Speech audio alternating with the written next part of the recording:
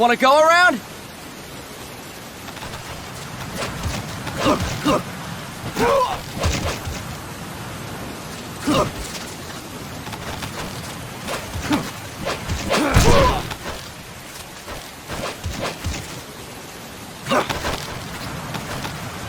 Look alive, ladies! The boss is gonna join us! Show him how it's done, boss! Your first priority in enemy territory is knowing your surroundings. Your life depends on where you are looking and how fast you can identify your targets. Therefore, you must first master moving your line of sight. To move your line of sight, use the right stick. Now when I give you an order, look in that direction. Look up. Good. Look down. Good. You should be familiar with the up and down controls now. Press the action button if you're ready to move on. Okay. Next, we'll check your left and right. Look right. Good. Look left. Good. You should be familiar with the left and right controls now. Press the action button if you're ready to move on. Okay. You can change the controls anytime in Options. Go with the method that works best for you. Next, I'll explain how to change stances. If you just stand there like an idiot in front of an enemy, you might as well kill yourself now! At times, you will need to get low to avoid detection. You have 3 stances: stand, crouch, and lying down. To change stances, use the crouch button. Tap the crouch button to change between standing and crouching. You can move in either stance. Hold the crouch button and keep it held to lie down. However, you cannot move while you are lying down. I'll say that again. You cannot move while lying down. Is that clear?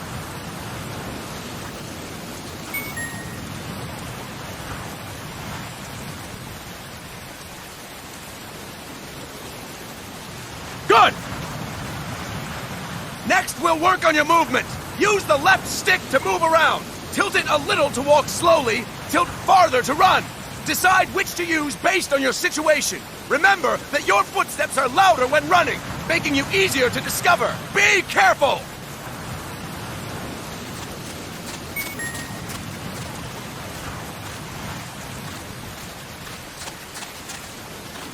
Good! Now we have rolling. Rolling is useful for knocking down enemies in your way, and for getting away when surrounded.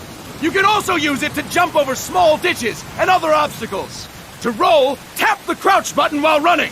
You got that? Tap the crouch button while running! Don't forget it!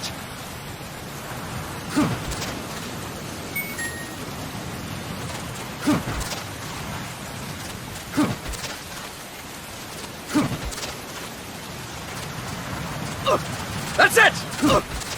Next, I will explain how to attack without gunfire. You may run into an enemy unexpectedly. You may not have a weapon on you, or you may be out of ammo. You'll still need an effective attack strategy. One well-placed strike and the enemy won't know what hit him. To strike an enemy, press the attack button while standing still. On my command, press the attack button repeatedly and take down your opponent. Go! I'm ready, boss.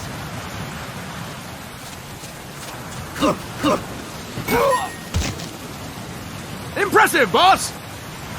Next, we're gonna practice using the stun rod. Hitting someone with the stun rod will shock them with 1.5 million volts. Anyone on the receiving end of that is guaranteed to be out cold. To use the stun rod, press the aim button to ready it, then press the attack button. You'll be glad to know we're using mock stun rods for this training session. When your partner attacks, make him believe it's the real deal. Prepare yourself for stun rod training. Go! I'm ready, boss.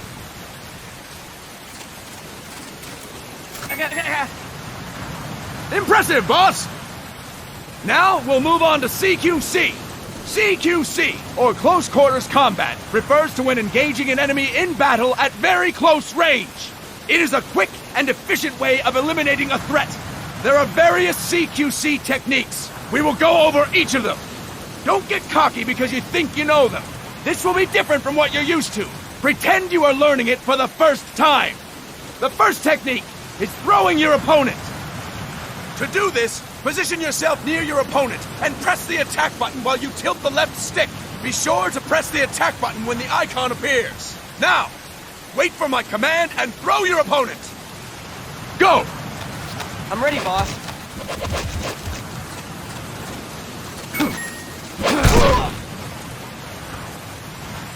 Impressive, boss! Next, I'm going to teach you how to restrain an opponent close to you. This is a cornerstone of CQC. Grab hold of an enemy, and the bastard's life is in your hands. What you do from there is up to you. Just know that if you restrain him for too long, the average person will most likely pass out. Something to keep in mind. Let's begin. To restrain your opponent, hold down the attack button while near them. Restrain your opponent on my command. Go! I'm ready, boss.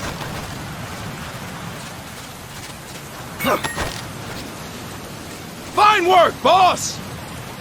Now we will throw your opponent after restraining them. To throw an enemy to the ground, press a direction on the left stick when you have them restrained. Restrain your opponent and throw them on my command. Go! I'm ready, boss.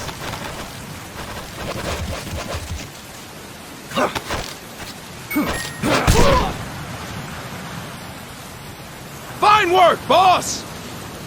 Now we will try CQC against multiple enemy opponents. You can also take out a group of enemies by throwing an opponent you have restrained. First, restrain an opponent by pressing the attack button near them. Then, tilt the left stick to throw them. By tilting the left stick toward other enemies, you can send your captive flying straight into them. On my command, restrain and then throw your opponent. Go! I'm ready, boss.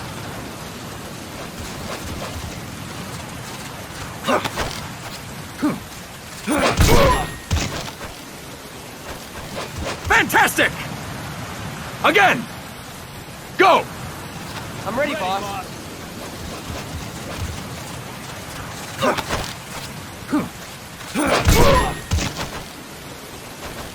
Fine work, boss! All right! Why don't we do something special since the boss is here? Anyone who feels like getting their ass kicked, step forward. Don't hold back, boss. When you're surrounded by multiple enemies, you'll have to take them on one after the other. To do it, simply press the attack button again while throwing the current enemy. Just be sure to wait for the icon to appear. Go! I'm ready, boss.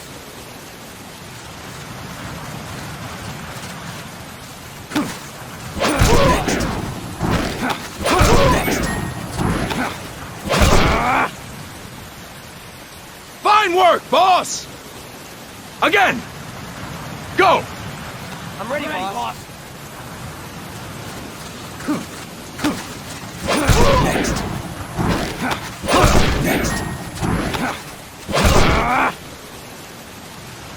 Fine work, boss! And stop! That's it for today! Thank you, boss!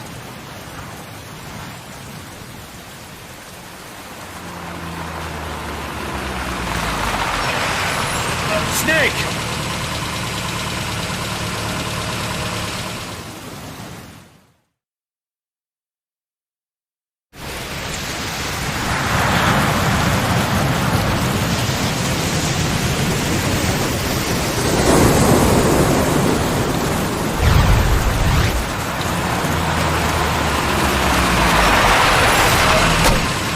What's going on, Kaz?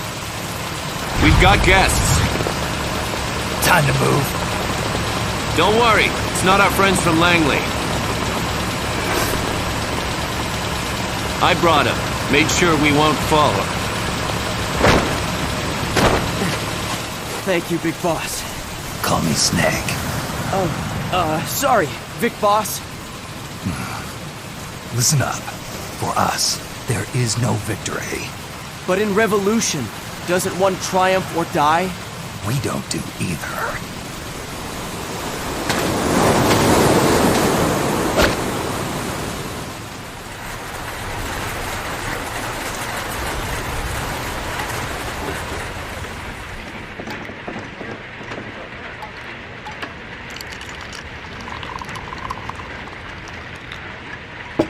Here.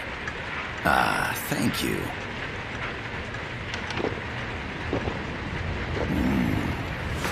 I feel like a new man. There's no coffee like Costa Rican coffee. So, what brings a distinguished scholar from the Costa Rican government to Colombia? Professor Galvez comes from Costa Rica's University for Peace. You see, over the past year, there have been sightings of an armed group in Costa Rica. They're not ours, of course. Costa Rica doesn't have an army. Correct. Article 12 of our Constitution states that the Army as a permanent institution is abolished. The Peace Constitution. You think it's rebels who fled Nicaragua?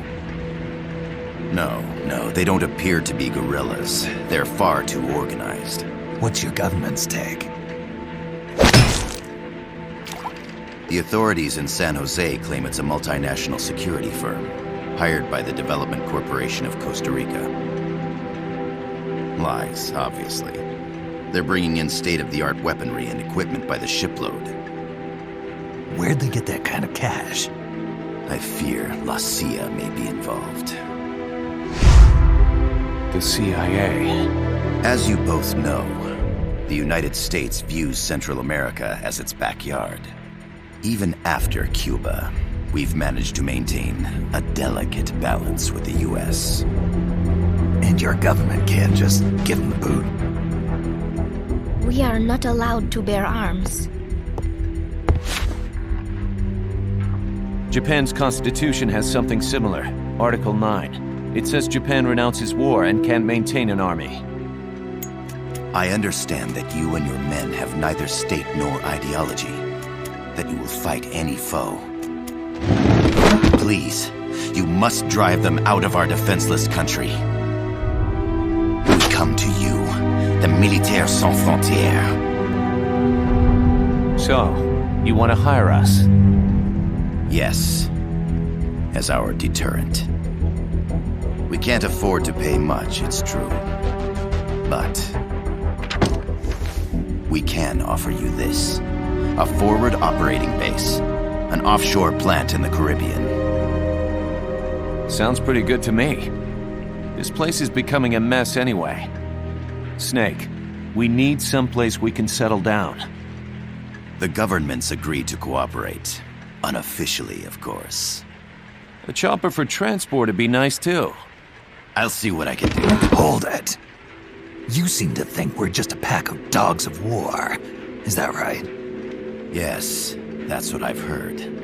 You're an army without a state. No, we've only left our countries behind. Please, you must help us.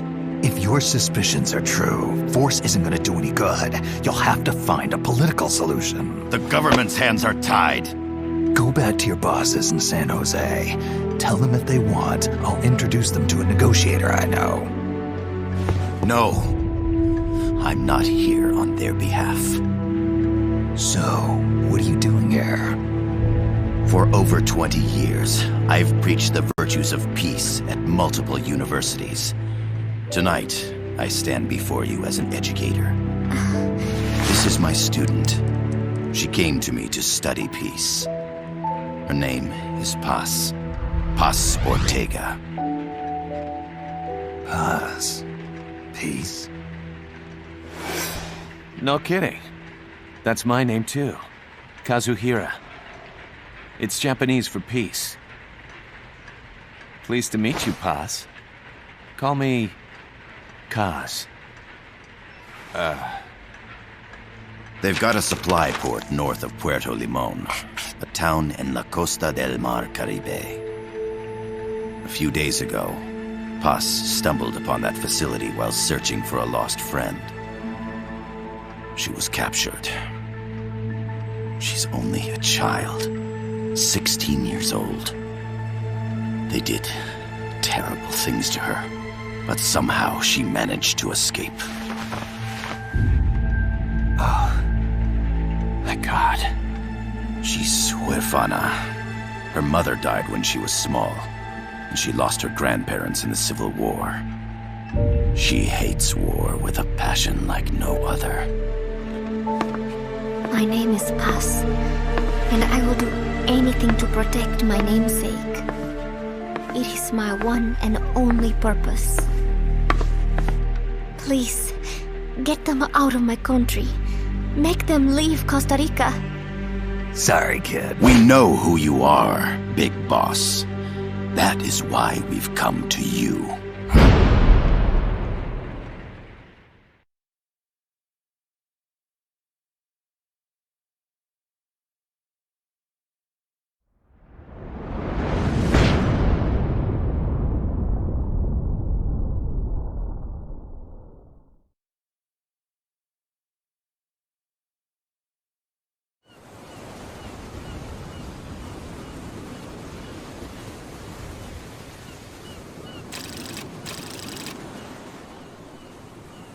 Miller here. Do you copy, Snake?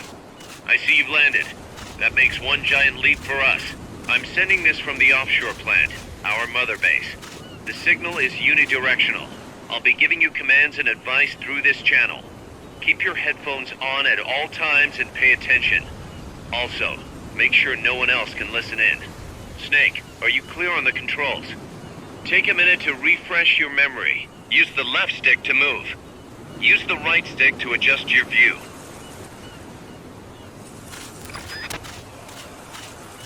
To change your settings, use the Start button to open the menu.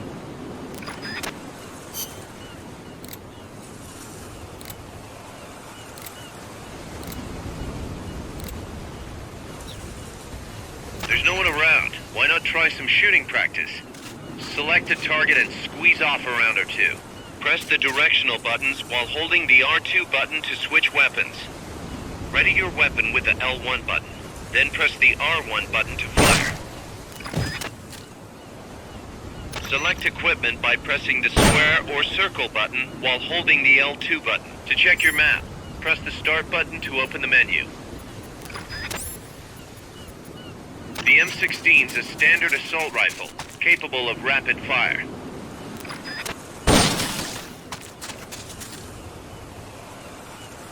Perfect.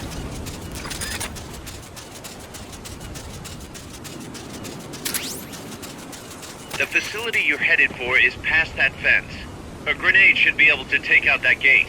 Grenades explode. You throw them, Snake? Use the L1 button to ready throwing weapons. Once you ready the weapon, throw with the R1 button. When using throwing weapons, hold the attack button down longer to throw farther. You won't throw the weapon until you let go of the button.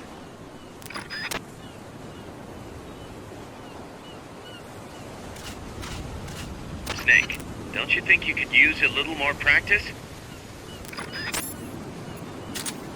The Mark 22 tranquilizer gun can put enemies to sleep. The closer to the head you hit, the more effective it is. Tranquilizer rounds are hard to come by. Don't waste them.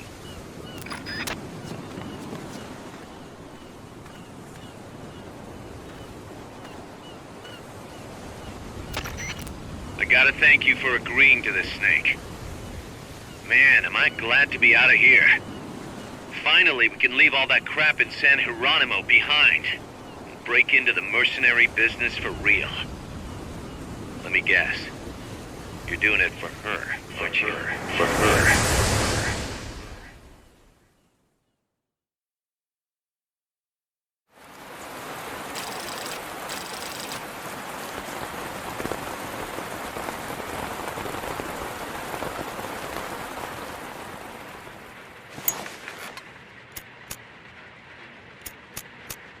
Are they still here?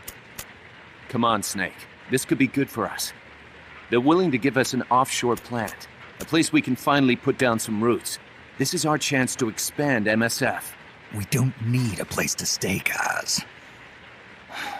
We're nomads. We always will be. What? You'd rather keep wandering from conflict to conflict? Tools in the hands of whoever's fighting at the time? The second we settle down, who's to say we won't become the warmongers? Listen to me, Snake. We're not mercenaries. We're not a foreign legion. MSF's a business. A new kind of business. Look, it's not like we're trying to start a war here. All we need to do is find out who this security company really is. Come on, Kaz. It's pretty obvious that they're backed by the CIA. Wait a sec. That would mean... Our friend, the professor, is likely KGB. I see. We'd be making an enemy of our homeland. And there'd be no turning back. This damn thing won't light. Huh? Put on some coffee, Kaz. It's time for a little chat with the professor.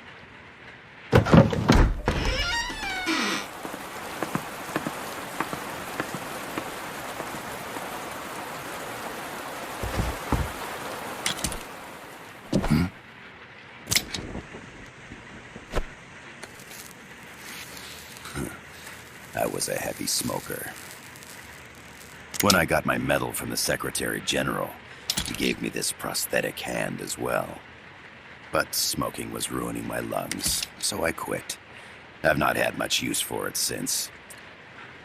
It's quite an honor to meet the legendary Big Boss. That's just a code name the CIA made up. Then perhaps I should call you John. I don't have a name. You stopped using that code name you liked so much 10 years ago. What about you, comrade? What do they call you back at Center? Well then, allow me to get straight to the point.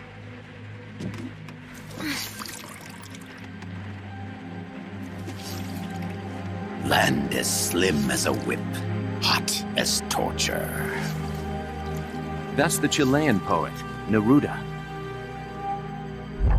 Central America is the navel of the American continents, bridging north and south. We want this land. We'll build a socialist stronghold, then use it to split the Americas in two. America would lose its backyard. And with it, its economic production, shipping lanes, and strategic value. We, on the other hand, would gain a base from which all of Latin America would be well within our reach. He who controls Central America will win this Cold War. First comes Nicaragua, toppling the pro-American Somoza regime. In preparation, we've begun instigating anti-Somoza sentiment and providing aid to the Sandinista National Liberation Front. You're manipulating Sandinista into overthrowing Somoza for you. After the revolution, Nicaragua will become a socialist state. You think America's just gonna let that happen? Certainly not. After all, the CIA is already here. And that's the armed group inside Costa Rica. Precisely. It's clear that they've been sent in to disrupt our efforts across the border in Nicaragua. Simply put, the army now stationed in Costa Rica is CIA capital. But it's more complex than that. The CIA's got something else planned as well. What? That is the million-dollar question. Big Boss, we want you and your unit to find the answer. Infiltrate and investigate the facility in La Costa where Paz was imprisoned. Learn all you can of their operations. Then, drive them out of the country.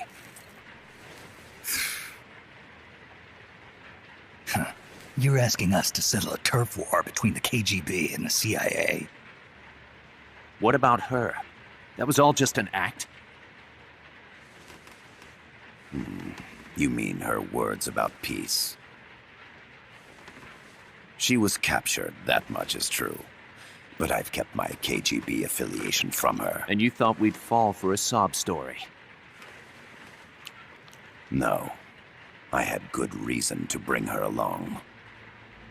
She managed to escape with her life, but her friend was not so lucky. Why were they attacked? I believe this will help explain. Perhaps they saw something they weren't supposed to. Perhaps they heard something they shouldn't have. A cassette tape? Paz took this during her escape. She says her friend happened to record it by accident. What is that? A portable stereo cassette player. The first of its kind. Ah, I heard they were working on something like that in Japan. Didn't know you guys were too. I believe what you're about to hear will help you understand. What is that? A quetzal? The phoenix bird. Paz's friend was researching birds. She went out into the jungle to record bird calls and stumbled upon this.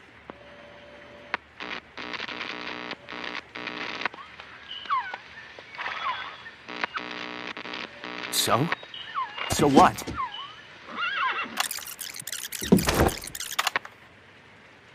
Now it gets interesting. Poisonous.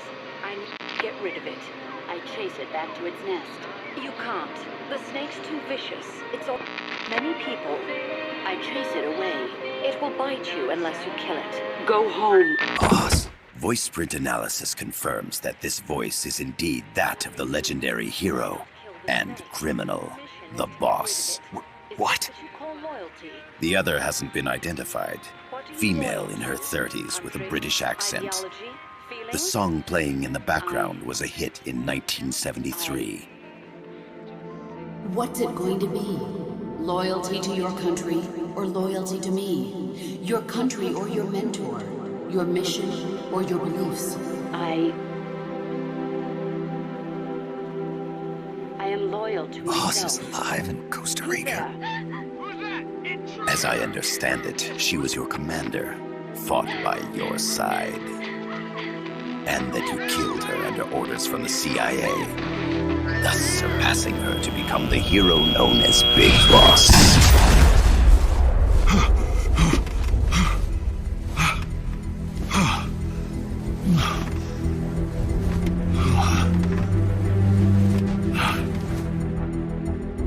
Well, what'll it be?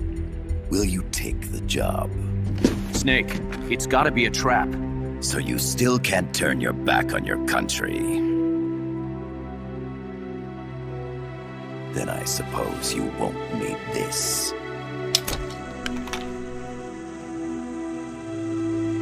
Wait! Snake?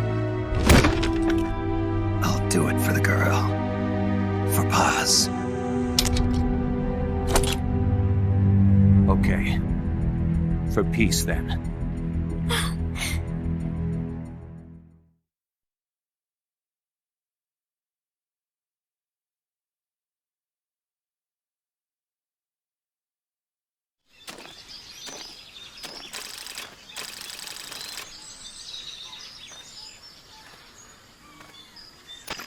There they are.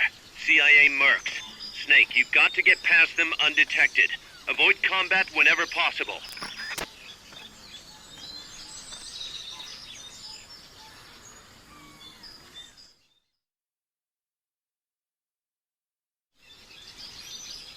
This is a sneaking mission.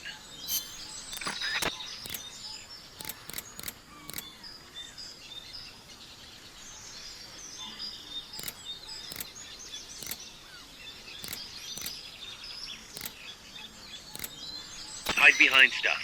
Take the long way around. Whatever it takes to stay out of sight. Your gun is a last resort. It could just as easily kill you as save you. To press up against a wall, face it and hit the action button. From that position, you can press the L1 button to detect enemies. That also works while lying down. The percentage in the upper right is your camo index.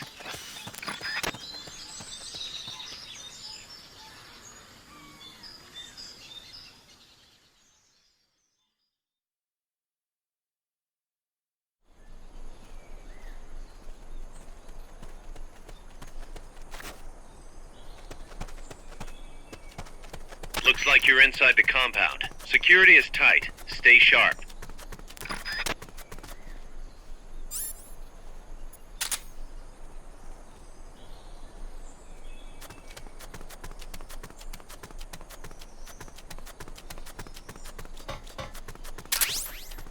cardboard box? What are you gonna use that for?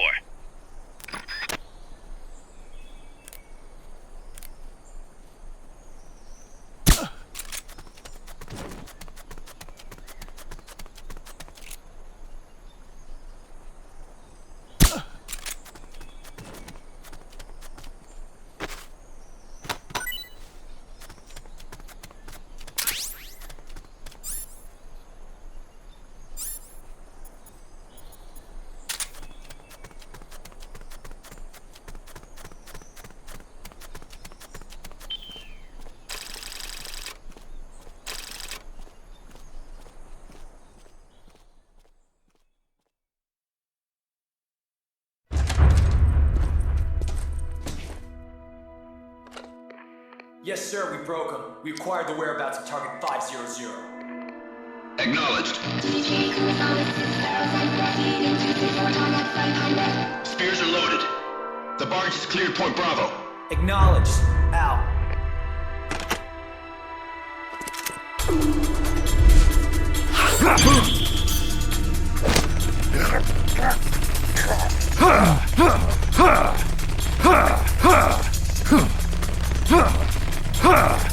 Freeze! The cargo, where's it headed? What is it? Air suit! In the mountains! What's up there?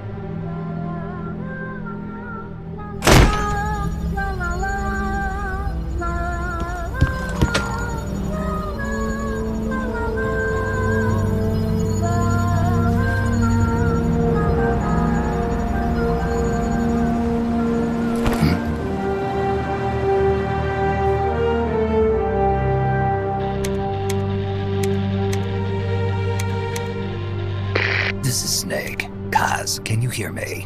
Loud and clear. You found a radio. It's got a circuit that reverses the audio phase. Let's switch frequencies from time to time, just to make sure we're not detected. I found a map of their bases. The cargo's heading from the marshes west towards Irasu. Nice going, boss. Kaz, this place is full of film badges. Dozens of them. Film badges? Like the ones used to measure radiation exposure? The radio man was wearing one. And whoever he was talking to called the cargo spears. Wait, that would mean... Nukes. They're bringing nukes into Costa Rica. Holy Mother of God.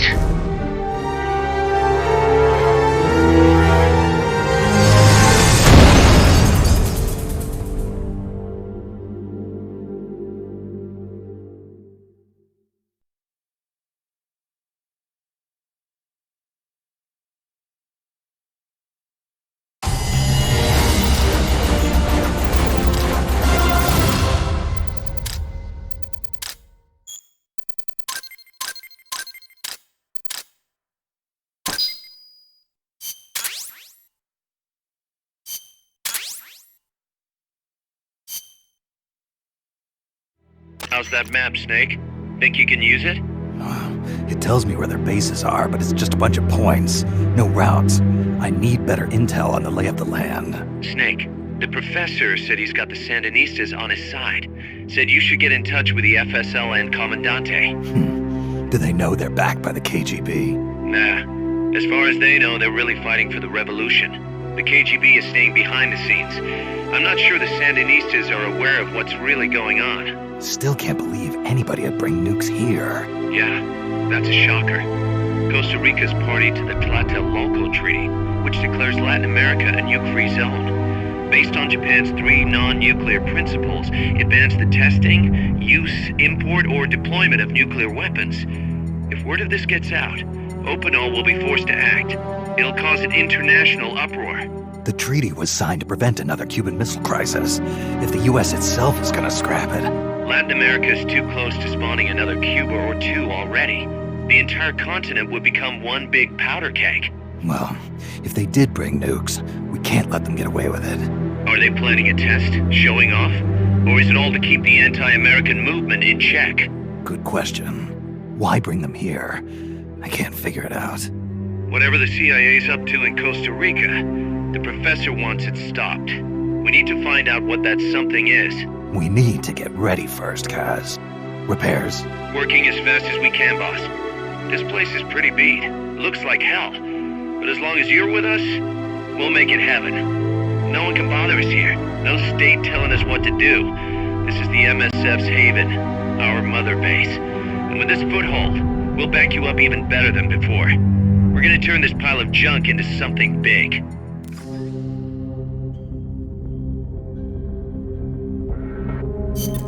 Snake, I rigged that radio so you can contact our young lady friend, Paz. Is she okay? No need to worry. She's tougher than you think. Still just a kid. Which is exactly why she could be an effective source of information. Besides, that little Angel de la Paz is the one who gave us this mission, right? I guess. I'll put her on. Snake! Paz, where are you? Ciudad Colon. At school. The teacher told me to stay here until things quiet down. Teacher? Oh, him. He's... Yeah, that's probably good advice. See, he has a radio in his room, so we can talk anytime. Pretty fancy for a teacher. Promise me, Snake, that you'll bring back peace, and... I know. I'll contact you if I find your friend. Thank you. Snake, if you need to know about Costa Rica, the geography, the climate, the wildlife, anything, just ask me. I know about its history and laws too. We learned it all in school. Got it. I have a question. I'll ask. What?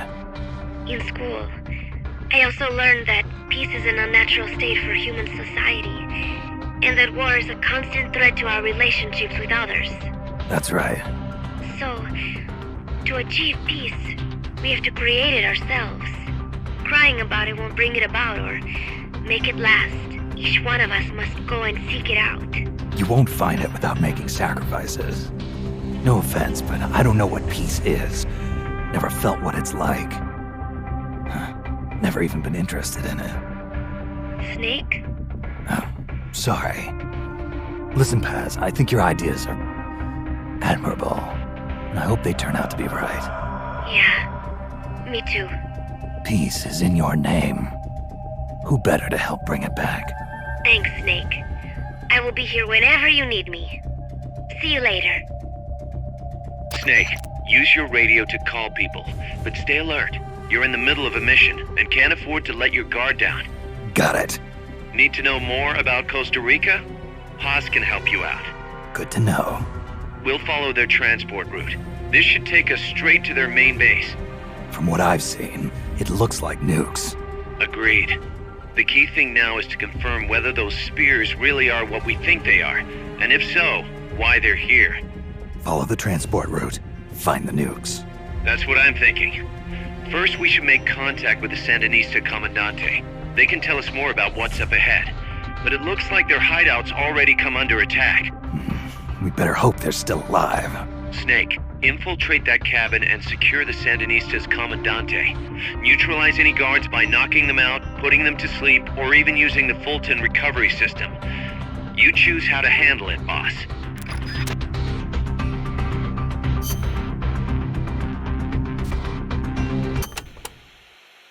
Kaz, what kind of shape is that plant the professor gave us in? First time I laid eyes on it, I thought it was some kind of joke. It was a giant birdhouse, seagulls everywhere. We eventually scraped off most of the rust and bird crap. The underlying structure's intact. Little elbow grease? Man, we should be in business. Who used to own it anyway? Whatever shape it's in now, somebody sank some serious money into building it. From what I can tell, an American university built it as a research platform for ocean thermal energy conversion. The name's still on some of the rusty old power turbines. I'm guessing they must have had government and corporate assistance to build it too. but they couldn't solve the thermal efficiency problem, and the project was cancelled. Then after the university abandoned it, a KGB front company scooped it up for next to nothing. At least that's my theory. How'd the KGB manage to buy a plant built with American capital, front company or not? Yeah, that professor is quite the operator. One other thing. The plant's set up so that it can join up with other plants of the same standard. So, they were originally planning on expanding the place, huh? Hey, let's give it a shot. We can get some more people together and build this place up into a proper home for MSF. You're with me on this, right, boss? Snake, you can use the Fulton surface-to-air recovery system to send prisoners and unconscious mercenaries you encounter back to Mother Base. I know you've used the Fulton before, but just to make sure I'm not missing anything, let's review the steps. Okay. First, attach a balloon to the unconscious enemy or captured prisoner. Right. I hook a wire to their waist, and on the other end of the wire, there's a helium balloon. Right. Then we'll send over a chopper to catch the floating balloon with its recovery hook and reel it up into its cargo hold. And that's it? And that's it. We finished installing the recovery hook on the Huey. Wait, Kaz. Something doesn't make sense about this whole process. This again. Well, normally, Fulton recovery is for when you're using fixed-wing aircraft. With a helicopter, isn't it simpler to land and pick up directly? Listen, Snake. You're going to be calling for recoveries repeatedly throughout your mission. We want to keep the risk of taking enemy fire to a minimum. The best way to get that done is to do the recovery in a high-speed flyby. That's what the Fulton surface-to-air recovery system is for. Uh-huh. What's the real reason? Helicopters are cheaper, and the repair bills will start adding up once the bullets start flying. I thought so. Kaz, I know we need to keep costs down, but... Boss, you really need to get rid of this whole army mentality. We're not the Pentagon. We don't have billions of taxpayer dollars to play with.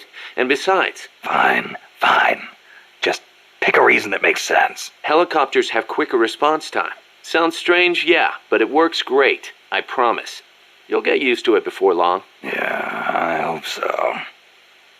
Still can't believe Professor Galvez was KGB. Well, like the professor said, Moscow's hell-bent on communizing Latin America. Yeah, the Cuban intel services are all in the KGB's pocket. You don't think he's got some kind of ulterior motive? If the CIA is up to something, it's only natural that the KGB wants to know about it. But I doubt they're showing us their full hand. We'd better watch our backs. What do you think, Kaz? Why did Paz come all the way to Colombia herself? It's a long trip to make just to be Exhibit A in Galvez's sales pitch. She's only 16. Still a kid. Maybe we should take her wish for peace at face value. Don't forget to give the MSF staff assignments. Where you place people will determine how Mother Base grows. Right. That goes for me too. Assign me wherever you think is best. You? I thought you were second in command. Don't worry, I've got that covered. But MSF is still small, and I don't have the leisure of sitting around on my butt all day. I see your point, but... Not to brag or anything, but I kick ass at whatever job you gave me. Put me in the area you want to focus on developing most. I'll take real good care of the staff there. Easy, Kaz. You probably heard this a million times, Snake, but you should always avoid combat with the enemy when possible. Right. We're outnumbered and in unfamiliar territory. We won't survive long in a straight fight, even with you on our side. I know. Avoiding combat is rule number 1 in a sneaking mission. That's right. Don't let the enemy know where you are, and attack only when necessary, using hit-and-run tactics to cripple them. It's the essence of guerrilla warfare. Going by this map, you've got a lot of different terrain types between you and the hut where the Sandinista Comandante is being held. Looks that way, doesn't it? Starting with jungle. The enemy won't be able to see you very well, but your visibility won't be so hot either. Stay alert. Next, you've got the swamps along the river. Make sure you get a good feel for how robust surveillance is before diving in. Will do. Finally, there's the boat repair cabin. The Commandante's in there. It's a key enemy outpost, and security is going to be tight. You may have to let brute force do the talking. You still have a long way to go, Snake. Use caution and don't make a racket out there. Got it? So, are you a student at the University for Peace, Paz? No, I am still in high school. But Professor Galvez lets me visit his office and study with him every now and then. International law, security, conflict resolution, human rights. We study all these subjects and then use them to build the foundations of peace. Yeah, I get it. I just never heard the UN had a university for peace before. Oh, that. Well, to be precise, it is still being set up. They have started conducting research, but the UN has not passed the necessary resolution yet. Professor Galvez couldn't wait that long. Oh, right.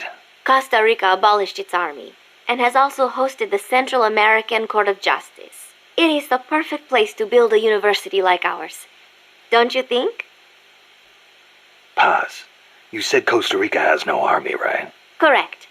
Article 12 of the Constitution declared that the army as a permanent institution is abolished. It does permit us to organize armed forces for national defense based on inter-American treaties. Only temporarily, then. In effect, yes. But in the years since the Constitution took effect, Costa Rica has not once raised an army. Paz, how does your country defend itself without an army? Especially in a rough neighborhood like Central America. With the right kind of diplomacy. If we live up to our ideals and earn the respect of other countries, the international community will support us. The 2 times Nicaragua actually did invade, the conflict was resolved diplomatically under OAS auspices. Doesn't that leave you depending on the U.S. after all? American influence is unmatched, it is true. San Jose was critical of American policy at the time, but America supported us all the same. It was because we practiced peaceful diplomacy. That is what I like to think. That's one way to approach it, sure. But there are countries out there who will use force no matter how bad it looks. Maybe so. I know my way of thinking probably looks naive to you, but it is not like we expect peace without working for it. Diplomacy is a battle in itself, and we have to make the effort to seek out causes of misfortune and nip them in the bud. It was that kind of thinking that got me trapped in their base. I'm not blaming you. You haven't done anything wrong. The army was abolished 25 years ago, the year after the Civil War. I learned about the sorrow of civil war from a very young age, the futility of countrymen fighting each other, and the tragedy. Costa Rica learned the hard way. That is why it abolished its army. It decided to pour its efforts into education instead. More teachers than soldiers was the slogan. Education is essential, no question. Even Che used to teach reading and writing in between guerrilla campaigns. Costa Rica was poor at the time. We did not have many resources. I suppose we had to pick one or the other.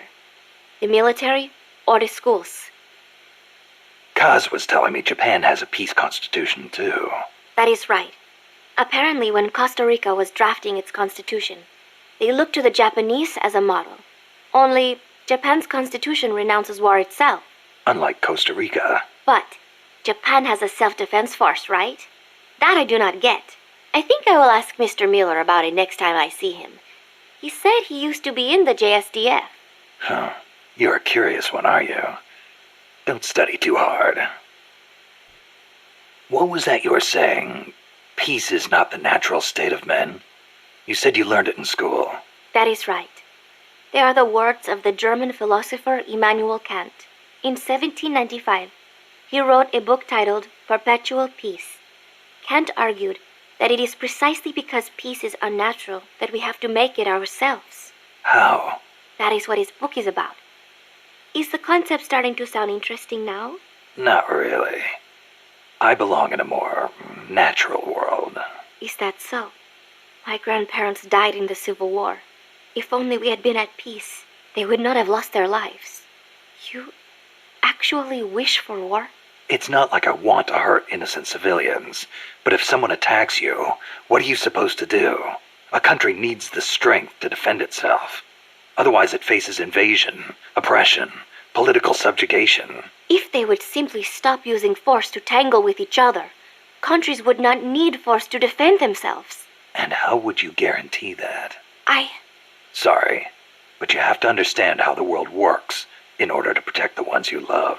That's not to say ideals aren't important too. They are. You are right, Snake. Thanks. Peace.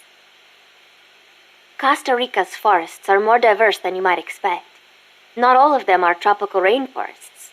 Costa Rica is close to the equator, it is true, but it is also very mountainous. Yeah, I see what you mean.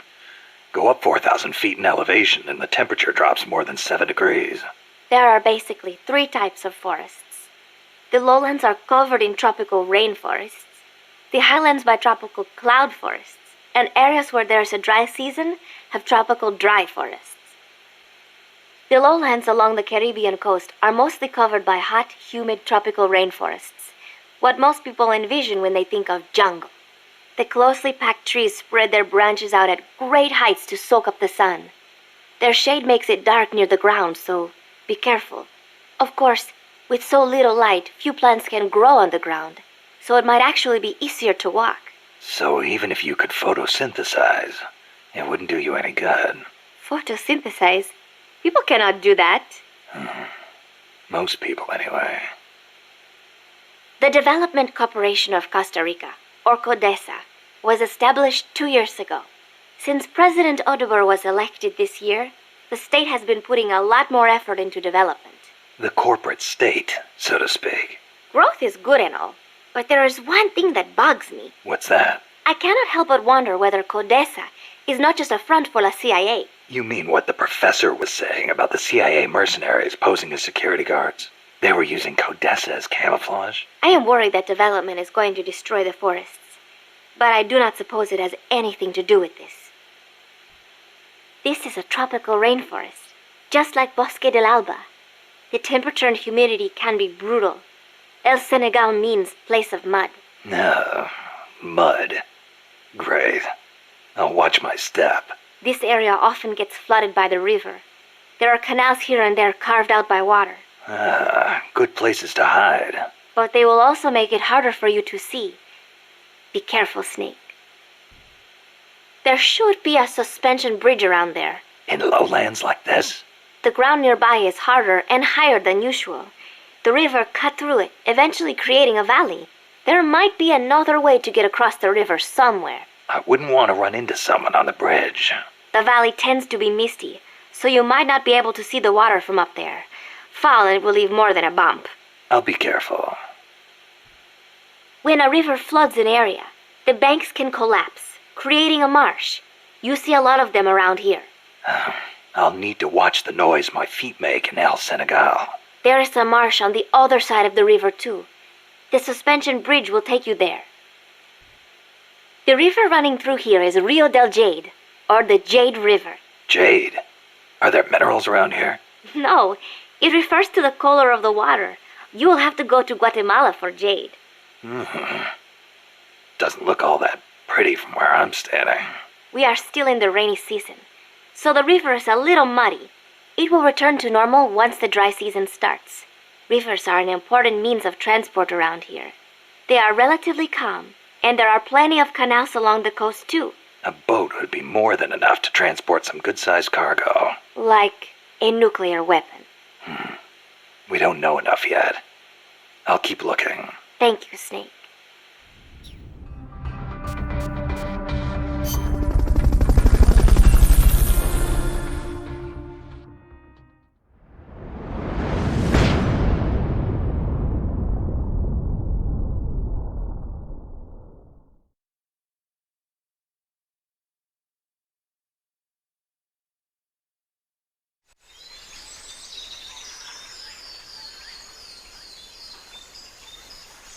Head for the FSLN boathouse. It's northwest of there.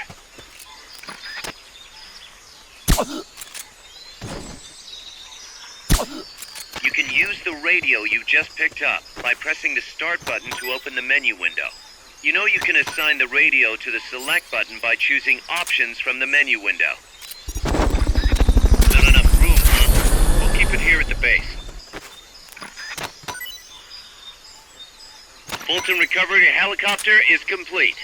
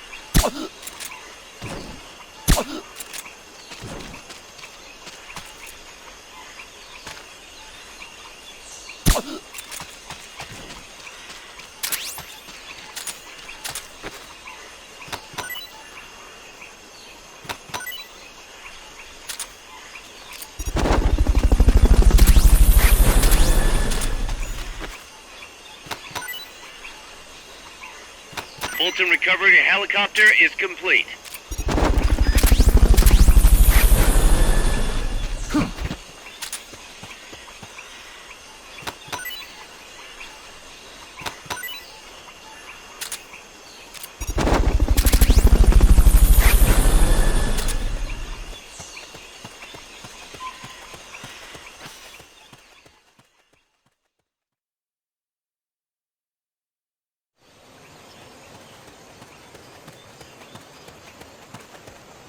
The boathouse should be close by. Neutralize the security detail and make contact with the Commandante.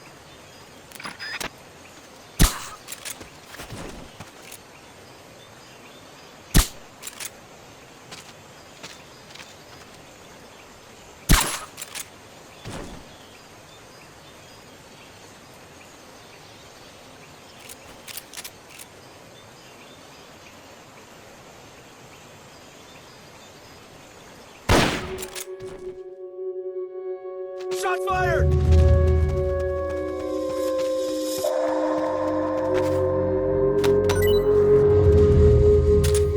The enemy's attacking! Going to alert status! Understood. Maintain heightened alert. Fulton recovery subject confirmed onboard helicopter.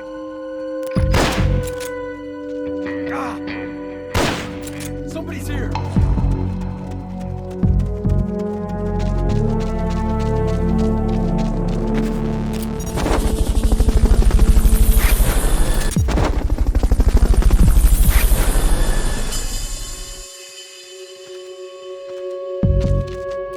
Fulton recovery helicopter is complete.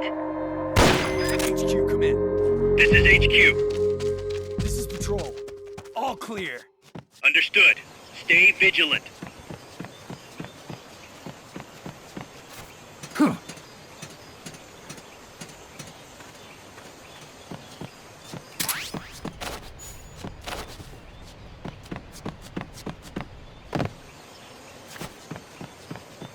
What was that?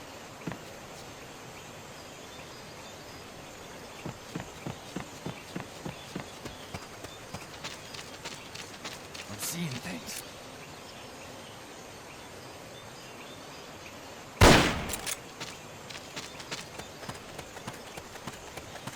Good. Now meet with the FSLN Commandante. He's inside the boathouse.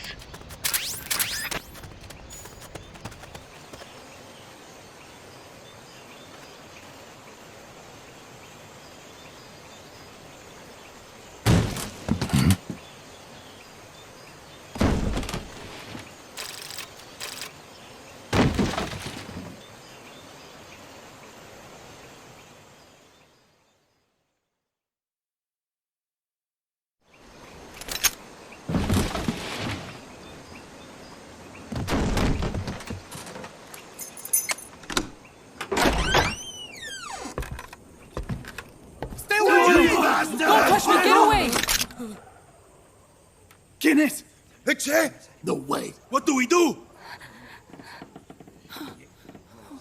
Sandinista's right. I'm looking for someone. Mi viejo! Shh. He's dead. They killed nuestro viejo. You're his daughter. Then that makes you his delegado, right? Relax, I'm not your enemy. Cuban. A cigar? I'll take whatever you've got.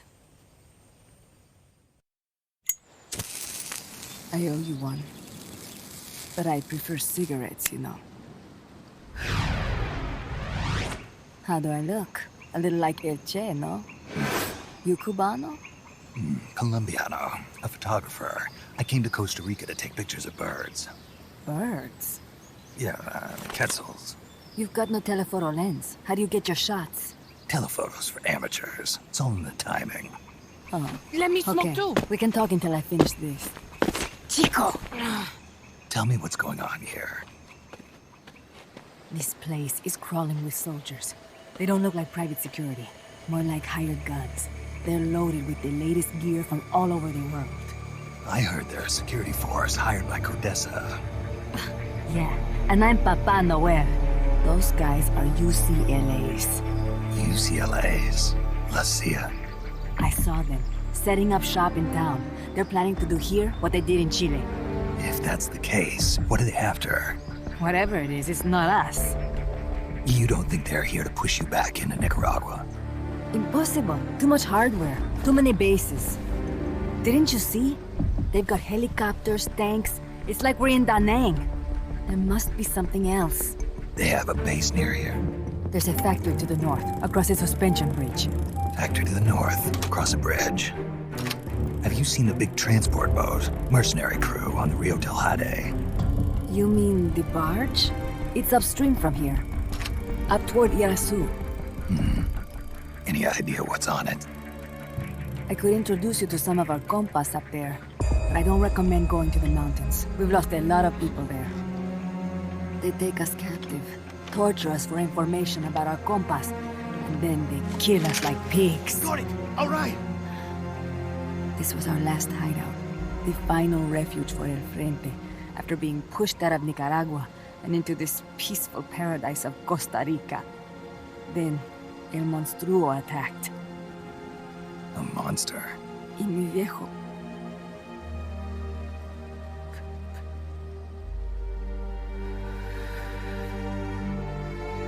Mi viejo. Papá. He was la esperanza. Our hope. Now that Papa's gone, my sister's la comandante de la revolución. Do not listen to him.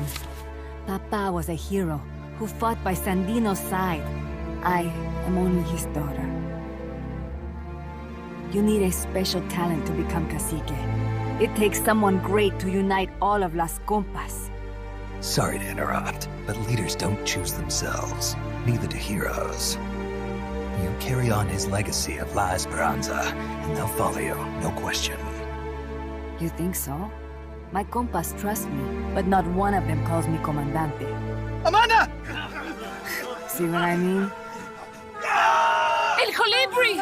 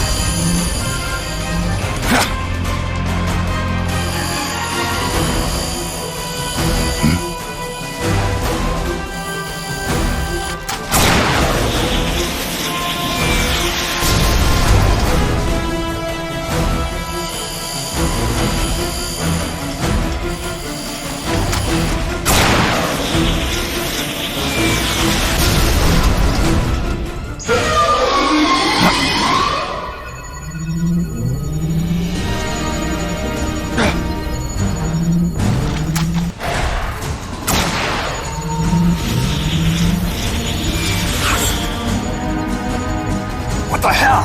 Es un hombre nuevo, an unmanned weapon, a robot! No! He won't survive the fall! Out of my way! Better for him to die at the hand of a compa than suffer their torture.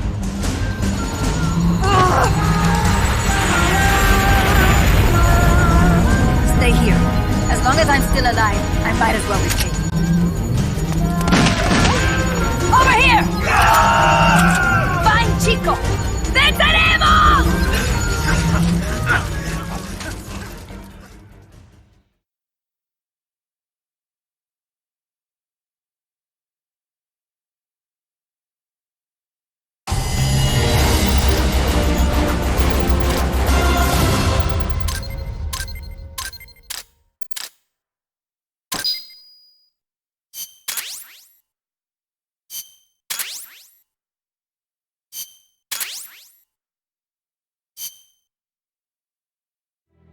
Snake. What was that thing? Whatever it was, it looked unmanned. Unmanned? I'd heard rumors, but an operational unit? What the hell is going on here? Not to quote Amanda, but the hardware they've got here isn't just unusual, it's overkill, which means one thing. It's nukes. So the question now becomes why? We can't make that call yet. We need more intel. How? Our source is dead. But his daughter isn't. Good thinking. We can follow her. Head for the next outpost and make contact with Amanda if she's still alive. Roger.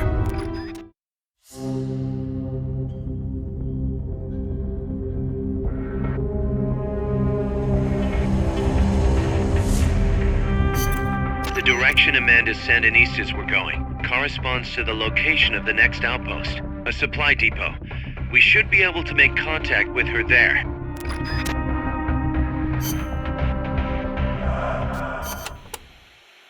Can I ask you a favor, Snake? If you ask nicely. To make MSF bigger, we need to do some recruiting. Yeah.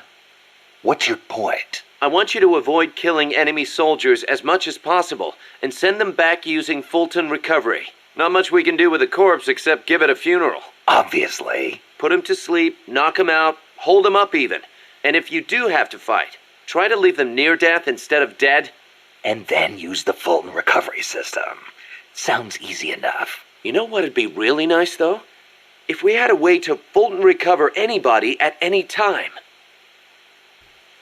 To get to your next objective, you'll need to backtrack along the way you came for a bit. Don't get too comfortable just because you know the terrain. The enemy knows you're out there now. They'll be out in greater force than before. Proceed with caution. Refrain from using firearms unless absolutely necessary. Looks like I'll have to cross the river. Yeah. There's a suspension bridge you can use. It's the only way across.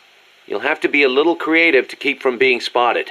So, I cross the bridge, go through the swamp, and come to a banana plantation. Complete with its own factory by the looks of it. It's going to feel a lot different moving through that area compared to the forest. Stay on your toes. Got it. Also, you may encounter Sandinista prisoners along the way. Try and save as many as you can with Fulton recovery. I'll keep an eye out. There's a lot of banana cultivation along Costa Rica's Caribbean coast.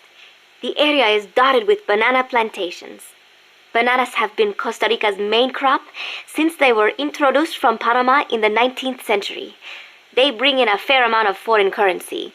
A real fruta de oro, huh? See, but exporting all those bananas require a ton of land. Hence, all the plantations. Clearing all that forest just to grow bananas robs animals of their habitats. I do not know how good that is for Costa Rica in the end.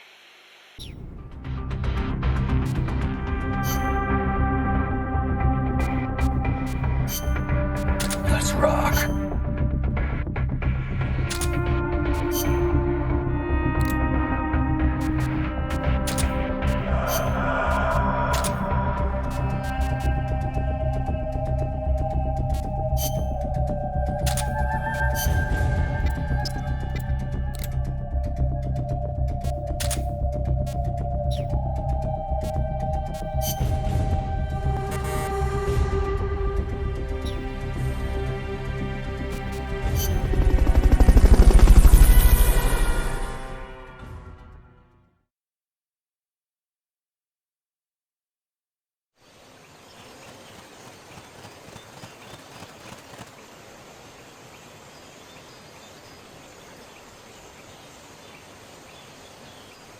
Careful. They've got reinforcements coming.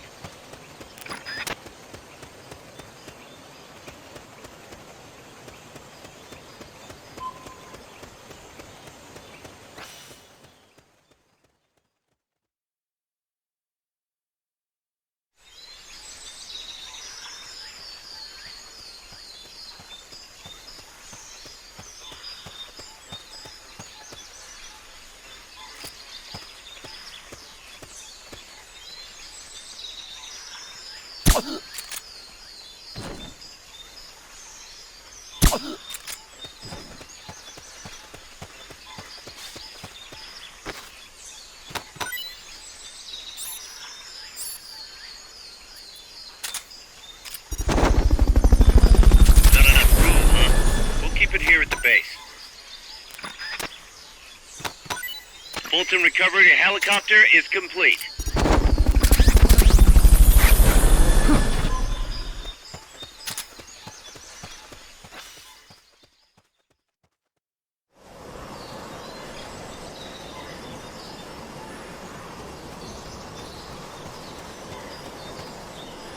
Amanda went across that rope bridge. Hurry.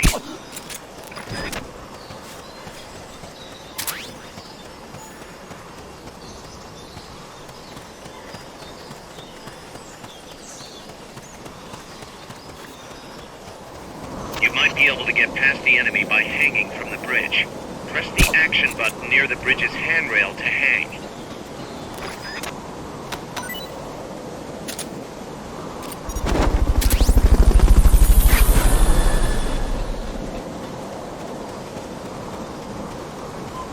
Fulton recovery helicopter.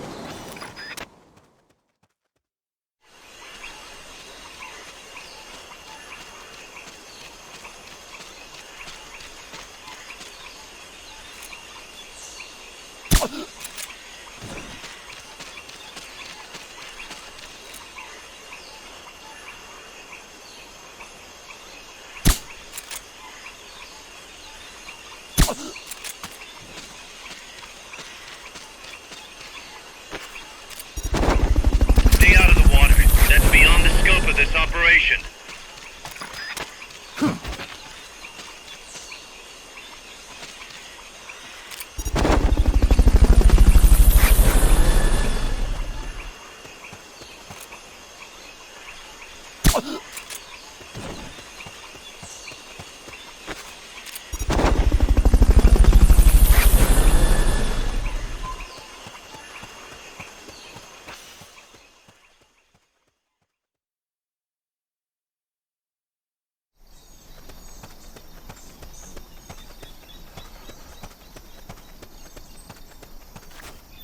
Careful now.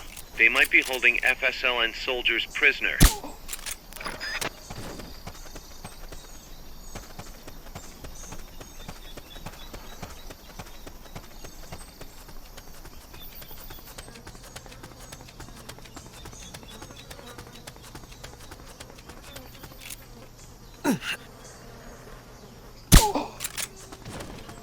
Press the action button in front of a prisoner to take them to Mother Base using the Fulton recovery system.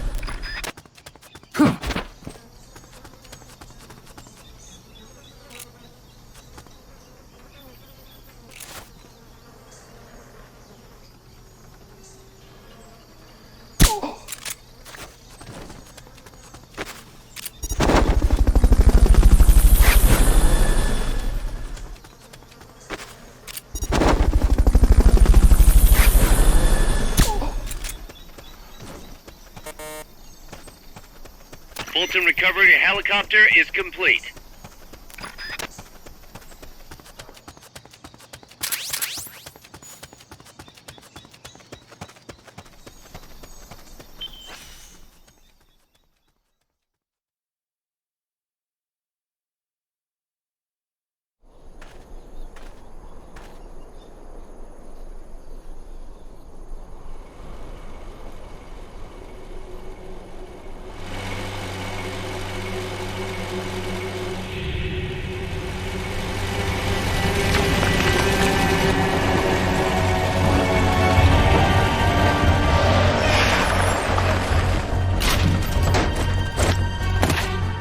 Looks like there's no way around him. You up for this, Snake?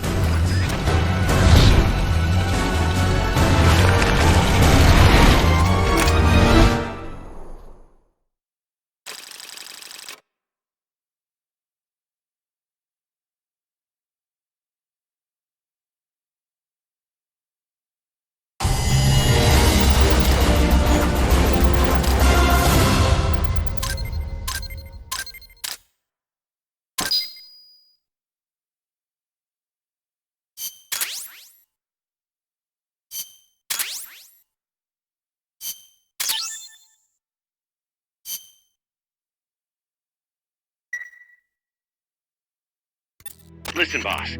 We both know you're the reason MSF's grown so much, but it's time we started putting more thought into provisions. Good point. A place this big needs a good stockpile on hand. The Japanese say, you can't fight on an empty stomach. Something we learned in World War II. Obviously. Maintaining a steady supply of provisions is one of the basic principles of logistics. So I went ahead and set up a mess hall team. The team members' numbers and abilities will affect the amount of grub to go around. Without enough food, morale will drop. They get hungry enough, and we could start losing people. Anyway, I need you to assign guys to the mess hall team. Copy that.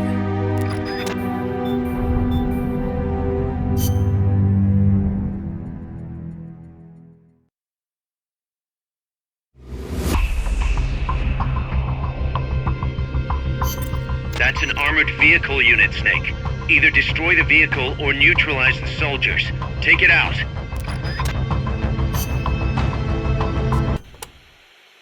Enemy tanks, armored vehicles, and attack choppers are always accompanied by a combat squad. The soldiers aren't particularly tough on their own. What makes them formidable is how well they work together as a team. As if you didn't have enough to worry about with a machine. Good. I like a challenge. Yeah. We'll see how you feel when you actually have to face them in battle. Snake, whatever you do, don't let them surround you. The last thing you need is to get pushed into the vehicle's kill zone. And pay attention to what your enemies say to each other. You can improve your chances by figuring out what they're planning and using it to preempt their movements. You don't always have to go toe-to-toe to win a fight. Think like a guerrilla. Got it. There's a lot of banana cultivation along Costa Rica's Caribbean coast. The area is dotted with banana plantations. Bananas have been Costa Rica's main crop since they were introduced from Panama in the 19th century. They bring in a fair amount of foreign currency. A real fruta de oro, huh? See, but exporting all those bananas require a ton of land. Hence all the plantations. Clearing all that forest just to grow bananas robs animals of their habitats. I do not know how good that is for Costa Rica in the end. Panama disease was rampant here about 20 years ago, putting a lot of banana plantations out of business. Panama disease? It is caused by a type of fungus. Apparently it killed off almost all the banana species that used to grow here. How could that happen? Cultivated bananas do not produce seeds. You have to remove and transplant part of the stem yourself. You plant them in the fields. So you've got acres of identical plants? See, when one plant is infected, the disease spreads quickly. Species lacking genetic diversity become weak. They grow different bananas today, one said to be resistant to Panama disease. Don't forget to give the MSF staff assignments. Where you place people will determine how Mother Base grows. Right. That goes for me too. Assign me wherever you think is best. You? I thought you were second in command. Don't worry, I've got that covered. But MSF is still small, and I don't have the leisure of sitting around on my butt all day. I see your point, but... Not to brag or anything, but I kick ass at whatever job you gave me. Put me in the area you want to focus on developing most. I'll take real good care of the staff there. Easy, cuz. Life's funny sometimes, isn't it? What brought that on? We first met as enemies on the battlefield. And now here we are fighting side by side. You mean Colombia? Yeah. After I quit the JSDF. I made my way there and got myself a position as a drill sergeant for a band of revolutionaries. Despite the fact that I'd never seen a day of combat. I see you had the gift for talking business in Spanish even back then. Oh, come on, stop it. You're making me blush. Unlucky for me, though, you were in the service of the Colombian army. I remember it like it was yesterday. It all happened in an instant. You guys ambushed us, and half my unit was taken out. My mind went totally blank. I couldn't keep it together. My whole unit was wiped out. And I was left half dead from a bomb blast. Then, as I was leaving, you yelled out at me. I came all the way from Japan to be here. My place is on the battlefield. Then you asked for my help, saying, I want to be the one to end it. I remember being surprised that there were still samurai in Japan. You guys came over to me. I had a grenade hidden under me, but even then you were too fast. The second I pulled the pin, you grabbed the hand I was using to hold the grenade with both palms. I didn't want it to go off. I'd heard samurai were a proud bunch. I wanted to know why one of them would stoop so low as to try to take his opponent with him. And I said, I'll never lose again. We'll never lose again. Yeah. We'll do whatever it takes, but we'll never be beaten again. Then, I passed out from the blood loss. When I woke up, I was in your camp's infirmary, stuck full of tubes. Why'd you save me? Your enemy after I tried to kill you. Because you swallowed your pride and fought with everything you had. I just didn't want to lose. You found a way to fight back, even in the face of death, even when you knew you were going to die. That's the mark of a true warrior. It's not about gain and loss, or victory and defeat. I looked at the way you lived your life and saw the path I needed to take as a warrior. Wow, I never knew that. And that's why you... I realized then that the battlefield doesn't only divide people into allies and enemies. Sometimes it tells you more than just who's an ally or who's an enemy. Sometimes it helps reveal your true comrades. Like you and me, huh? That's right. And 2 years later, here we are. My mother was the one who named me Paz. She said it was an expression of her wish that the country stay at peace. It is a pretty common name in Central America. My mother always used to tell me, never make war. Always help keep the peace. I remember. Your grandparents. Yes. They died in the Civil War. I think that is why my mother hated war so much. That's another thing you've got in common with Kaz. His mother named him Peace, too. See, because Japan also suffered through war. I think I know how Mr. Miller's mother felt. You like the peace sign, huh? See, as a gesture, it connects every peace-loving person. Here, you try it, Snake. Peace. No thanks, it doesn't suit me. Too bad for you. You know, the V in the peace sign comes from the V in victory. When did it start standing for peace? I am not completely sure, but I guess it came out of the protest movement against the Vietnam War. Oh, and do not turn your hand around when you do it, especially around British people. It is insulting. So, you live alone now? No, not alone. I've been living in school dormitories since I started junior high. After my mother died, my relatives took me in, but they were not my real family. You didn't fit in there? In a way. My aunts were kind to me and all. But I know how difficult it must have been to suddenly have a child thrust into their lives. When you live with someone, there are no secrets. I could tell my being there was a burden on them. Sounds like a rough childhood. I would not say that. I was lucky just to have people take me in. There are huérfanos living out in the streets because their mothers died. It is even worse in countries with frequent civil wars. So, who am I to complain about my childhood? You're a pretty tough kid, you know? Not at all. I am not strong at all.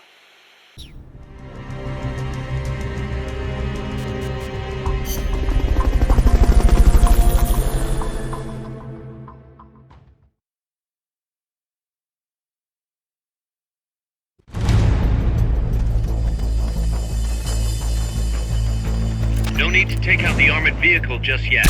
Neutralize the troops first. The accompanying soldiers are armed to the teeth. Watch yourself. Going to alert status!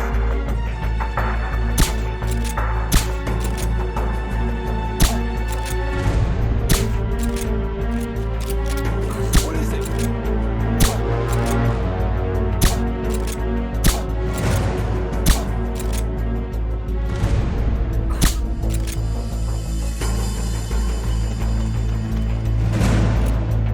Get up!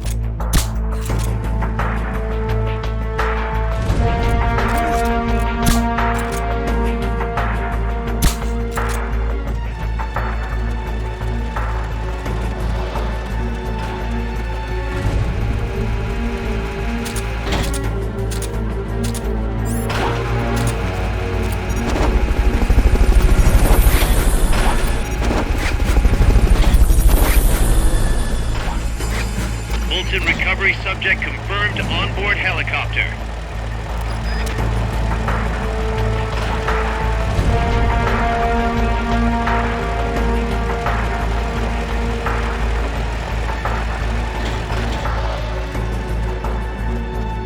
Backup! Prepare for a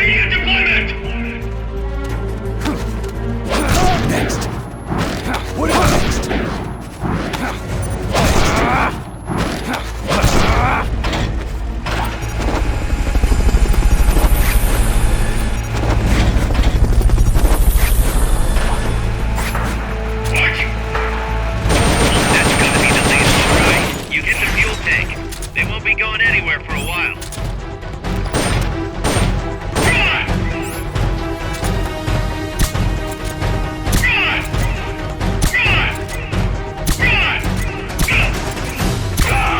That takes care of their leader. Recover him and it's mission complete.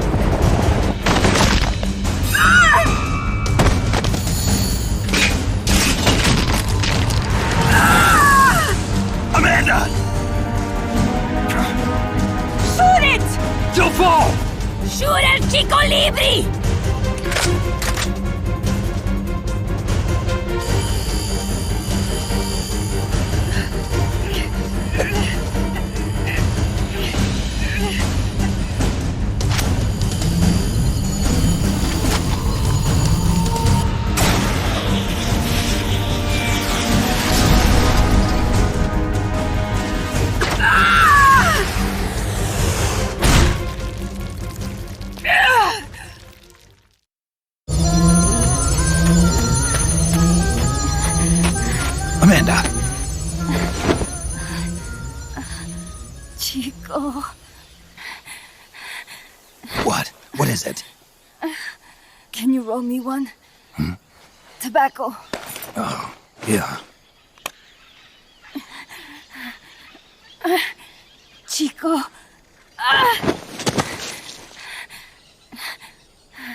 Hold still. I treated him like a kid again. We fought. I didn't want Chico to know. Kept it a secret. Somoza's Guardia chased us out of Nicaragua. Across the Rio San Juan. And we ended up here. The only reason we've been able to keep on fighting. Amanda. The factory. You saw it? The banana factory. A front. It's a drug refining plant. The KGB set it up for us to run. We used the income to buy food and weapons. Mi viejo never said a word, but we all knew. Everyone except Chico. Everything we have, our weapons, our compass, he brought it all together. We were going to rebuild our country. Rebuild Nika with our own hands. Even if we had to dirty our hands to do it. But it's all over. We lost our cacique. Papa. I could never replace him. Now they've taken the plant from us too. There's no place left to regroup. No way to fight la revolución. Here, I rolled you one.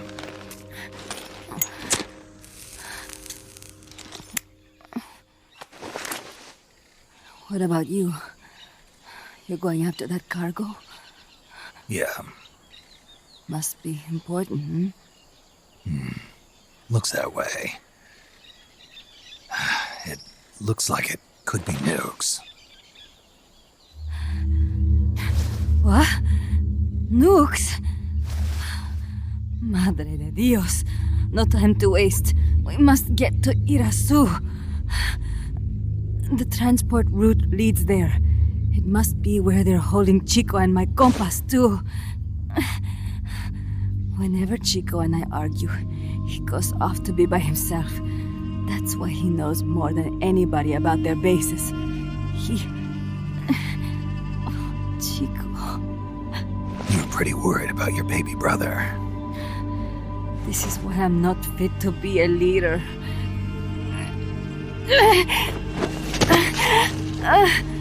Fine.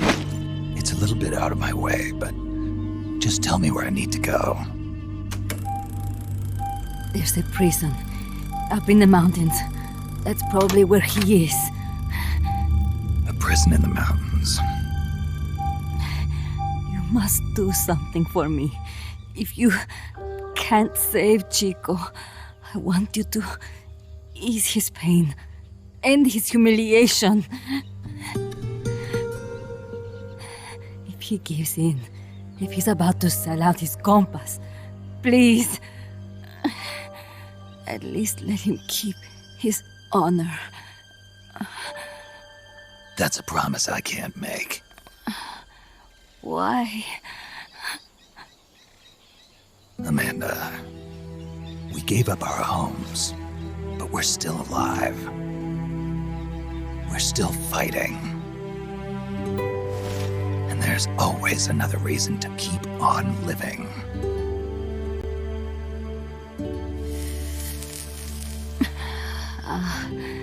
I feel alive again. Amanda, join my unit until you've healed up.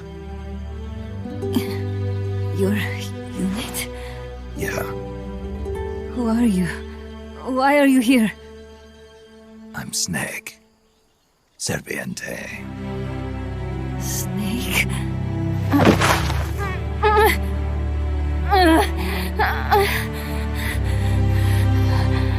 Could it be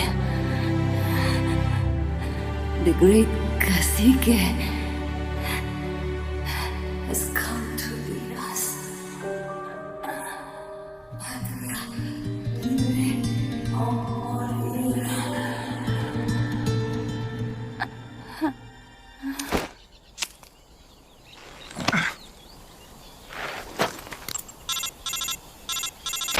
Kaz, can you hear me? MSF here. One for recovery. She's wounded.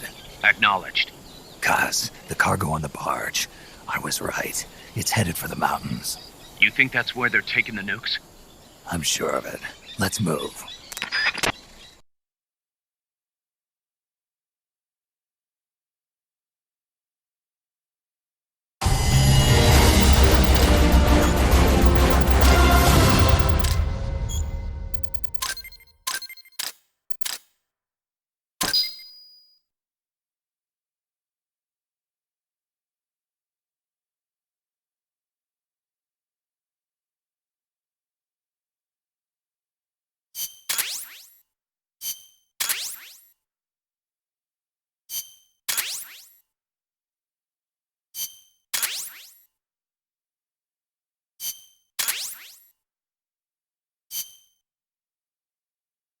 Snake, Amanda's reached the plant. Snake. Amanda, how do you feel? Some first helicopter ride. I'll be perfectly happy if it's my last. As you can see, she's doing fine. I set Amanda up with her own frequency, so call her anytime you need to. If you have any questions about American bases or mercenary units, or about El Frente, just ask. And please, do not forget my compas and Chico. Don't worry. It's good to be working with you, boss. Snake, we can monitor her condition in sickbay. Remember to assign roles to any POWs you bring back to Mother Base. How this outfit gets built depends on who we assign to what jobs. That'll determine how Mother Base grows. It's one of your most important roles, boss. Yeah, I know. Boss, one more thing. Now what? It's about sickbay. Naturally, we can use it for the sick or injured like we did with Amanda. But we can't expect people to get better without the proper treatment. Uh-huh. So I figure we'll need a medical team for that. The number of team members and their abilities will determine how quickly the sick and injured heal. They can also monitor everybody's health. Right. Prevention is the best medicine. You got it. Remember to wash your hands often and gargle twice a day, boss. If only I had the time.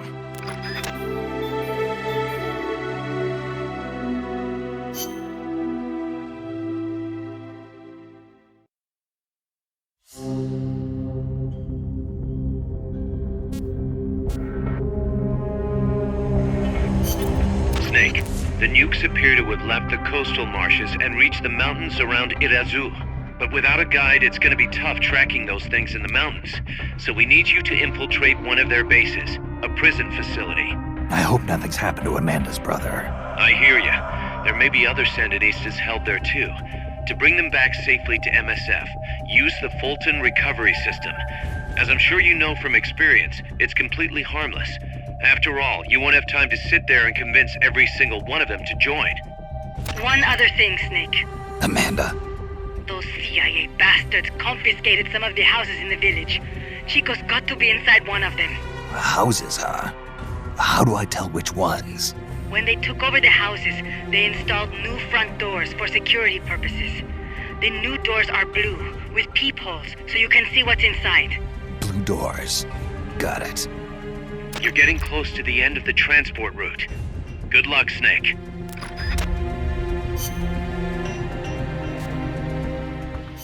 Areas with a distinct dry season, like the Pacific coast, have tropical dry forests. During the dry season, the trees drop their leaves. It gives you a clearer view, but at the same time, there are fewer places to hide. So be careful. Sounds dull. It is not really. A lot of trees flower during the dry season, including my favorite, the tabebuya. It has these amazingly vivid yellow flowers. Costa Rica has several active volcanoes, Irazu being one of them. That's where Camino de Lava comes from, huh? The tropical dry forests around here are quite different from our rainforests. They lose their leaves in the dry season. Tropical forests are not all thick jungles. A few of them even have cacti. Some of Costa Rica's greatest assets are its diverse forests and natural landscapes. Costa Rica got its first real railroads up and running about 100 years ago. Their primary purpose was to move coffee harvested in the Central Basin to the Caribbean coast. They built railroads here 100 years ago? That's impressive. It was even more difficult than you would imagine. Later, they started using the railroads for shipping bananas too. There still might be some branch lines around here. Aldea de los Despiertos means Village of the Awake. Weird name. The area is littered with coffee fields, and there is a factory nearby. The villagers are fans of coffee, so... Nah, they don't get much sleep, huh? They've got a sense of humor, all right. I cannot believe they would take over a place like this and use it as a prison. It is unforgivable for both the CIA and the thugs they employ. All the villagers wanted was to live in peace. What gives the CIA the right to crush them like that? They don't care about anyone's rights but their own. It's just the way some people are. You really think so? Don't worry. It just gives me the right to teach them a lesson. Amanda, how do I get to the prison camp? First, head up the narrow mountain path. The path will gradually open up and you'll come to a fork in the road. Watch yourself up there. You'll be lower than the surrounding terrain, so if you head down the middle, you'll make for an easy target. Yeah, thanks for the heads up. Take the leftward path to reach the prison camp. What can you tell me about the prison camp? Well, it used to be a village until they took control of it. It's a maze of paths, so watch out for soldiers on patrol. I'll be sure not to stop and say hi. Use the paths carefully, and you should be able to stay out of view. Where are they holding Chico? One of the houses, most likely. You can peek through the doors. Just press the action button when the icon appears. You could also listen to any sounds inside for clues. Good idea. Guards will still be on the move while you're looking inside. Make sure you don't get caught. And Snake. I know. I'll bring him back. Thank you. I know I can count on you. Remember why we created MSF Snake. To provide military force to whoever needs it, wherever they are, regardless of nation or ideology. Our beliefs aren't all that lofty. We just won't be the tools of any one country. Exactly. We know only how to fight. But we refuse to live our lives at the whim of the state. The MSF seal is patterned after Pangaea, the supercontinent from 250 million years ago. Back then, the whole world was one landmass, one world. No gaps, no rifts. Our strength will take us back there. What about you, Kaz? Any interest in expanding MSF? You'd better believe it. I want to make us into an organization that doesn't take orders from any country. Just like you were saying, we have to be strong. Strong enough to defend ourselves. We need money, too. Money to train soldiers to fight. The way I see it, we make MSF into something along the lines of a new kind of business. A contractor providing the full range of military services. Not just combat, but logistics, training, weapons, outfitting, and R&D. Combining the small footprint and exceptional performance of special forces with the raw military might of a full regular army. Only with that kind of power can we break free of nation-states. What I need from you, boss, is to go out and find guys we can bring back here using Fulton Recovery. Then tell us what assignment to use them for. I'll take care of the rest. Your old mentor, the boss, she was known in the West as the mother of special forces, right? Nothing but propaganda. Actually, it's not all that far from the truth. I heard the KGB just set up a counter-sabotage cell. Alpha Group, I think they call it. There's even a rumor that West Germany created a counter-terrorist unit within its border police after the debacle at the Munich Olympics. Back home in the States, they've got the illustrious Green Berets, the SEALs, and your personal creation, Foxhound. The seeds sown by the boss are beginning to sprout. Same goes for MSF, right? In creating it, you were carrying on the will of the boss. Yeah. She taught me how to fight the hard way. She beat it into me. And now, thanks to her, we can take on missions other than just conventional combat. After all, we've got the same mother as the Army's Special Forces. Amanda, when did you join up with the Sandinistas? About a year ago, when I went into the mountains with mi viejo and his group. I thought your dad was with the FSLN from the start. No. He fought alongside General Sandino. But after that, he retired for a while. He found a job, got a wife and a house, and raised us kids. Then one day, some Sandinista students came by. And he felt the old fire in his belly. Something like that.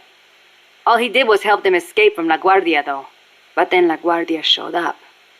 They broke into our house and began pushing him around, shouting questions. I'm guessing he kept his mouth shut.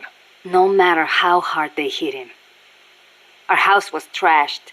After that, he was on their list. They harassed him day and night. It was only then that he gave himself over to the Sandinistas. He kept it hidden from us at first, so we would not get hurt. He sounds like a good father. He was. But my mother got fed up with it. She left us. I don't blame her. Why didn't you go with her? It was a hard decision for sure. But like my father, I could not let Somoza get away with his crimes. But most of all... Chico. He is too much like his papa. One way or the other, he was going to stay. And I could not leave him behind. Soon enough, La Guardia drove us out, and we found ourselves in the mountains. It just kind of happened. Well, for an accidental revolutionary, you sure put up a hell of a fight. The mountains make men into warriors. The training is harsh, but it brings us that much closer to being hombres nuevos. Chico couldn't ask for a better sister. I can see why they picked you to be Commandante. When I was little, I came down with malaria. Unlucky for me, it was the bad kind. I was in a daze the whole time. And at one point they said I was not going to make it.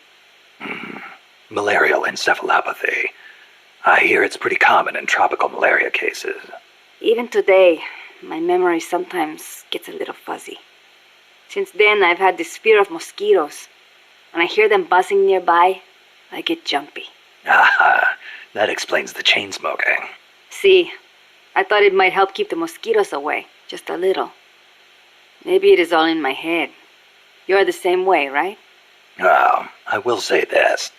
I prefer a cigar over mosquitoes. Me too. I've got to hand it to you. Takes guts to conquer your fear like that and live a gorilla's life in the wild. It is nothing. El Che did not let asthma stop him from leading the revolution. Compared to him, I am no hero. I'm sorry to hear about your dad. Thank you for saying that. Mi viejo was the leader of the Frente. He was the last of the generation that knew General Sandino. He saw the general's exploits firsthand as a boy. He would tell us stories about it all the time and about how the general was assassinated. Did you know he was getting money from the KGB? I had some idea, but I did not have the courage to confront him about it. I know it was a painful decision for him to make. I can imagine. Yes, my father was a good man. I loved him as a daughter, and his soldiers believed in him. Thanks to him, La Frente held together even in the worst of times. I don't know if I can ever fill his shoes. Chico's 12, right? Right. Isn't he a little short for his age? Malnourishment. Food is hard to come by when you're running around in the jungle. He's got quite an appetite. I know.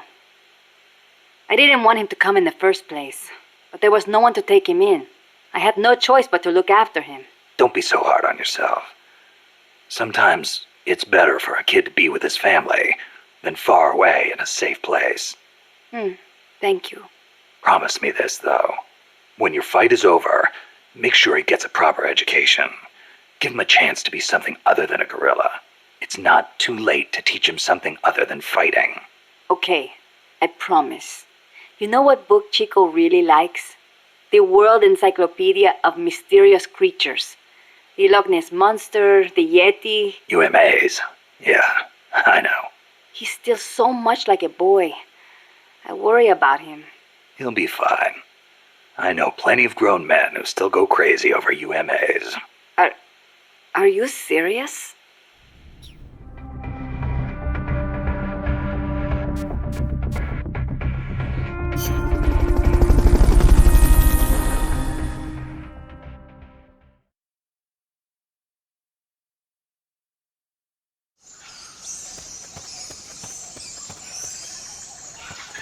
Chico's in a prison camp north of here.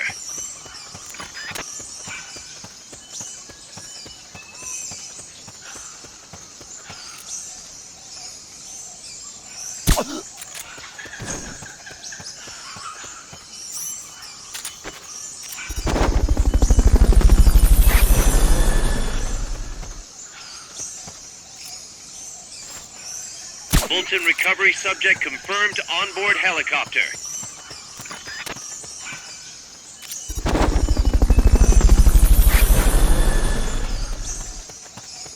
The basin ahead leaves you completely exposed to sniper fire. I have a bad feeling about this.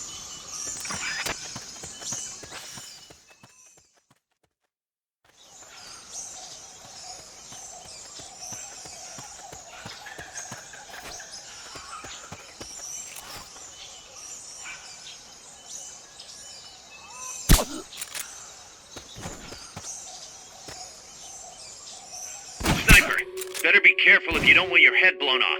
Enemy attack!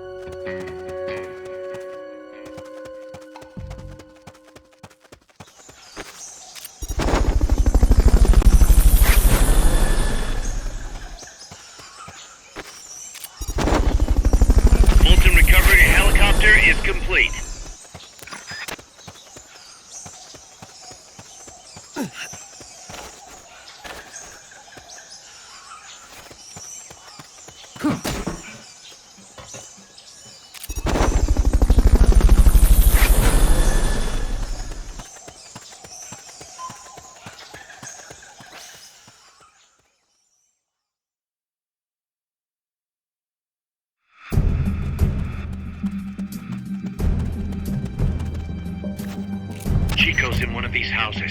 You've got to find him, Snake. To check inside a house, press the action button.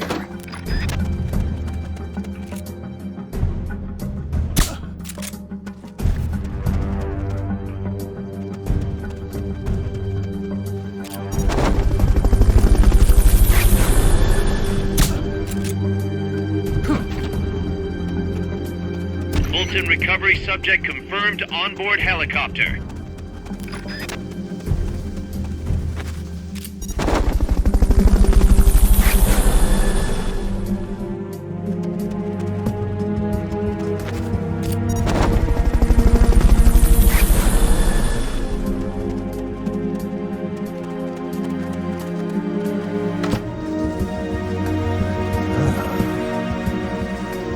Who's there?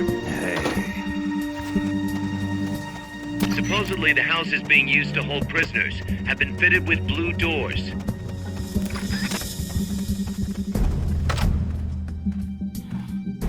Chico, is that you?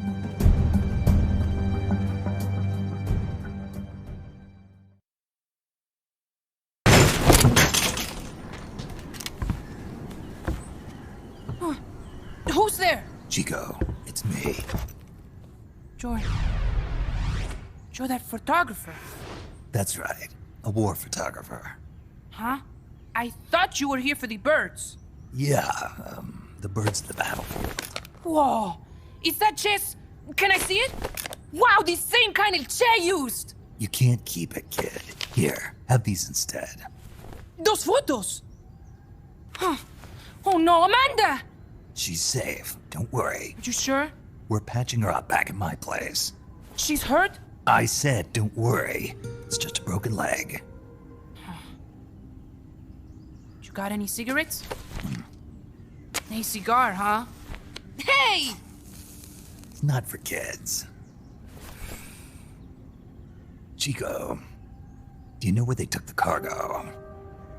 Cargo? What cargo? Let me rephrase that. How do they get stuff from the coast up here? Oh, that I can tell you. When the cargo gets to the harbor, they first send it up the marshes on a barge. Then, they load it onto a jungle train past the banana plantation and transport it by rail. The train stops here. When it gets to the train terminal past the coffee plantation, they reload it again. This time onto a truck, which disappears into a tunnel heading toward the mountains.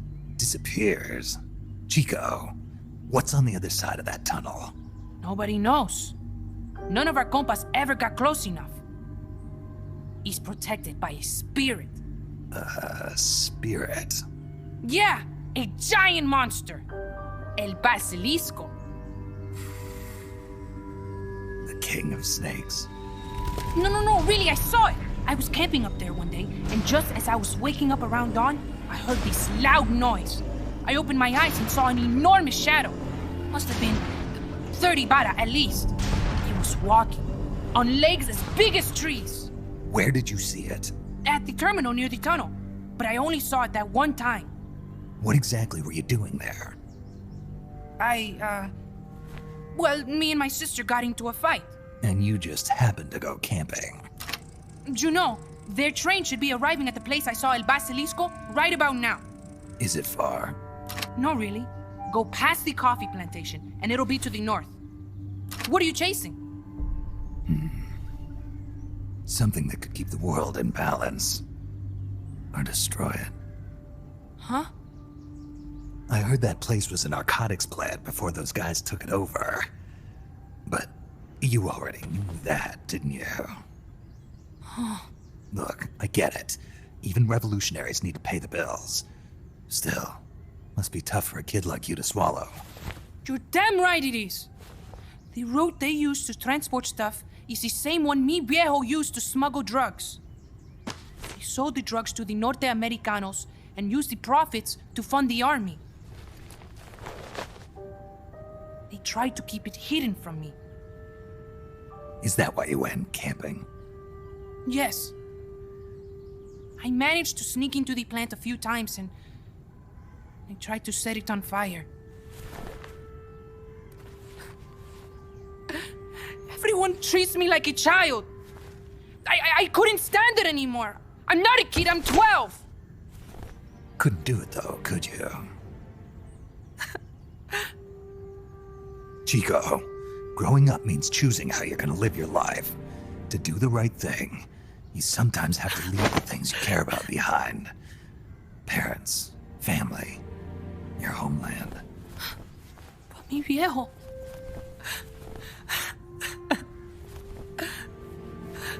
Papa. Chico, look at the photos. Mi viejo. He's gone, but there's one thing you don't ever leave behind. Your memories. Keep them safe. You want to get out of here, Chico? I do, but... Come back with me. Your sister's waiting for you. I can't go back. I can't face everybody. You told them where your compas are. I see. Nothing to be ashamed of. Pain gets the better of us all.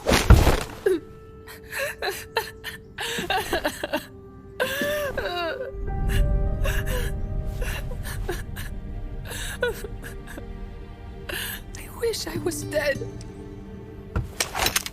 Okay then. I'll put you out of your misery. What? Any last words?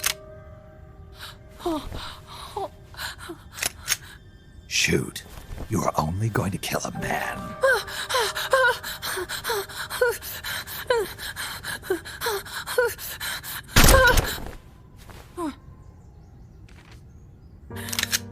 I just wasted a bullet.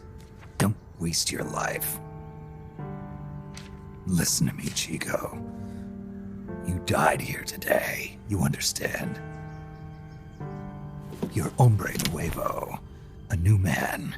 Now, give that new life to me. Huh? Fight with me, little soldier. Show me how strong you really are. Dry your tears, then promise me one thing.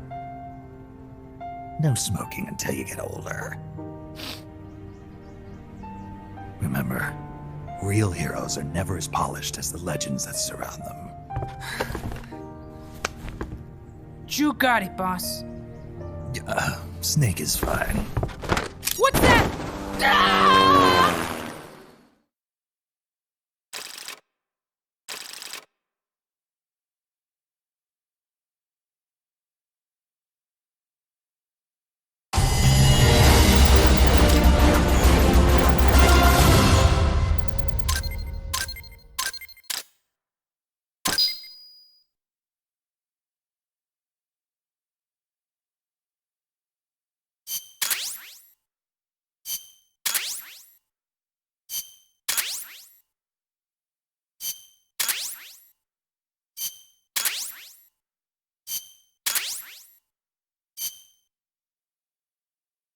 Snake, Chico made it over.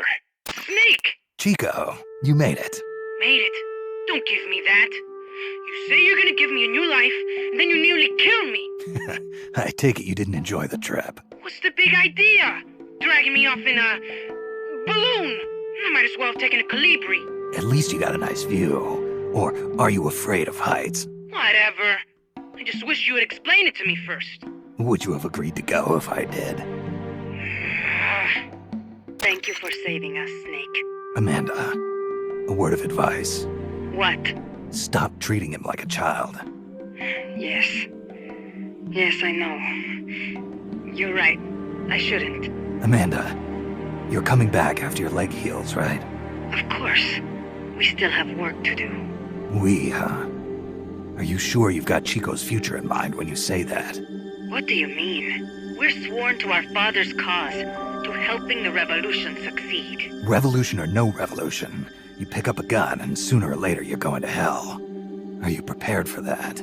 I am. If the alternative is giving up the country I love, I'll take hell. Really? Well then, you're gonna have to stop treating Chico like a brother and start treating him like a soldier. You're right. Welcome to hell. Snake, can I ask you a favor? Shoot. You find any prisoners from El Frente, you bring them back alive. Cause... You're trying to make amends for talking. Not just that. Because they're compas. All right. But first, I've got to catch up to that cargo. I'll do whatever I can to help. Call me if there's anything you need to know about the area. And what? Let me know if you encounter any wildlife you've never seen before. Never seen before? What, like that basilisco you were talking about? I'm talking about UMAs. UMAs? You know, like ancient dinosaurs or legendary monsters. One day, I'm going to be a hunter. Is that right? Okay, sure. If you want to know more, I'm happy to tell you. Right. I'll be in touch, Chico. Okay, Snake. The enemy's cargo is headed for the next outpost, a rail terminal. Chico says no one's ever set foot past there. Their main base is probably on the other side of that tunnel. Unless we catch those spears before reaching it, they'll be in enemy hands. You've got to stop them. Hurry, Snake. Snake, weapons and items development is going nowhere fast. Send us some more soldiers with the Fulton. Boss, I had an idea. Listen to this. Let me guess. You want to start running ads in the local gossip rags. Please, what do you take me for? I thought that with all the new guys we've got, we should get an intel team going. We'd send agents around the country to scout out different locations. That way we're better prepared, no matter where we end up. That's actually not a bad idea. They could probably develop recon equipment for us too. We could also have them transport goods and direct the mother base support strikes. You can send an item to a co-op teammate from the delivery menu.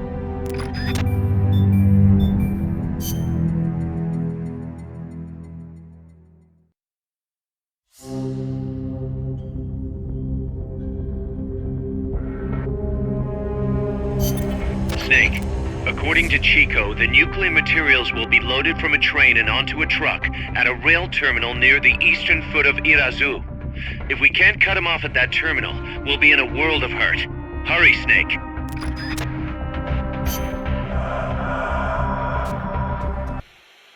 La CIA has taken control of this coffee factory too, all to produce its drugs.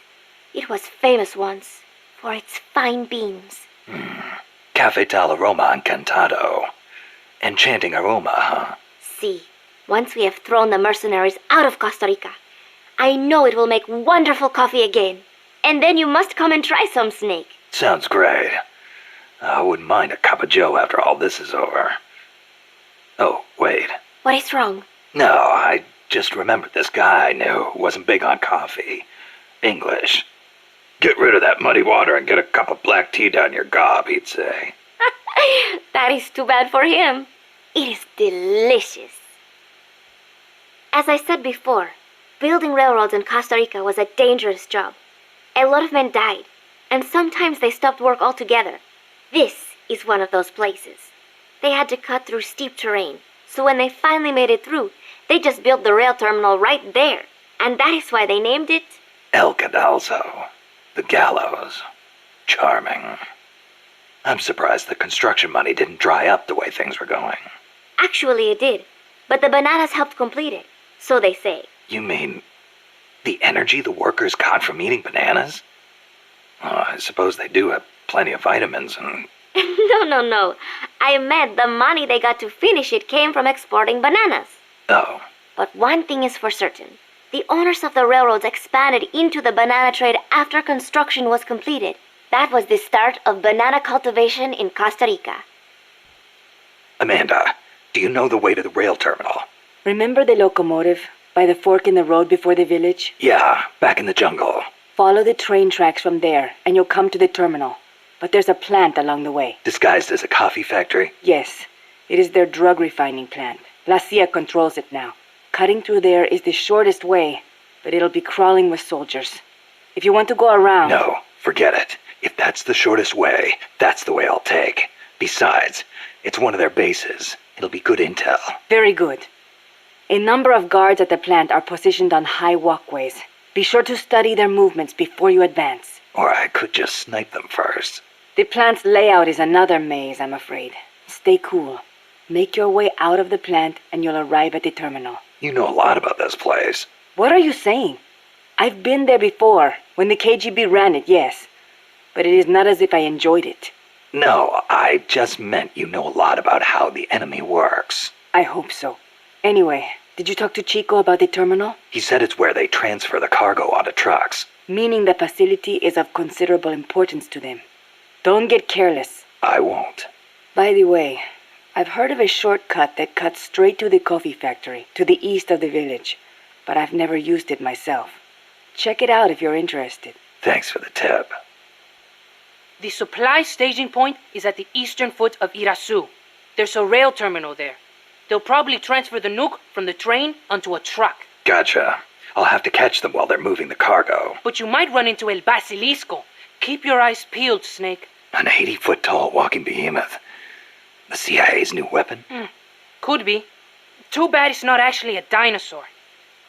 I think they're testing it up at the base on top of the mountain. I met a guy in Russia who described it as a metal gear linking infantry and artillery. Metal Gear. I've got a bad feeling about this.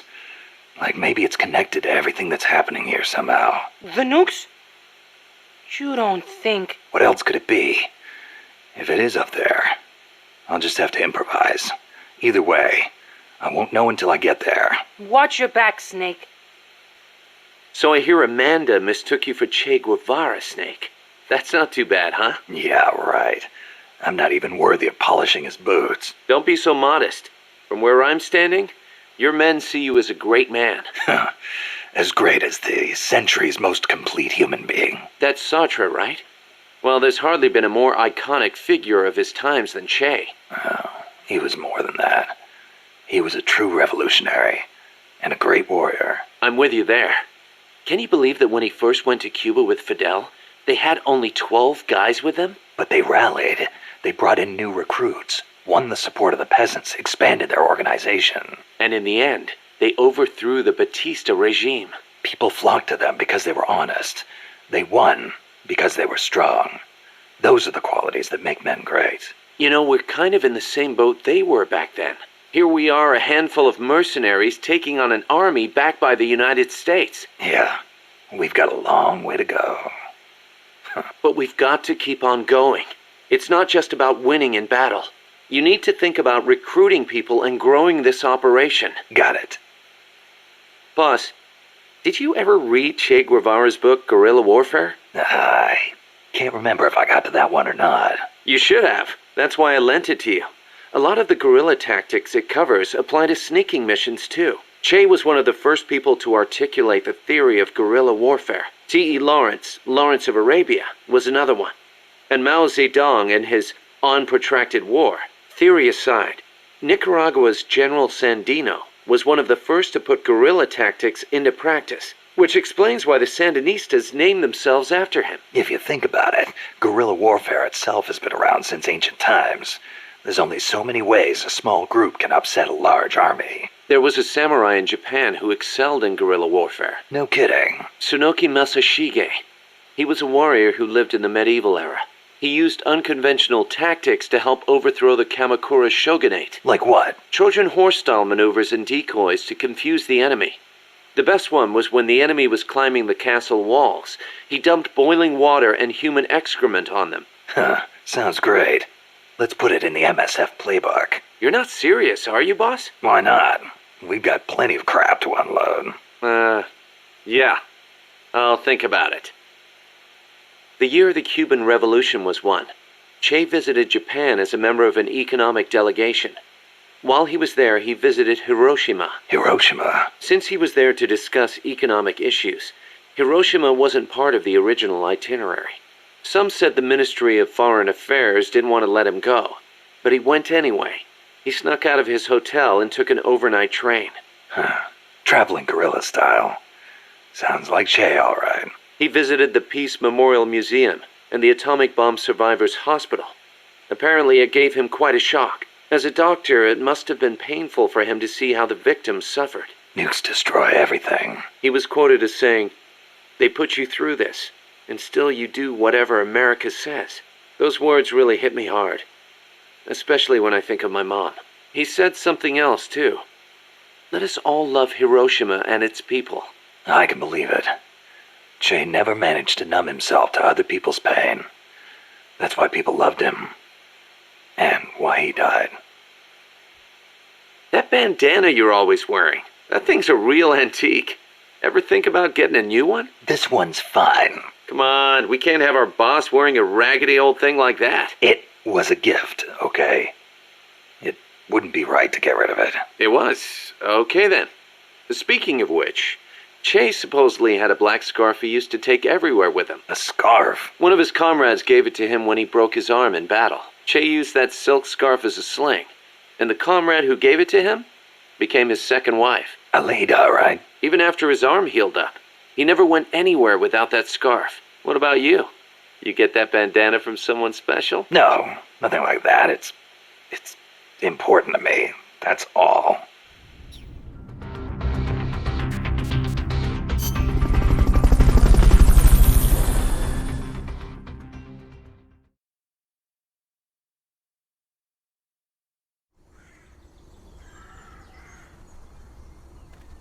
The train terminal is on the other side of the coffee factory. Head for the factory first. To get to the coffee factory, you'll first need to backtrack to the fork in the road.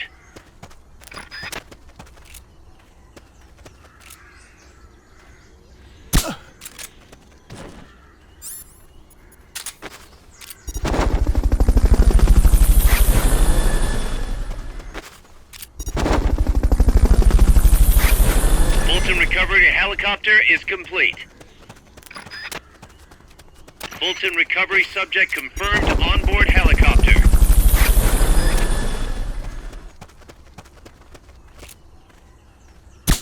Fulton recovery helicopter is complete.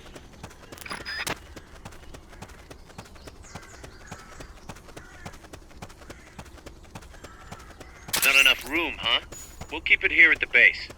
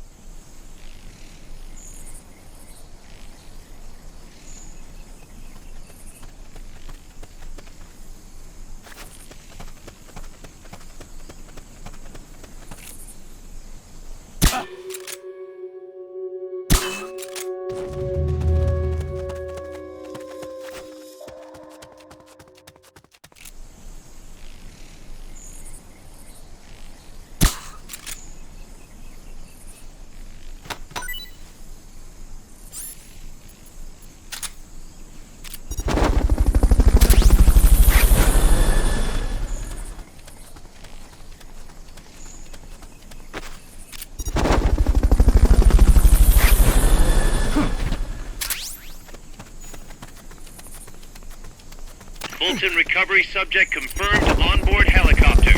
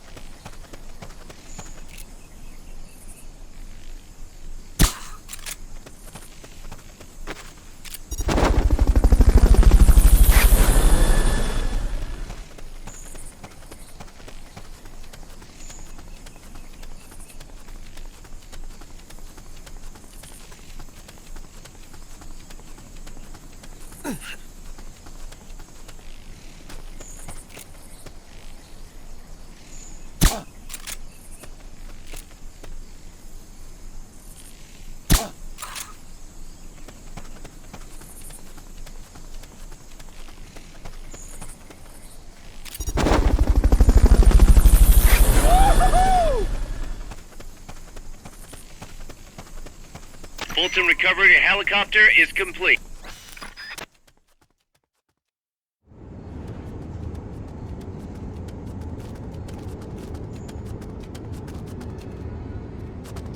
Pass through the coffee factory to reach the train terminal.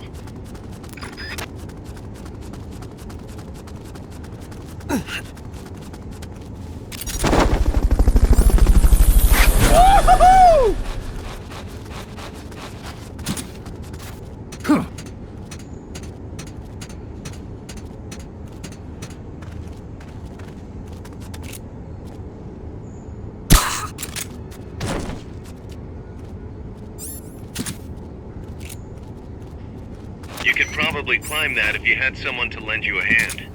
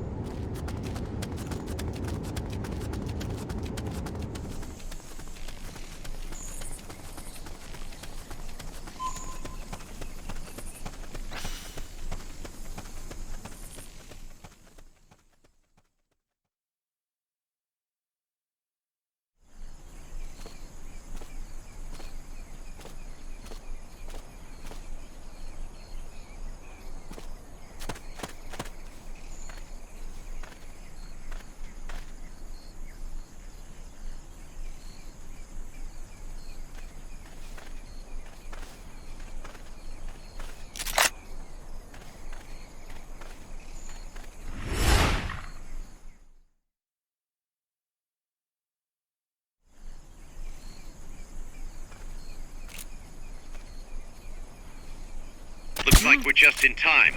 Neutralize all enemies and secure the train.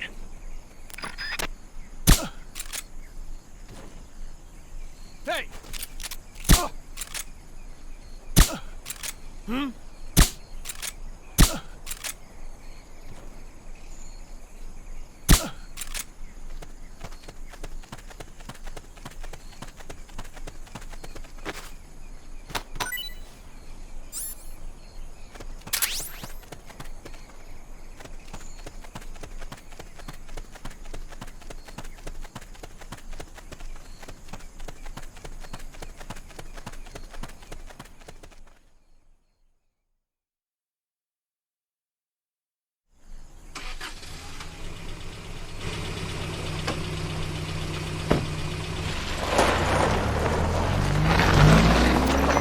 Check out the cargo.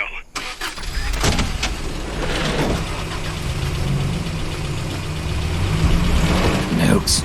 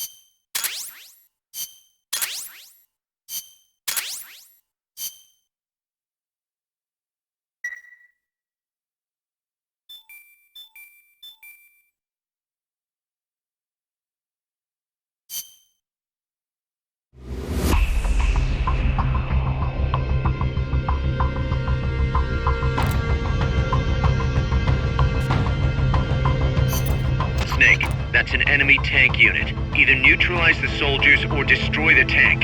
Get them.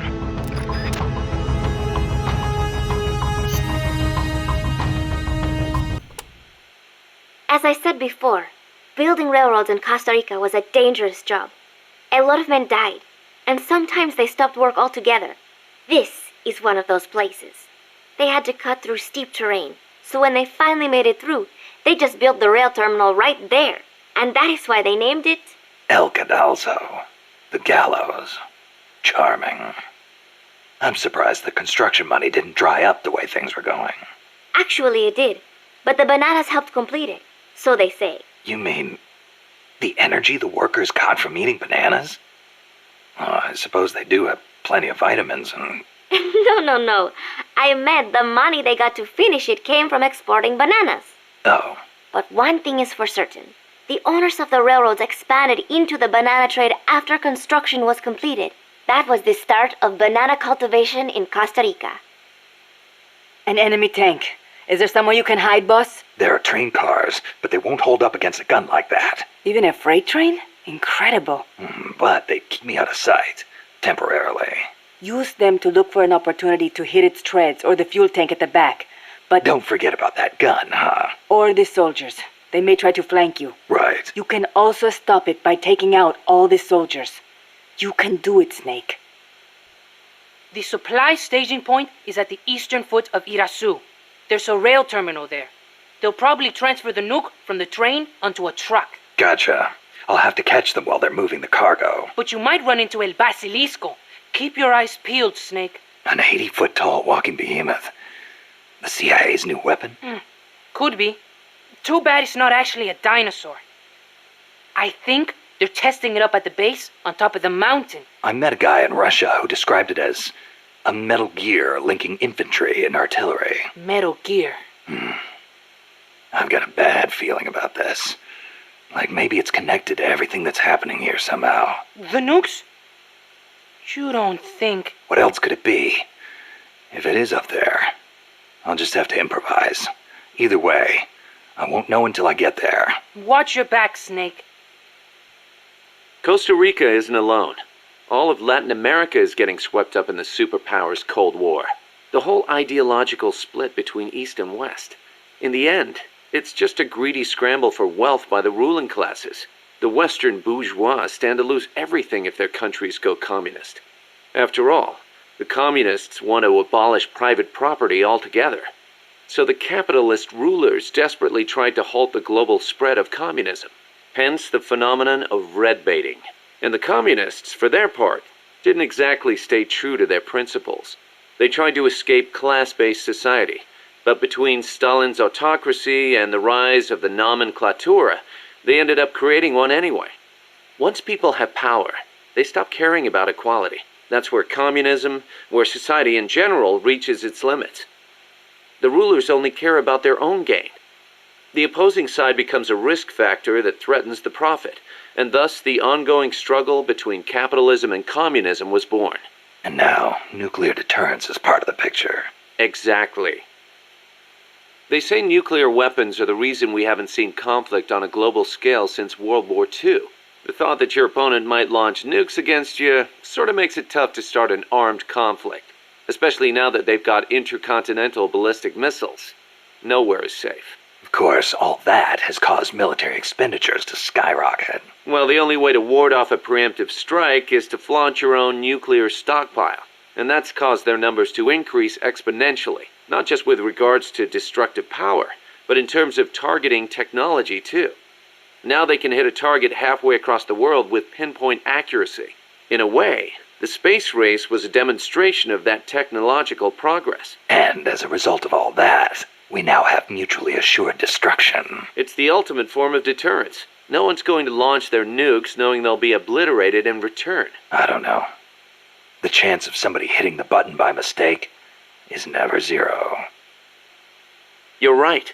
Even with peace guaranteed by MAD, there's always the risk of an accident. Nobody wants the world to end on account of some machines malfunctioning. On the other hand, thanks to deterrence, we haven't had a world war since 1945.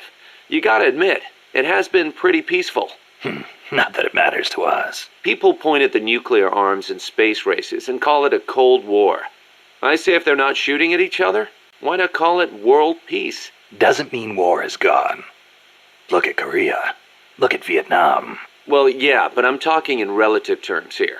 Besides, if war died out completely, we'd be SOL. We're not warmongers. And yet, we can't survive in a world that's at peace. You got a point. Amanda's so bossy. It's always follow me or stay here. The other day she told me, chew your gallo pinto before you swallow. Can you believe it? Knowing your sister? Yeah, I can. The enemy could strike at any time. I can't sit around taking my sweet time eating. I'm a Sandinista, just like the others. I don't need some woman telling me what to do. Some woman? She's your sister, and she's doing the best she can to fill your father's shoes. I know, but lately she hasn't been doing so good. I should be strong for her. Now you're talking. Sorry to hear about your dad. Don't be. He is a guerrilla warrior. We pledge our lives to our country and its people. I'm ready to die too if I have to. You sure? You better believe it. Like mi viejo used to say. Patria o muerte. Che said it first. My dad used to tell us all kinds of stories. About General Sandino and his fight against La Guardia. About my mom before she left us. You didn't want to go with her? It's not like that. La Revolucion comes first, that's all. You must wish you could see her, though. I don't know. But I know I'll see her again when this is all over. Somehow, I just know it. When I do, me and my mom and papa are all going to live together again. At least that's what I thought. Now, Hang in there, Chico. Your sister needs you. Okay. Have you ever heard, shoot, coward? You're only going to kill a man. Che's last words. He'd been captured in Bolivia and said it to the soldiers just as they were about to execute him. El Che. He was something, wasn't he? Coming up with a line like that knowing he was about to die. After the Cuban Revolution, Che gave up his position in the new government to aid in revolutions in other countries. He knew he could die at any time, and he was ready for it. Me? I couldn't even take a little torture. But you've been reborn as an hombre nuevo, right, Chico? Right. Don't you ever get lonely, living away from your mom? Not really. My compas are my family now. A lot of them are from the same village as me. So you had plenty of people to take care of you. Take care of me?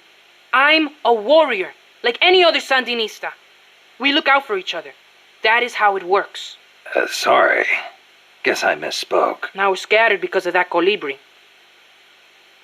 Wonder where everybody went. Hey, Snake. If you see any Frente prisoners, please, you gotta get them out, okay? Those guys are solid, every one. You could use them in MSF. Hey, Snake. Are there any jobs for me here at Mother Base? I can do anything. You don't have to work, you know. Don't treat me like a kid. I'm a man now. Okay, then. What are you good at? Let me think. Everything! Put me on any team. I can pull my own weight. Well, you are young. You'll probably be a fast learner. I'll think of something. Anything you need, boss. You'll see. I can fight as good as anybody.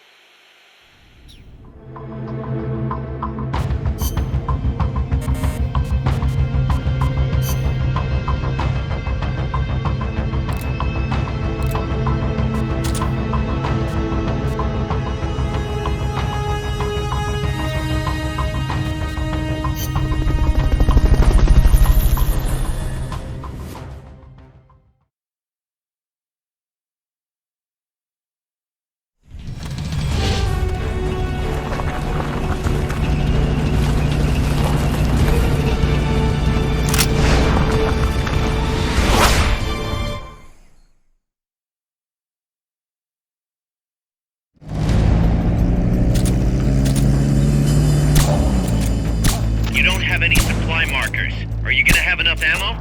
Maybe you should pull back and reorganize things first.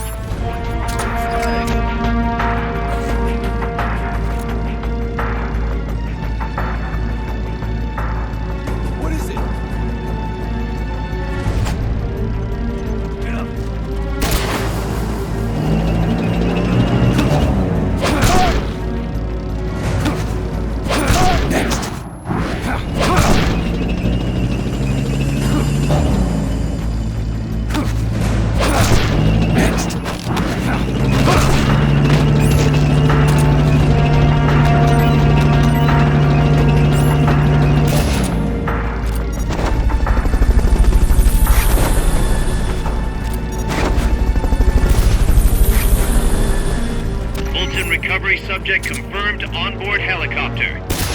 Fulton recovery helicopter is complete.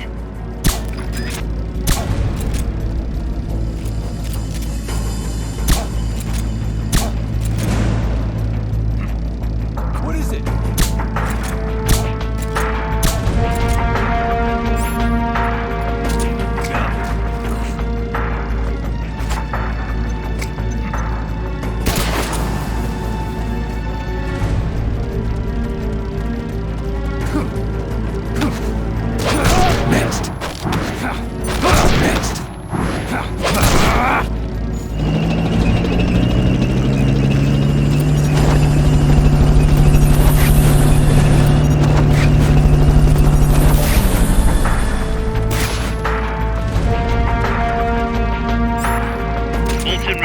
Subject confirmed onboard helicopter.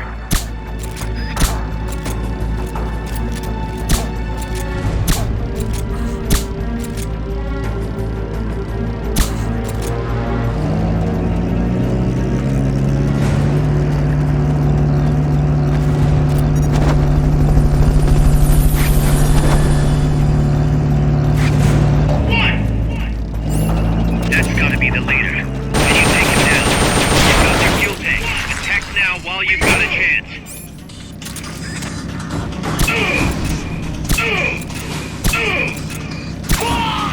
That takes care of their leader. Recover him and it's mission complete.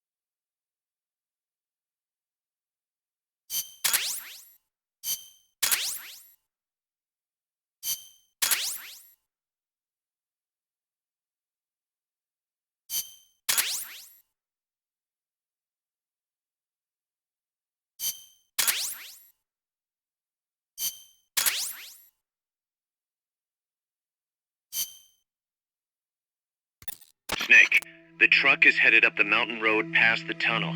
So it was nukes after all. What now?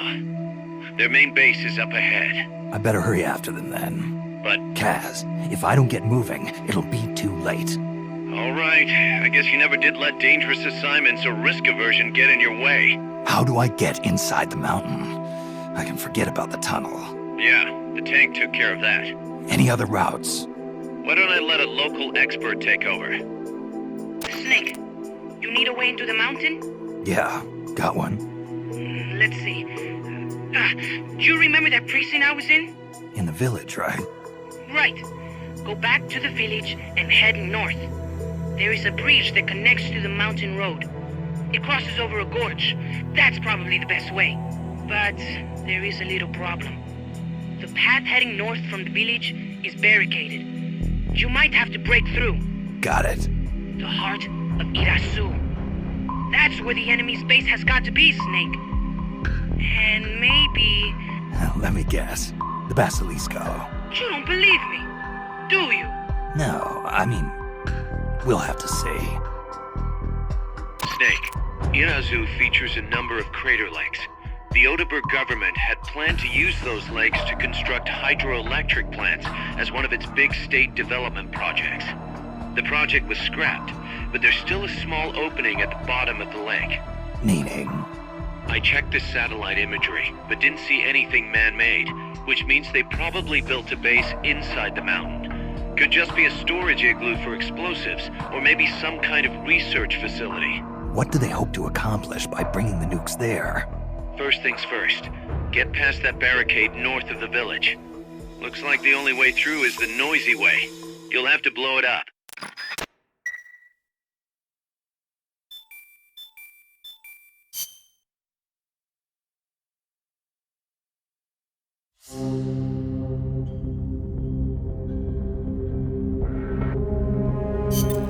Snake. I've got just the explosive to bust through that barricade. C4. We finished developing C4 charges. Take some with you. To destroy the barricade north of the village, you'll need Composition 4 explosive. You've handled C4 before, right, Snake? Yeah. I've been a regular user since the days of C3. C3. Oh yeah, I remember. That stuff got brittle and useless in cold temperatures, so they upgraded.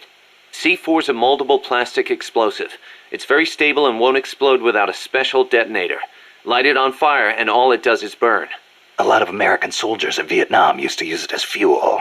Place it near the barricade and move to a safe location. Then hit the detonator button to blow it up. I'm on it. Those giant footprints near the terminal. What do you think they were, Cuz? It beats me. They're way too big, even for an elephant. Made me think of that basilisco Chico was talking about. Hope it's not for real. Same here.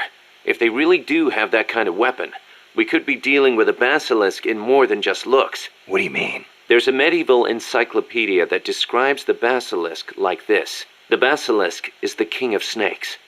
All snakes fear the basilisk and flee at its sight, lest they be slain by its foul breath. A snake to take out a snake, huh? I don't mean to scare you or anything, but it never hurts to be careful. Will do.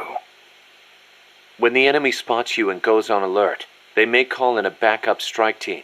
These assault teams are heavily armed, well-trained, and highly dangerous. Amanda's crew calls them commandos. Unlike the patrolmen, these guys will actively, relentlessly track and hunt you down like hounds. Hounds to hunt a former foxhound. Bring it on. They won't give up easily even if they lose sight of you. They'll clear out any likely hiding places they come across. So don't get too comfy in one spot, or you might get caught again. Keep your eyes fixed on them and what they're doing. Also, be aware that commando gear includes body armor, so don't think you can deal with them by going in guns blazing. All I've got to do is find an exposed weak point, and... Exactly. There's one type of commando you really need to watch out for, and that's the kind toting shotguns. They can take a few hits and still keep charging you. And believe me, you don't want them closing in between those shotgun blasts. When they start charging, you need to stop them immediately. Use something with serious stopping power. Amanda, do I have to take the fork in the road back to the village? People say there is a shortcut. Go back to the coffee factory entrance, then follow the path on the right. That will take you straight to the village. They may have increased security in that area, though. Not surprising, after what happened with the tank. What do I do once I'm back at the village? Destroy the barricade at the north side. From there, you can reconnect with the transport route. I'll need C4 for that. The explosion will bring everyone running, too. There's probably going to be a fight, one way or the other. They might not see you if you stick to the narrower pathways. Then just climb over any obstacles. Don't let your guard down after taking out the barricade either. There's a river in the mountains north of the village. You'll see a water pipe running across that's got a walkway you can use as a bridge. I guess they built it to carry water from the hydroelectric plant. To get there, though, you gotta get past the barricade north of the prison. Got it. El Basilisco supposedly lives in the gorge up there, so be careful you don't get distracted and fall in the river. The Basilisco? Not the big monster I saw. I mean, the real Basilisco. A real one? The legendary king of snakes? More like a lizard, I guess. It walks on top of the river. A lizard that walks on water? Man, you should see it. It's not that big, though. Only about 1 bada long. Pretty good size for a lizard. Yeah, but not nearly as big as a dinosaur. So there's a real Basilisco that lives in the river? I'm only saying I heard stories from people who said they saw it. But I know lots of places to find it in Nicaragua. Do you want to go have a look? I don't have time for sightseeing. You don't like lizards? It's not that. I just think snakes taste better. Who said anything about taste? How about you? You like them? Not that way. They do look kind of like dinosaurs, though. You don't think that's cool? They're both reptiles, yeah. But there's a big difference size-wise. I'll bet there are still big ones around somewhere. They say mammals multiplied and ate up their eggs. But they can't all be gone. They've gotta exist somewhere out there. Dinosaur eggs, huh? And animals are always evolving, right? Maybe they evolved so much, they don't even look like dinosaurs anymore. Then you can't really call them dinosaurs, can you? I guess not. Yeah, you're right. Dinosaurs have got to be big. Costa Rica means rich coast in Spanish. Is it true that Columbus was the one who came up with the name? Your guess is as good as mine. But it is true that Columbus landed his ships near Limon back in the age of exploration. He wrote in his diary that when he landed, the indigenous showered him with gifts of gold, hence the name. It sounds a little strange to me. There is no way they could find that much gold in Costa Rica. Columbus originally set sail in search of the legendary land of gold. Maybe he was just nuts about the stuff. Costa Rica is rich enough without it. Look at the forests and the animals and the peace-loving people. That is what I want to protect. I know how you feel. Democracy took root in Costa Rica before anywhere else in Central America. Sure, we had coup and dictators and all, but never a total meltdown. That is, until 26 years ago. The Civil War. Yeah. I understand you lost your grandparents. It started with a dispute over alleged fraud in the presidential election. What I do not understand is why friend turned against friend, when they could have talked it out instead. Yeah, that would have been nice. Even today, some buildings still have bullet holes from the Civil War. A quarter century later, and it is a tragedy we Ticos cannot forget, must not forget. It was the year after the Civil War that the army was constitutionally abolished. A new president was elected this year, President Otaber. He seems to be distancing himself from the United States. He has limited the privileges granted to American banks, lifted the sanctions on Cuba. Our last president was so pro-US, people suspected he was in bed with the CIA. You think the CIA is doing this because it feels threatened by the president's shift in policy? It is possible, but would they really bring in such a huge army just because of that? Part of our job is finding out. Exactly. Thanks, Snake. Peace. That coffee you guys brought us is pretty damn good. Isn't it? Costa Rican coffee is the best. The Central Basin has all the right conditions for growing coffee. It is high in elevation, with steady temperatures and well-drained volcanic soils. The professor certainly seems attached to it. The coffee we drank on the boat coming over was awful. It put him in such a terrible mood. Well, how come I never hear about Costa Rican coffee then? Because it gets bought up by wholesalers and mixed with beans from other countries. It is really a shame. Such wonderful beans, and nobody knows they are from Costa Rica. Huh. They should launch an ad campaign or something. Right. I hope one day people will recognize Costa Rican coffee for what it is. I'm with you there. So, are you a student at the University for Peace, Paz? No, I am still in high school. But Professor Galvez lets me visit his office and study with him every now and then. International law, security, conflict resolution, human rights. We study all these subjects and then use them to build the foundations of peace. Yeah, I get it. I just never heard the UN had a University for Peace before. Oh, that. Well, to be precise, it is still being set up. They have started conducting research, but the UN has not passed the necessary resolution yet. Professor Galvez couldn't wait that long. Oh, right. Costa Rica abolished its army and has also hosted the Central American Court of Justice. It is the perfect place to build a university like ours. Don't you think?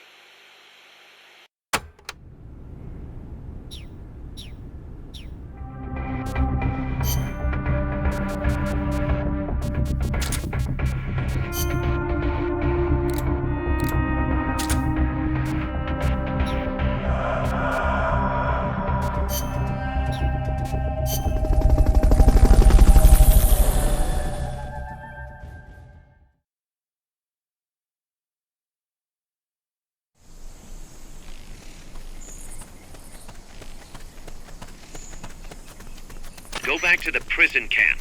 It's in the village where they were holding Chico.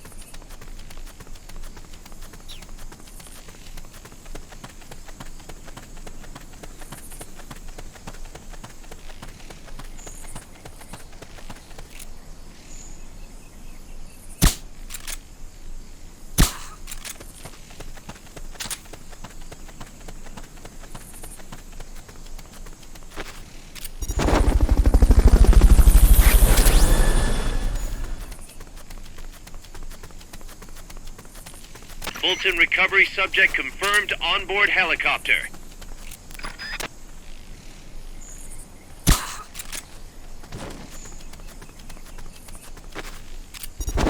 Head west from there, and it'll take you straight to the prison camp.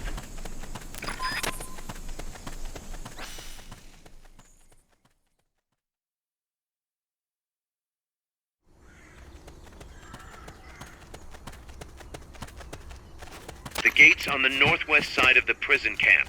Cut across the camp to get there.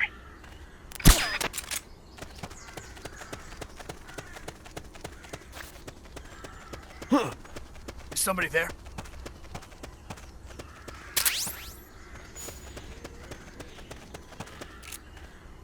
Ha! Ha! Enemy attack? We're being shot at! Going to alert status! Understood. Maintain heightened alert.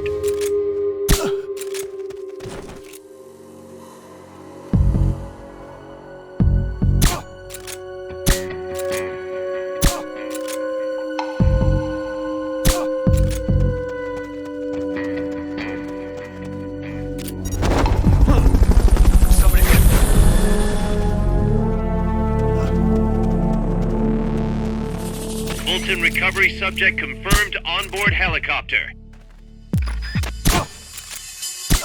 Come in, HQ. This is HQ. This is patrol. All clear. Understood. First, equip your C4. You can't plant a charge unless it's equipped.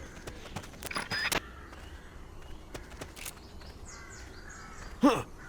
Is somebody...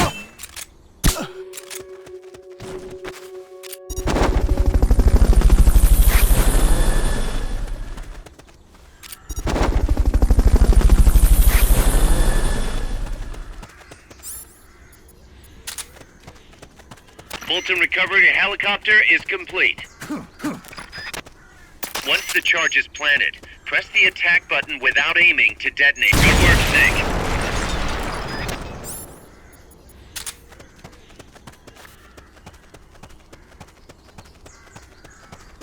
Excellent. Now, make your way north.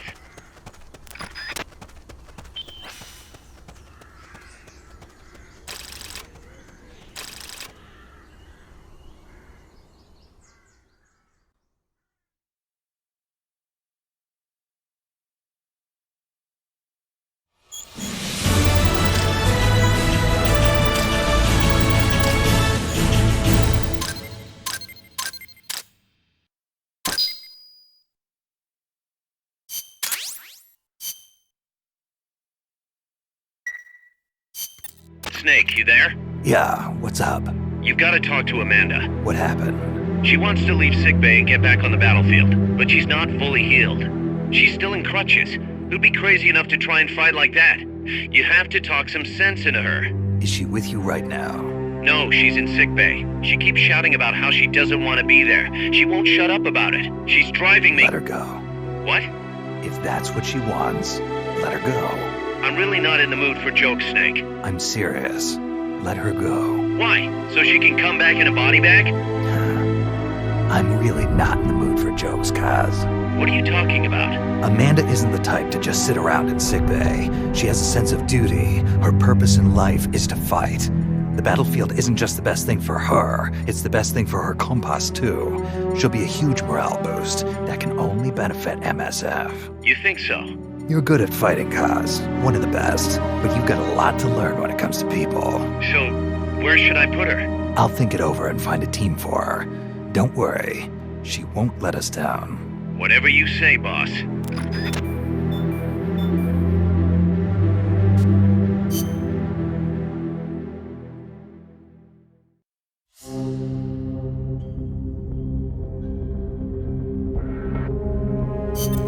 Snake, you're north of the village.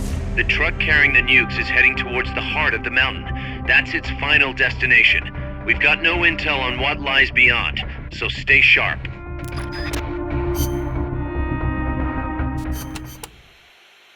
Snake, to the north of the village is a bridge that crosses a hydraulic pipe. Though normally the bridge is not used by people, if you slip, you will fall straight to the bottom of the valley. Be careful. What's a channel doing here? It is not for irrigation. They are hydroelectric pipes. I wonder if they run into Irasu's crater lake.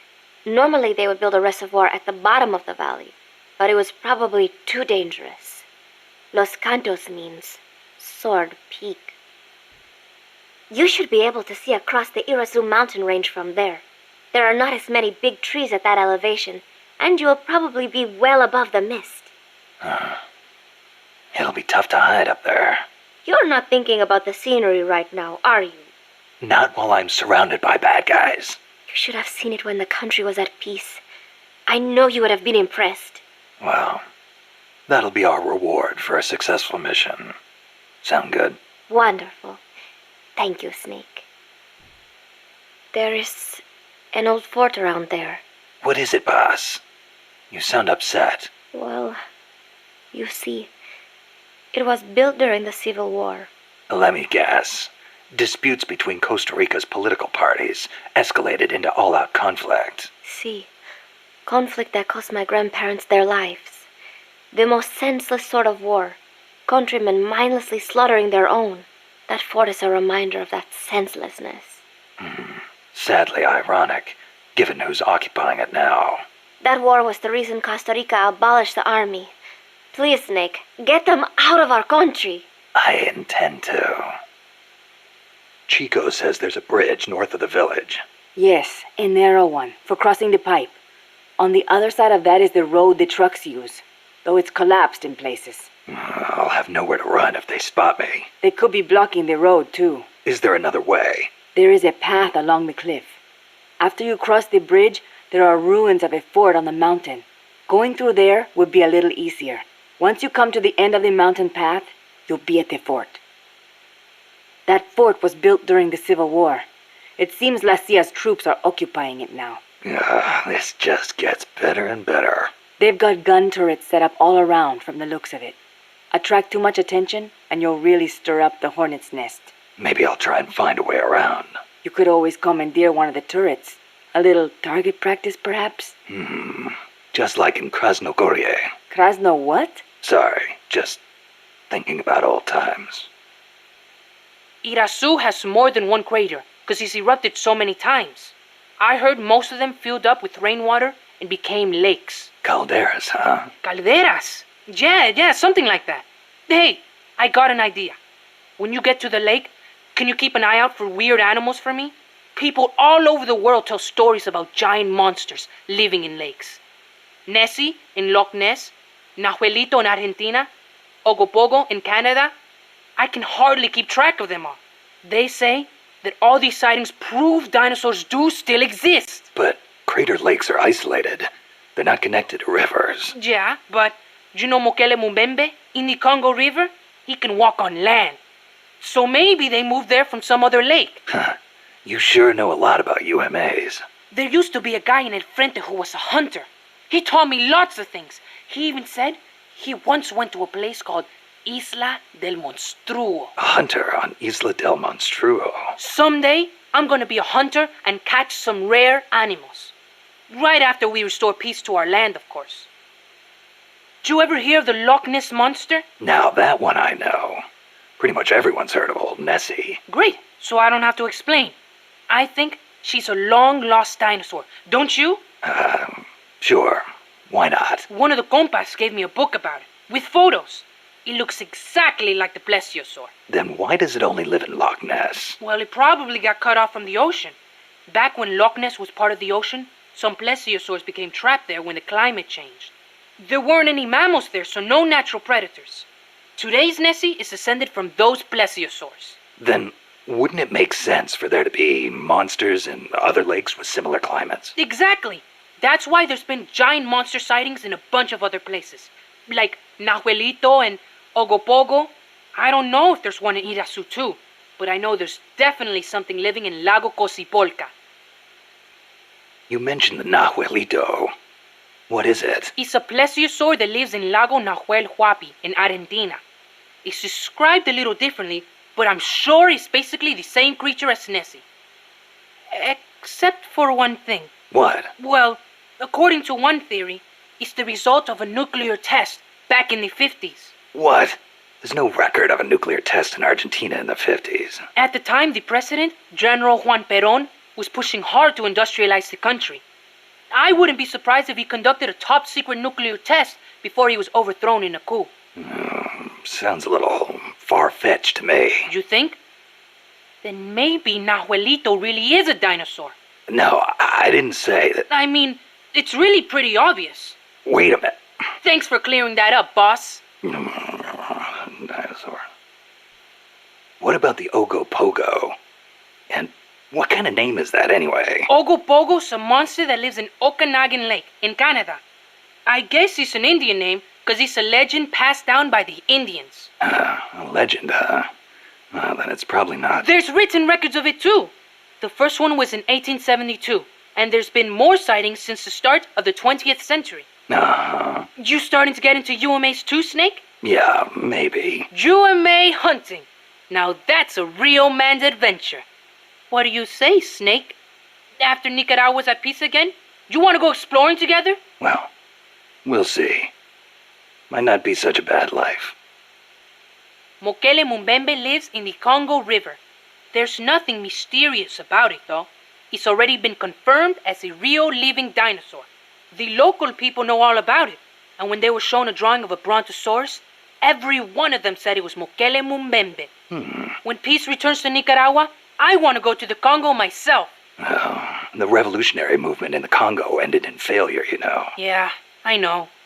I wish we could do something to help, but Africa's awfully far away. Africa. Wonder if El Che ever saw Mokele Mumbembe.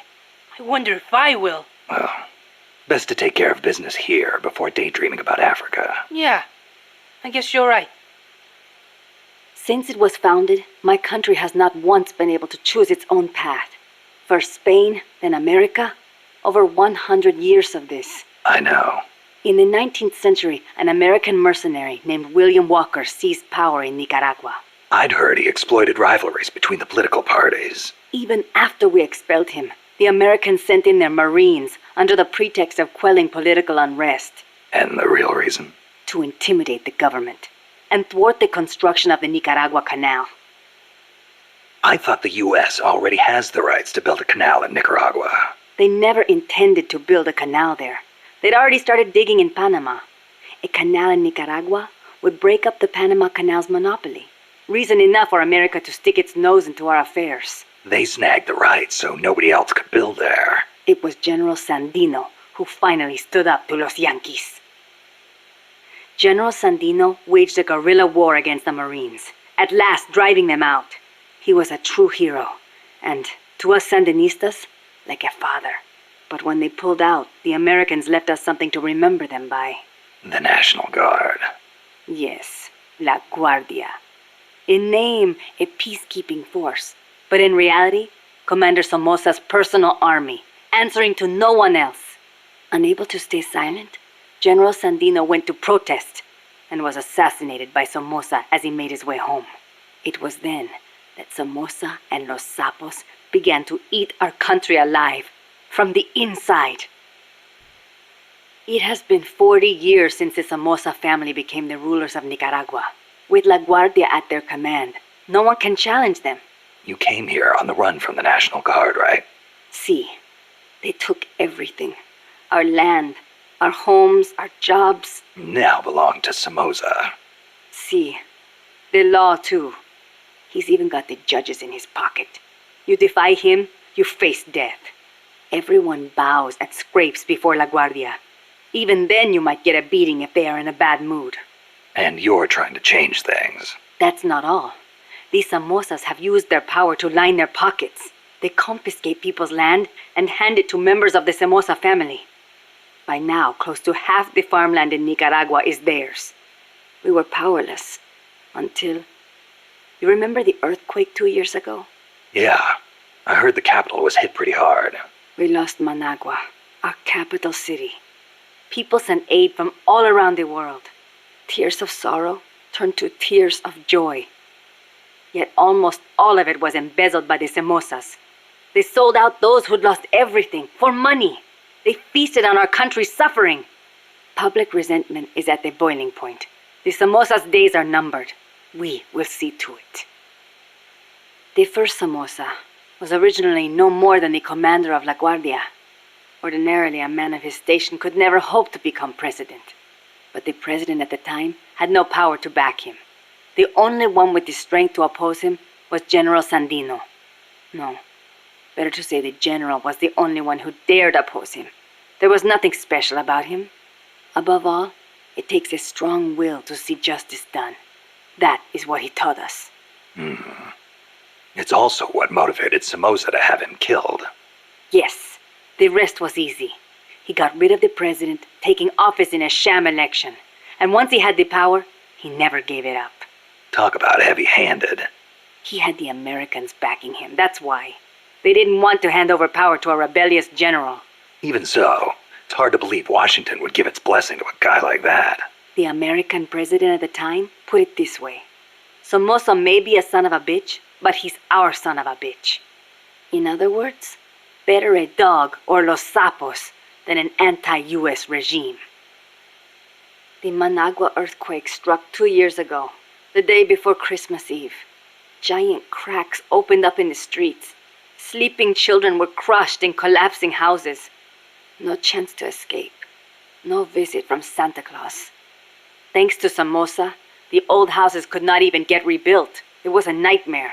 I heard the epicenter was right in the middle of the city. Even today, it's too dangerous to build on top of the fault line. The city center is still in ruins. And to make things worse, Somoza stole the recovery money. We must not fail. We owe it to those who lost their lives. We will defeat Somoza.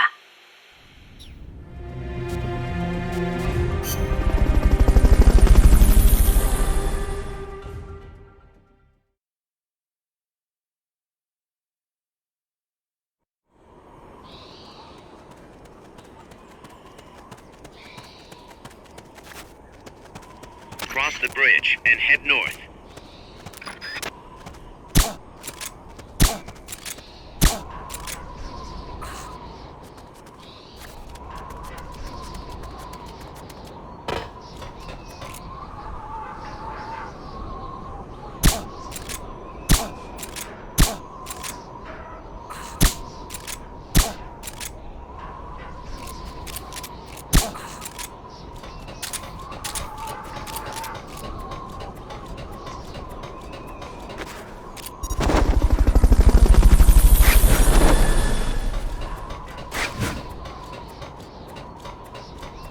Fulton recovery subject confirmed onboard helicopter.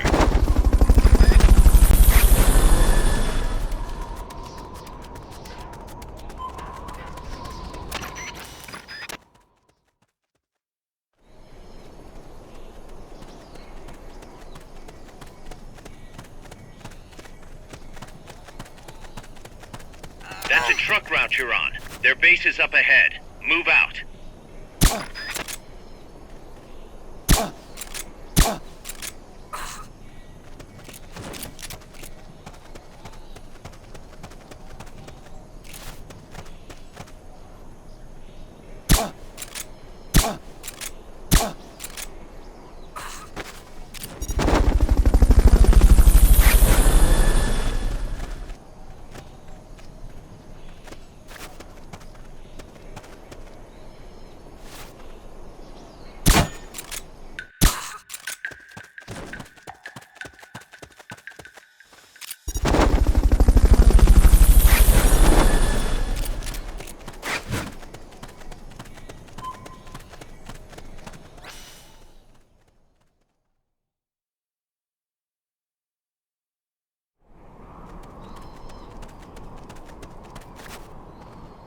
The base is beyond that fort. You've got to get past it somehow.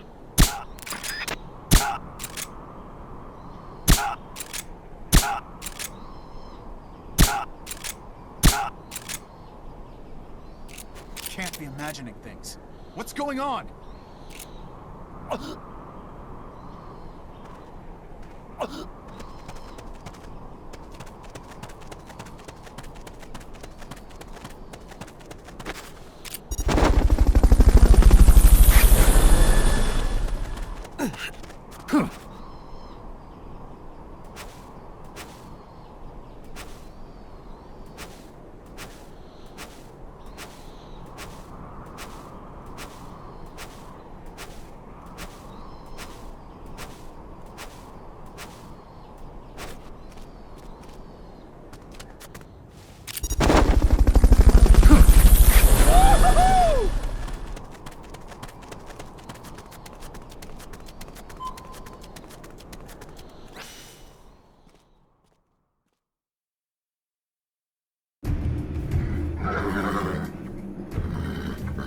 is. I'm inside the facility.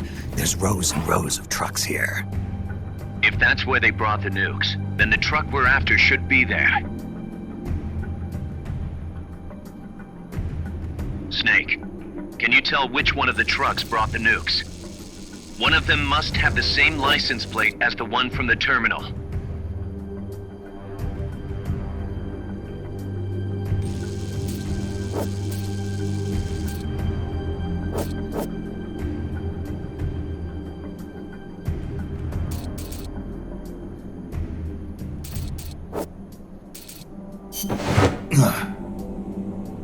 This is the one. The exhaust's still warm.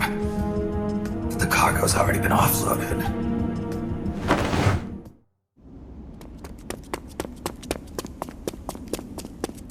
Just a minute. This isn't what we agreed on. It's too late. The changes have already been finalized. You told me it was going to be a deterrent, that we wouldn't have to launch. I am not arguing with you, Doctor. Our goal is to create the perfect deterrent. That's why I agreed to help develop it. However, in order to achieve that perfect deterrent, we must show the world our strength. 3 key principles ensure effective nuclear deterrence. First, you must have nuclear weapons. Second, you must never use them first. And third, and most important, if someone attacks you, you must strike back. Unless we prove beyond a doubt that these 3 principles work in practice, the world will not accept our new deterrent. And the only way to do that is to show them we're capable of actually launching a nuke. But isn't deterrence supposed to stop nukes from being used? Exactly. And so the one we launch will be the last one ever. I won't let you use my creation like that!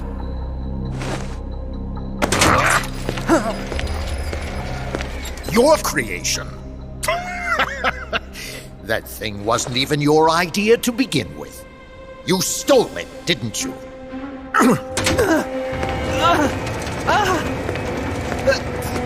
Stole it? You're one to talk! You got the idea for bipedal locomotion from the communists in the first place! You listen to me, Doc. Keep quiet. Do as I say. Not another word about stolen ideas. Should we succeed here, you'll be the toast of the scientific community. And your name will go down in history as champion of both progress and national security. The hell with that! Doctor! Unless we prove we're capable of launching, Peace Walker is useless as a deterrent. You used me! We used each other. I'll get my old director's job back at headquarters, and you'll finally be able to walk tall among your colleagues. I won't let you get away with this! How unfortunate. Guess I'll just have to take your legs for myself.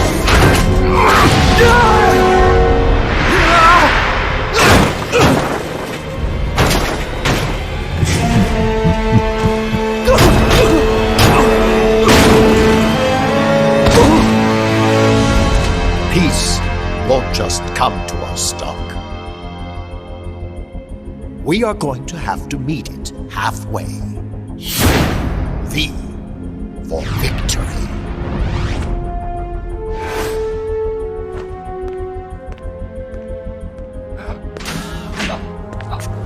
Wait!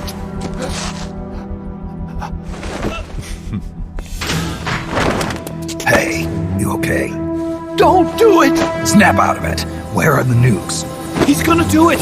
He's gonna launch a nuke!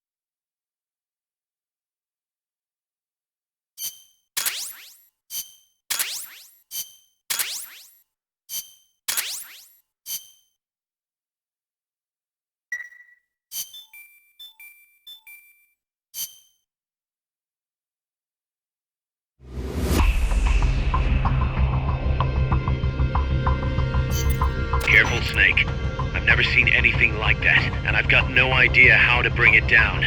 Maybe the scientist knows. However you do it, take that thing out.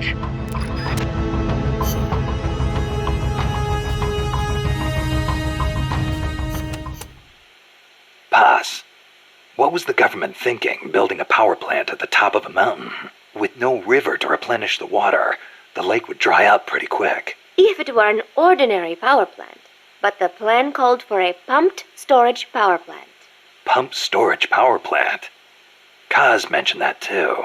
What is that? It is a facility that generates electricity by pumping water up to the lake, then letting it run back down. Huh. Seems Sisyphean to me. If they turned the water into electricity as soon as they had pumped it up, sure. But a pumped storage plant acts as a kind of battery. A battery? For instance, they could pump at night, when there is surplus electricity, and store it for later use. If they need extra power during the day, they can generate it using water pumped up during the night. I get it. It's a little more difficult to adjust output with thermal or nuclear plants. The thing is, Costa Rica won't have enough electricity to meet its needs. Right now, there is no surplus. Maybe that's what put the brakes on the project. Must have played right into the CIA's hands. Watch out! It's El Galápago. It reduces its body weight by blasting air underneath it. That makes it a lot faster than any tank. It also has a tight turning radius. Any weak points? Taking out its boosters could reduce its acceleration. You could also try destroying its machine guns. I'll give it a shot. We've lost many compas to that thing. Send it to the scrapyard. Snake, about cardboard boxes. It feels kind of weird me explaining this stuff to you. But there have been a few recent developments in cardboard box technology.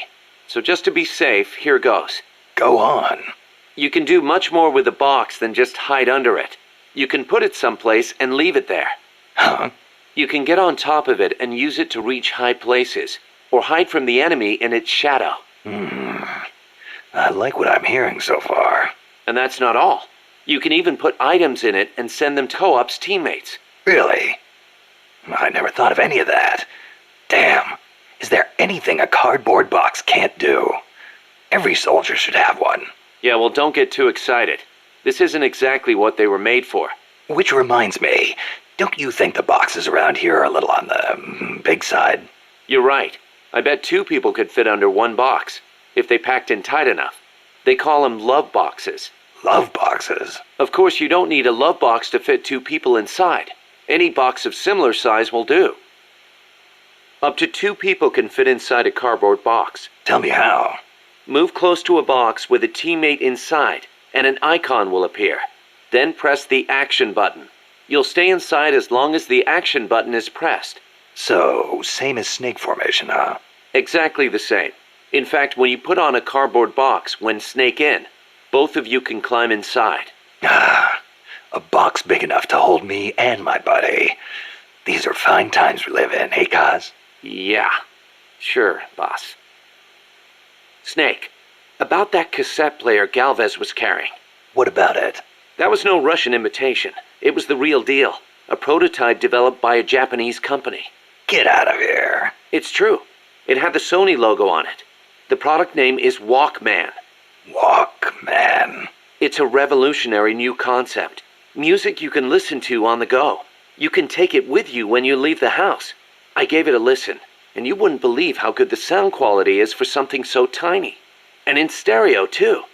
Think of the technology that must have gone into it. And that tape is equally amazing. The treble range is clearly superior to any other cassette ever made. Stylish, too. How'd Galvez get his hands on a model that's not even out yet? Beats me. It's not the kind of thing I'd expect some stodgy Soviet to be into. Me neither.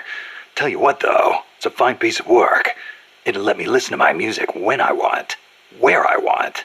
I never thought I'd hear you say that, but I have to agree. Me? I'm a recording freak, and I always used to laugh at the idea of a portable player. But now that I've seen it in action, I've changed my mind. Being able to take your music with you, this could be the start of a revolution in music. Could be.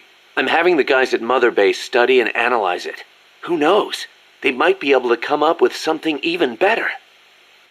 You called that giant chopper an hombre nuevo. Si. It means new man. New man? There was nobody piloting that thing. It must be controlled by machine. Yeah, it seems that way. No human being could pull off those crazy maneuvers. But it's not crazy. It's smart. It sings, too. When we first saw it, one of your men said, "Pilot must be an hombre nuevo." Me? I do not like the name. Why? Hombre nuevo was what El Che was striving to become. What all of us who joined the Sandinistas strive to become. That's why. An hombre nuevo is one who finds joy in virtue and voluntary labor. It makes me furious to see that name given to such a monster. I'll bet.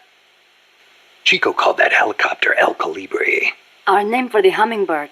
You saw how that chopper moved, how it hovered in midair like a hummingbird? A hell of a lot bigger than a bird, though. True, but better than hombre nuevo, don't you think? When you get kidnapped by El Colibri, it's all over. They take you to a prison camp and torture you until you snitch on your compas. That's what took Chico. They have no mercy. Once you talk, they toss you out like trash. I knew this, and still I could not save Chico. If he cannot be saved, I will do what must be done. Don't write him off like that. Sometimes you have to survive, even if it means sacrificing your honor. I'll get him back. I promise. Snake, legend has it, a place called Isla del Monstruo is near Costa Rica. Isla del Monstruo? It was discovered in the 18th century by Caribbean pirates sailing over to the Pacific. And the island in Treasure Island is based on one near Costa Rica, too. Ah, Treasure Island. I remember reading that. You've read it, too? Ah, that makes things easier. In Nicaragua, we too have a story about a group of pirates that encountered a flying monster out at sea. Some even say they landed on this monster island, though we still don't know exactly where it is. That's the reason I've always wanted to come to Costa Rica. Ha! I see. Ooh, I heard another story about a talking cat that lives somewhere in Costa Rica. They say it'll take you to this place. Interesting stuff. Want to know more about the island? Maybe later. If I'm headed that way, you can fill me in. Okay, just let me know.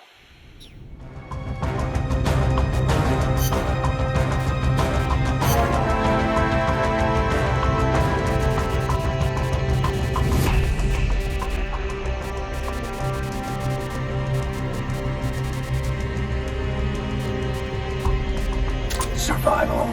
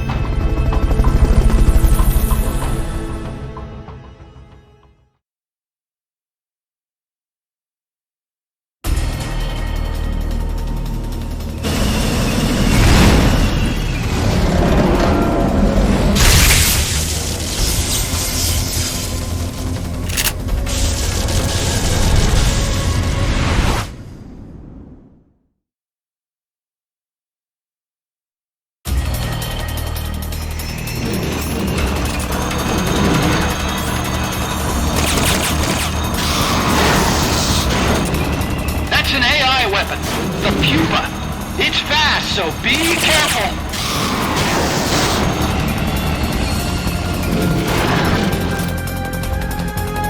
They've okayed your request for a cardboard box.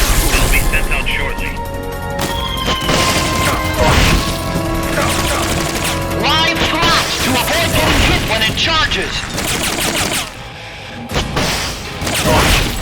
Follow boosters.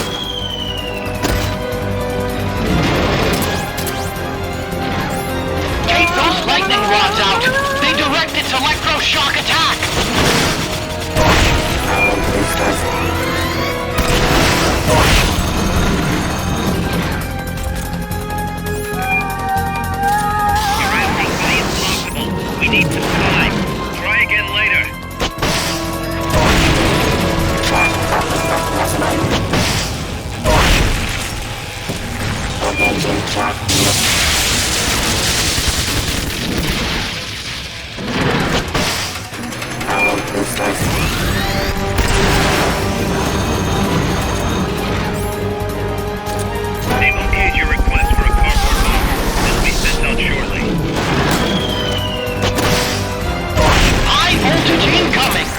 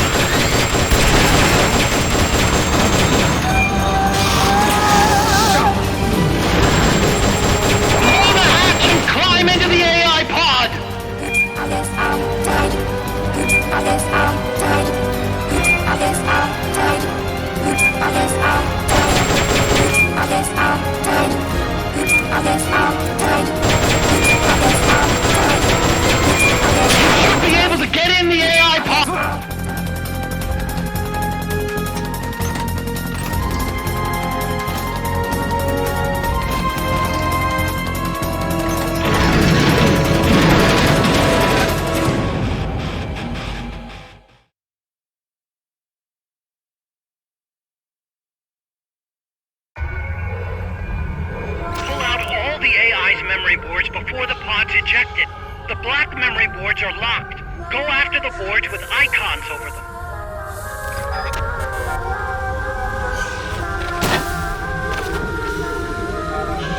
You can unlock memory boards by destroying the mechanical components that they control. Any boards you remove can be used to build our own AI weapon.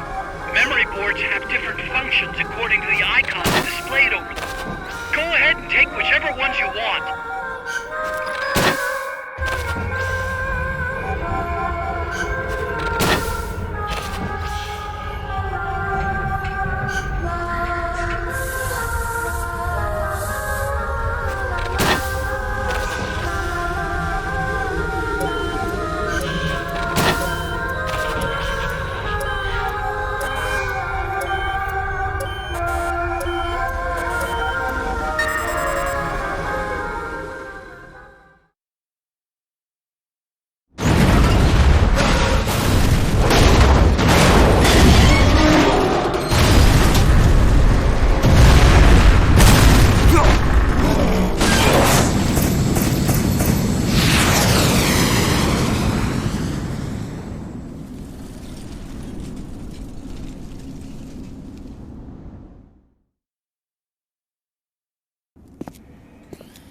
That was an unmanned weapon. A prototype. I made it myself. Who are you? I work here. Well, used to, anyway. Name's Huey.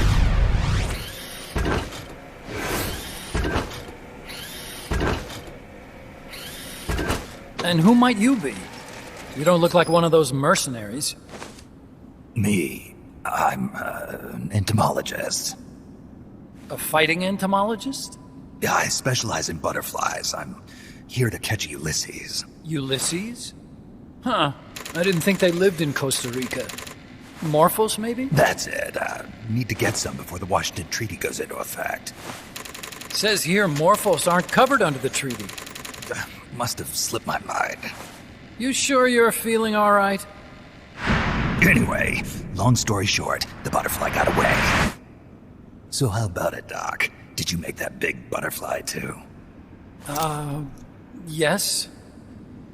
And no. What was that thing? What are they doing here? Huh. Something tells me you're no ordinary entomologist.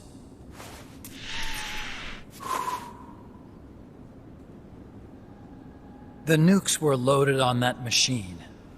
The project's entering its final phase. Project? That's right. The thermonuclear warheads they brought in, the bases scattered throughout Costa Rica, the mercenaries, the AI weapons, the research we were conducting here. It's all for this. We used this facility to develop unmanned weapons. Unmanned? Robots. The one you just fought was a pupa. There's also a flying type called Chrysalis and a treaded type, the Cocoon. Motor control, target detection, tracking, attack, capture, and transport functions are all controlled by an electronic brain. There's no need for a human pilot. They can only follow simple commands, though. Why build them here? For the CIA. They invited me here a year ago. That's who that guy was. CIA's station chief for Central America. Goes by the name of Hot Coldman. Apparently he was some sort of hero back at the height of the Cold War. He's the one running the show. We called it the Peace Walker Project. Peace Walker? They're going to deploy a new type of nuclear weapon along the Caribbean coast of Latin America. A mobile, unmanned nuclear platform. Unmanned nuclear platform? A fail-deadly system that can automatically move into position and launch a retaliatory nuclear strike. It can move on its own, and stealth shields it from radar and satellite detection, drastically reducing the risk of it being destroyed in a preemptive strike. And this is the new deterrent? Supposed to be. The problem is the locomotion system. There's no dry season in the Caribbean. It rains all year round. The terrain is full of tropical rainforest. A lot of the time you can't even build a proper road. So I went back to where it all started. What's that? Legs. Walking power. A mobile launcher carrying a thermonuclear warhead even more powerful than the Soviet RDS-220s. That's Peace Walker. Chico's Basilisco. We did the assembly and field testing here. A walking nuke. I sort of borrowed the original idea from behind the Iron Curtain. The missing link between infantry and artillery. Metal Gear. Metal Gear. But they'd actually need to deploy dozens of them. Coldman needs funding for that. And to get it, he's planning a test, which will also serve as a demonstration for the folks back at Langley. Wait, he's launching a nuke to prove that his perfect deterrent works? In his words, to prove that if someone attacks us, we will strike back. Put simply, nuclear deterrence is the idea of using nukes to keep nukes in check. If one side launches nuclear weapons, the other is sure to launch theirs in retaliation, which makes launching an act of suicide. In the end, neither side can use its nukes. It's thanks to this doctrine that the world's two superpowers have avoided all-out confrontation.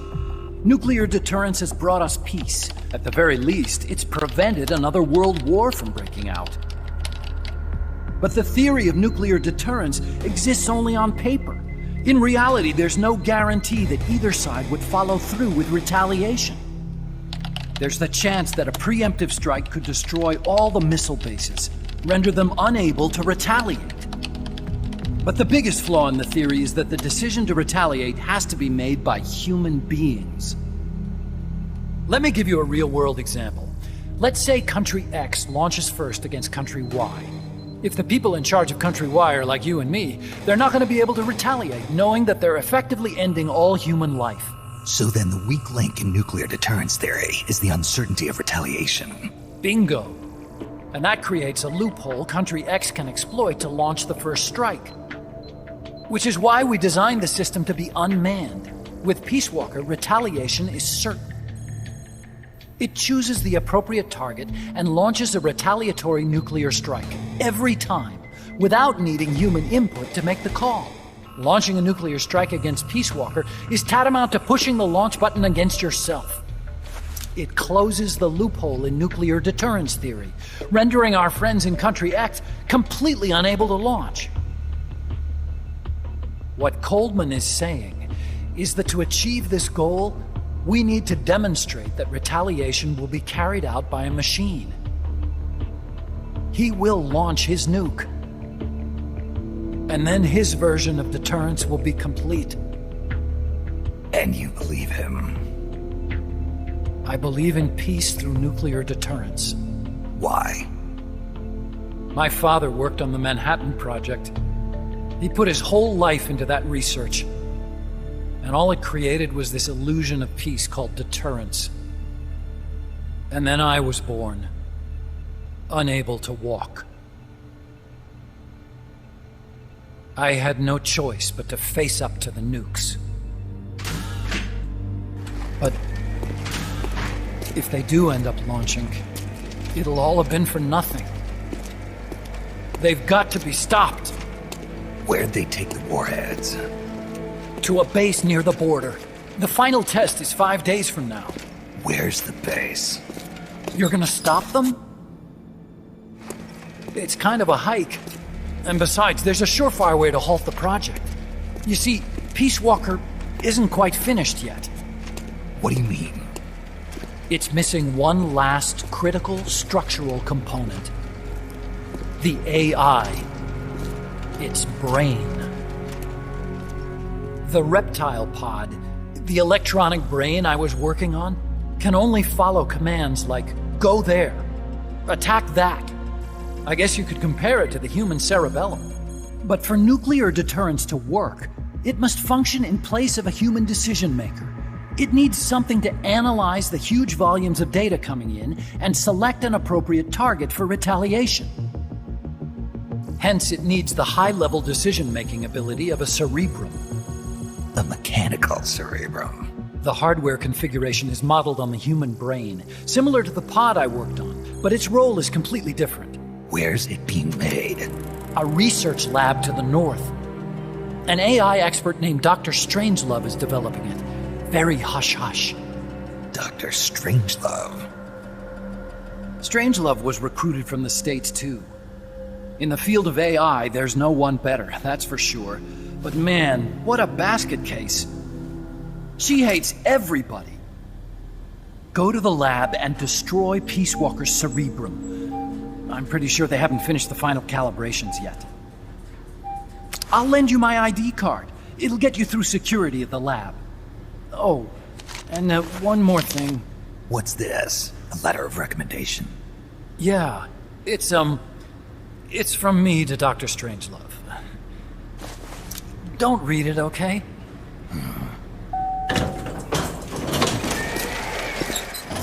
So what will you do now? I'm done with science. At this rate, I'm probably already halfway to hell anyway. Not so fast. Why not join us? Our place is outer heaven. You'd fit right in. Outer heaven? Yeah.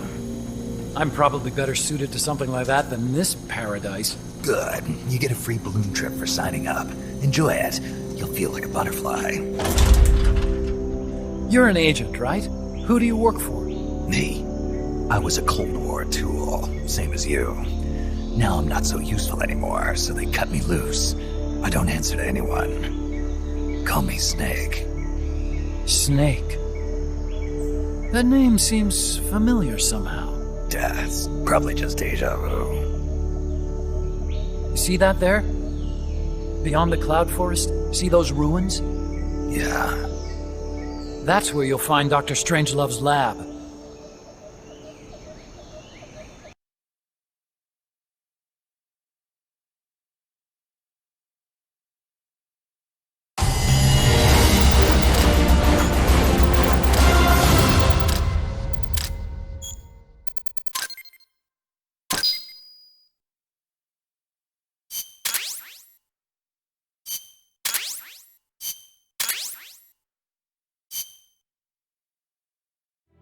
Snake, the doctor's safe here with us. Huey, how are you feeling? Never better. This is quite the pad you've got here, boss. I'm impressed. Call me Snake. Whatever you say. Like it or not, everyone here calls you boss. By the way, if you're at all interested in improving your tech, by all means assign me to the R&D section. I'm pretty sure I'll be of some use. Once we have the necessary materials and blueprints, we can start work on that bipedal mech. I appreciate that, but are you sure you're okay with having your work used for war? I'll be using it to keep past mistakes in check. If I can help thwart the Peace Walker project, I'm happy to do it. Deterrence theory, Huey style, huh? Anyway, if you need any intel on the enemy's weapons or electronic brains, contact me. I've been given my own frequency. Sounds good to me, Doc. I'll do that. Good. Whatever the means, you must put a stop to their plans. Hey, boss. You mind if we powwow for a sec? What now? MSF brand rations? Actually, that sounds... No. With all the men we have now, it may be time we started sending some of them to other countries. You mean dispatching marks? How else are we gonna keep feeding the crew we have? I know. You're right. Okay. To deploy troops, select Outer Ops from the Mother Base menu. If it goes really well, we might even get new recruits, weapon design specs, or leads on new missions. We can deploy any vehicles or large-scale weapons in our arsenal as well. And if things don't go really well? Yeah, we could lose men. I won't try and force you. You're the one calling the shots here, boss.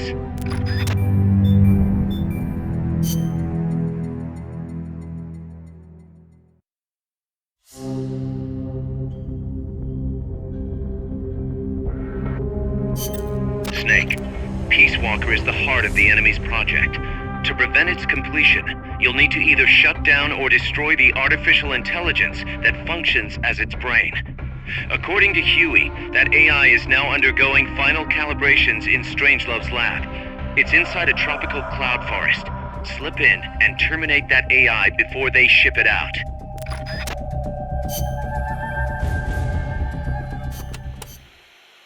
We've also confirmed that some of the enemies specialize in ambushes.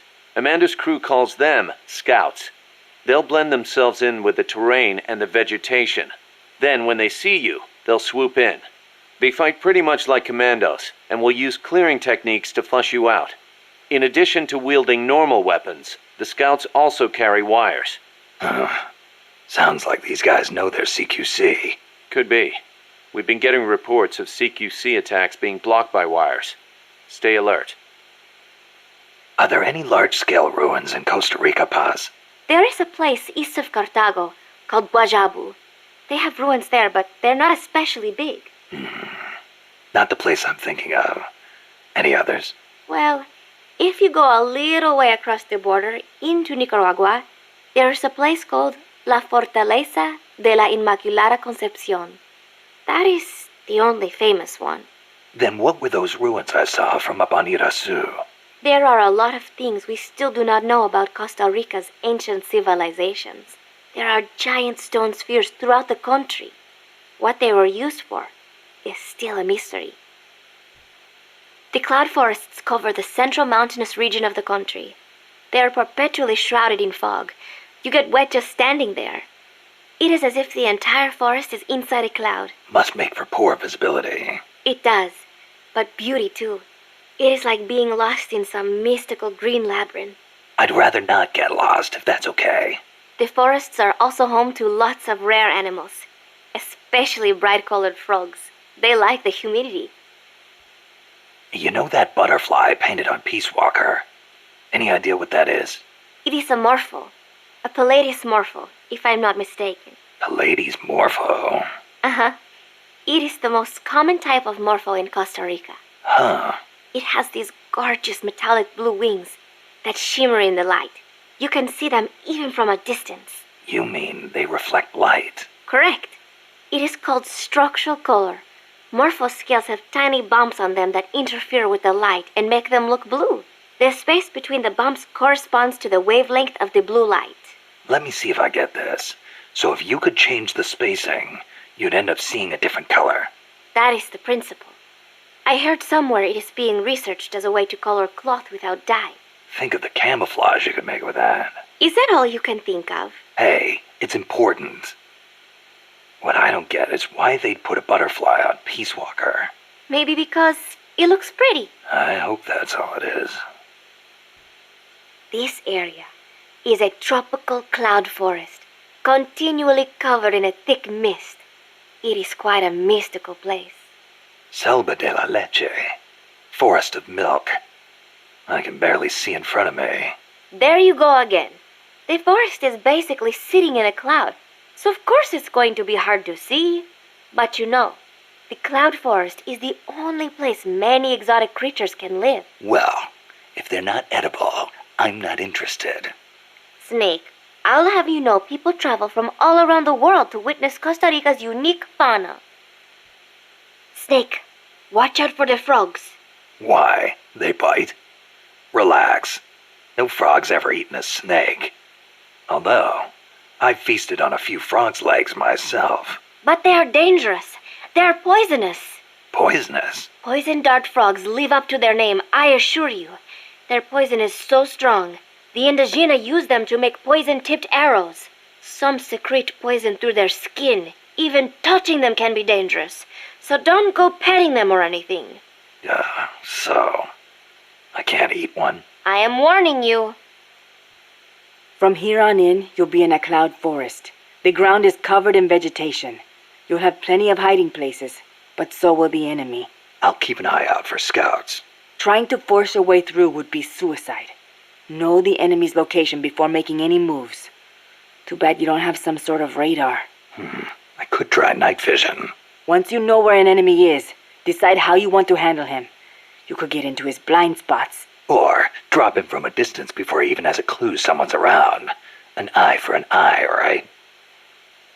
Chico, you know much about cloud forests? Not that much. All I know is there's a world of difference between a rainy rainforest and a foggy cloud forest. But they have some things in common. But like for instance, you gotta watch out for poison dart frogs.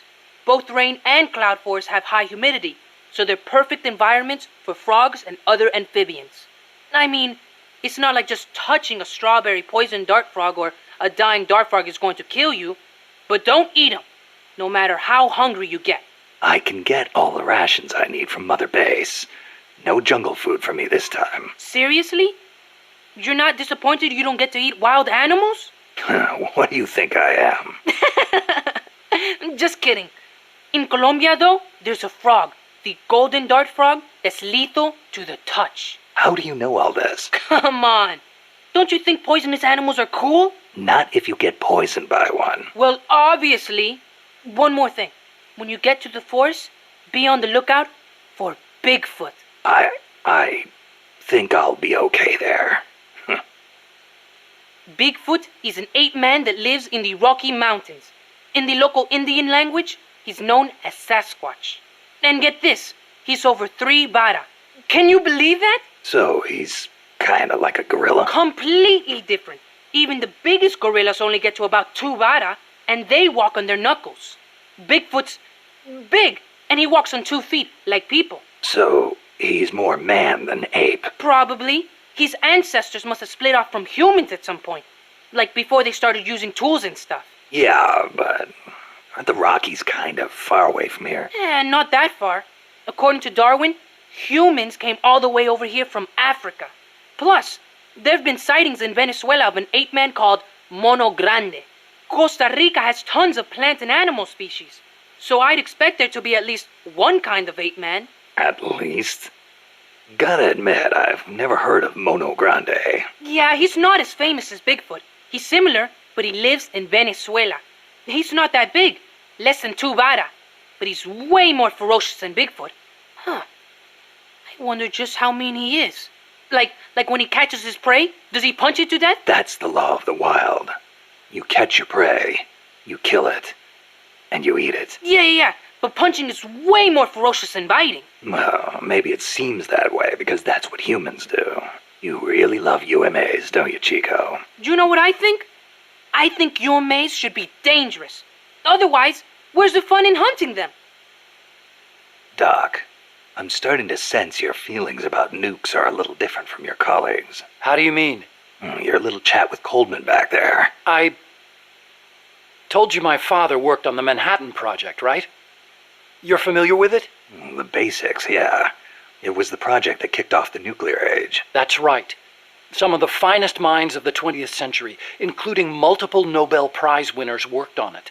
They spent over $2 billion, and that's in 1940s money. It culminated in the successful nuclear test at Alamogordo on July 16th, 1945. And the first use in combat a few weeks later. Doc? I can't walk. What? My spine isn't shaped like everybody else's. I can't move my lower body, so I've never taken a single step, not since I was born. What's that got to do with your dad being in the Manhattan Project? As a result of his research, my father was exposed to high doses of radiation. It can't be a coincidence that my chromosomes are messed up. That's why I didn't want for these nukes to be another sword of Damocles. I wanted to give them a real purpose, to be a deterrent against war. Doc. And Coldman, we have to stop him, whatever it takes. August 6th, 1945, Hiroshima. August 9, Nagasaki. The atom bomb attacks on Japan. My father was married to his work. I don't have a single memory of going places or doing stuff with him on weekends. But even as a kid, I knew on some level that it was for his family. I respected him. My mother used to tell me all the time, "Your father is a brilliant scientist. He saved countless American boys from death. You should be proud of him." Yeah.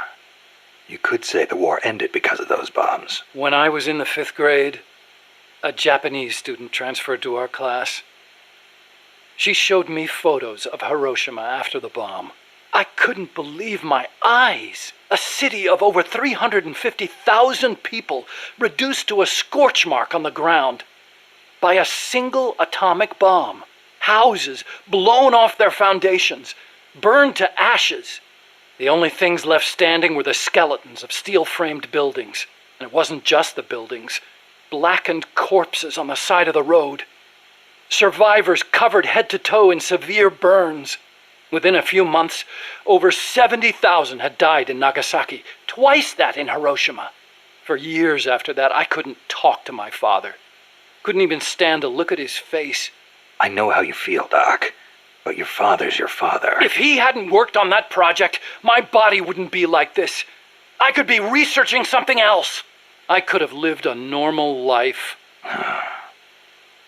It wasn't so long ago the world stood on the brink of nuclear war. Just over on the other side of the Caribbean. I was 17 at the time.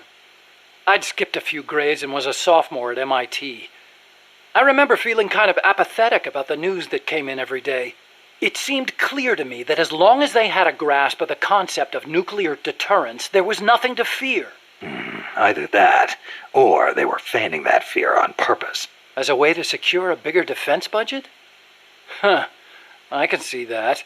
But if that was their plan, it kind of backfired. Because it ushered in the era of détente between East and West. Coldman's really gonna do it this time. Once the nuclear genie is out of the bottle, the yoke of deterrence is going to be meaningless. People will die. Cities will burn. We have to stop him now before it's too late to turn back. So you've been doing nuclear research your whole life? No, not really. At first I wanted to be an aerospace engineer. For me, the Sputnik launch was a good shock, not a bad one. I thought the age when science was used for war was over, and that a glorious age of space exploration was dawning. The year I skipped ahead and got into MIT, Gagarin went into orbit, which made me more excited than ever. Of course, even back then, I knew the space race was just another facet of the Cold War. Moscow had a leg up on us, and we were desperate to catch up. I know. But for me, it was a happy time. I joined NASA, got to do the kind of research I loved. Our nation's prestige hinged on our work. They gave us whatever resources we asked for.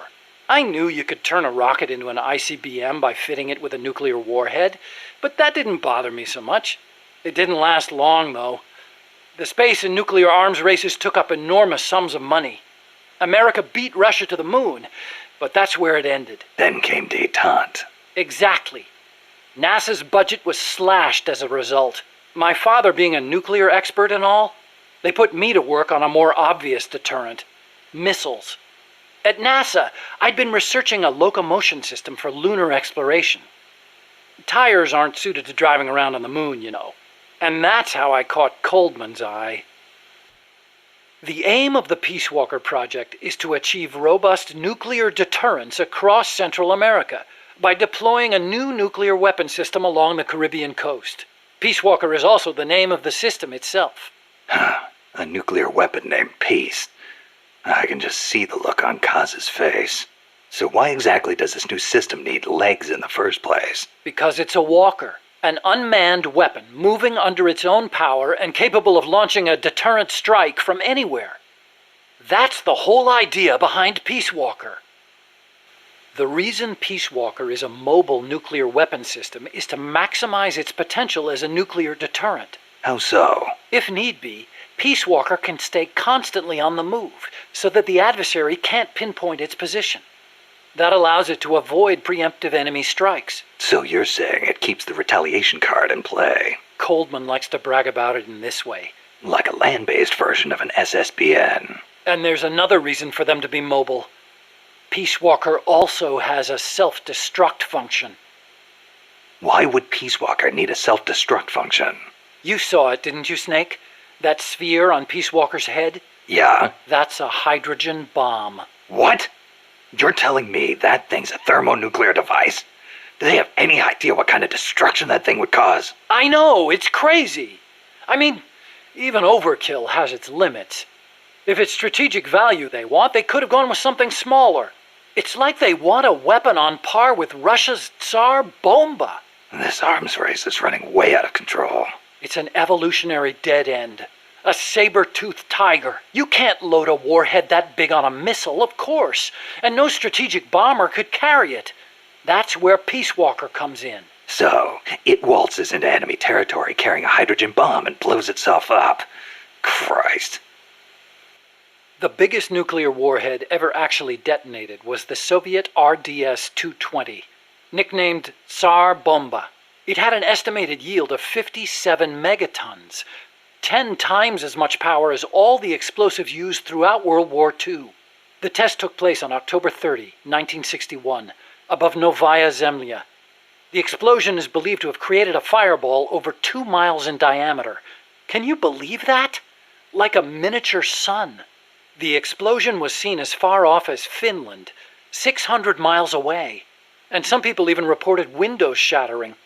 The shock wave traveled 3 times around the Earth. 3 times? Peace Walker is armed with a massive hydrogen bomb, even more destructive than Tsar Bomba. It can sneak into enemy territory, lie low, and in the event of an enemy nuclear strike, detonate itself in retaliation. And the locomotion system that lets it do that? My research. Snake, those legs were supposed to make my dream come true. Now they're about to jump the fence of nuclear deterrence. You have to stop them. I'll apply all my energy into developing weapons and equipment to help you do it. Sounds like a deal. What made you put an AI into Peace Walker? Well, for one thing, because it can't be manned.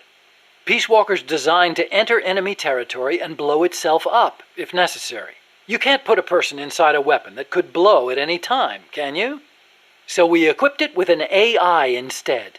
That's strangely humane of you. And besides, Peace Walker was designed as a bipedal weapon system. You can't imagine how hard it shakes when it walks. It'd turn a man into mush. Plus, when launching a nuclear missile, it has to perform ballistic calculations in real time. See? Because it's always moving. Hold on. If that's all it does, then a high-performance computer ought to do the job. It doesn't need intelligence. That's a very good point, Snake. Which brings me to the real reason. Peace Walker needs AI to make decisions regarding nuclear retaliation. It's what ensures perfectly mutual assured destruction. I've heard all this before.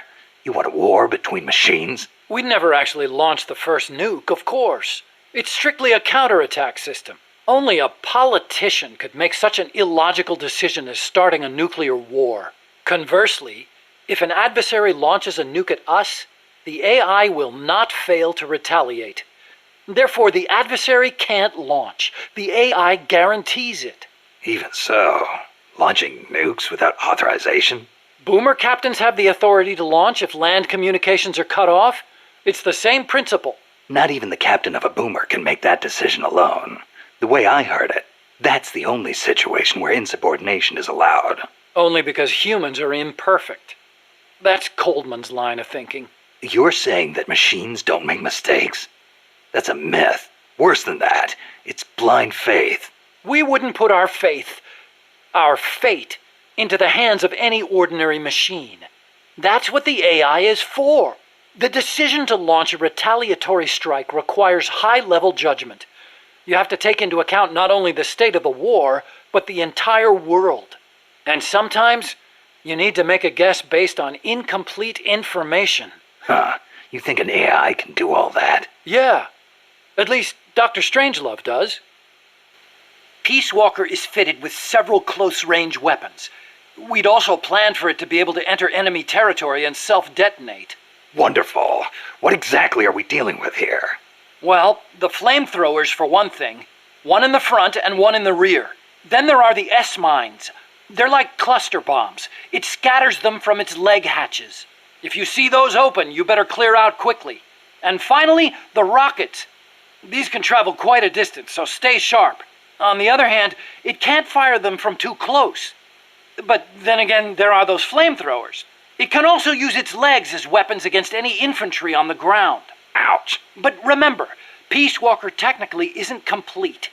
With just the reptile pod, it can only perform relatively simple maneuvers. They've got certain quirks, too. What's more, look carefully and you should be able to predict which attack is coming next. Okay, but why does Peace Walker need to walk on two legs? I think treads would be good enough. You'd be wrong. As you know, the terrain in Central America is rugged and complex, especially along the Caribbean coast of Costa Rica. You've got jungles, swamps, mountains, and the only way to get across all that terrain, no matter how rugged, is on legs. Yeah, but wouldn't it be tough to cross a swamp, even on legs? It wasn't easy, that's for sure. The reason we picked Costa Rica as a proving ground is because we can test it on every type of terrain. This Peace Walker project the CIA's talking about. You believed in it, huh? Yeah, I believed. Actually, maybe I just wanted to believe. What do you mean? Here's how Coldman explained it. Peace Walker's a weapon for peace. One to ensure true nuclear deterrence. It'd be the anchor to bring stability to Central America. He told me, the nuclear weapon system you've built will never be used. It will forever stand vigil as an icon of peace. And to achieve that, he needed my bipedal locomotion technology. To be honest, I was flattered. Flattered? Wouldn't you be? My colleagues in the scientific community have never taken me seriously. They told me bipedal locomotion was a pipe dream, that it'd never amount to anything. It was the first time anybody recognized my work. How could I not be happy? And besides, it was my chance to surpass my father. To create nukes for peace. Or so I thought anyway. But Coldman's really going through with it. Yeah. Makes perfect sense, really. No one would give the project any notice unless they could prove that an unmanned system is capable of launching a nuke. Why is Coldman going to launch a nuke? If all he wants to do is prove the AI retaliation system works, he doesn't need to put a live warhead on it. I agree. He could demonstrate the system by launching the missile alone, without a warhead. I asked him the same thing at first. He said there was no point in using a dummy missile. That it'd take an actual nuclear launch to deter potential enemies. Launching the real deal gives him a leg up in negotiations with Langley. That's what he's really after. I based the bipedal locomotion technology used in Peace Walker on Soviet research. Actually, I'll be honest with you. I stole most of the basic ideas behind it. Soviet? Bipedal? You mean Granin? You know him? Yeah. I met him at his lab in Russia. He helped me out a little bit. You met him?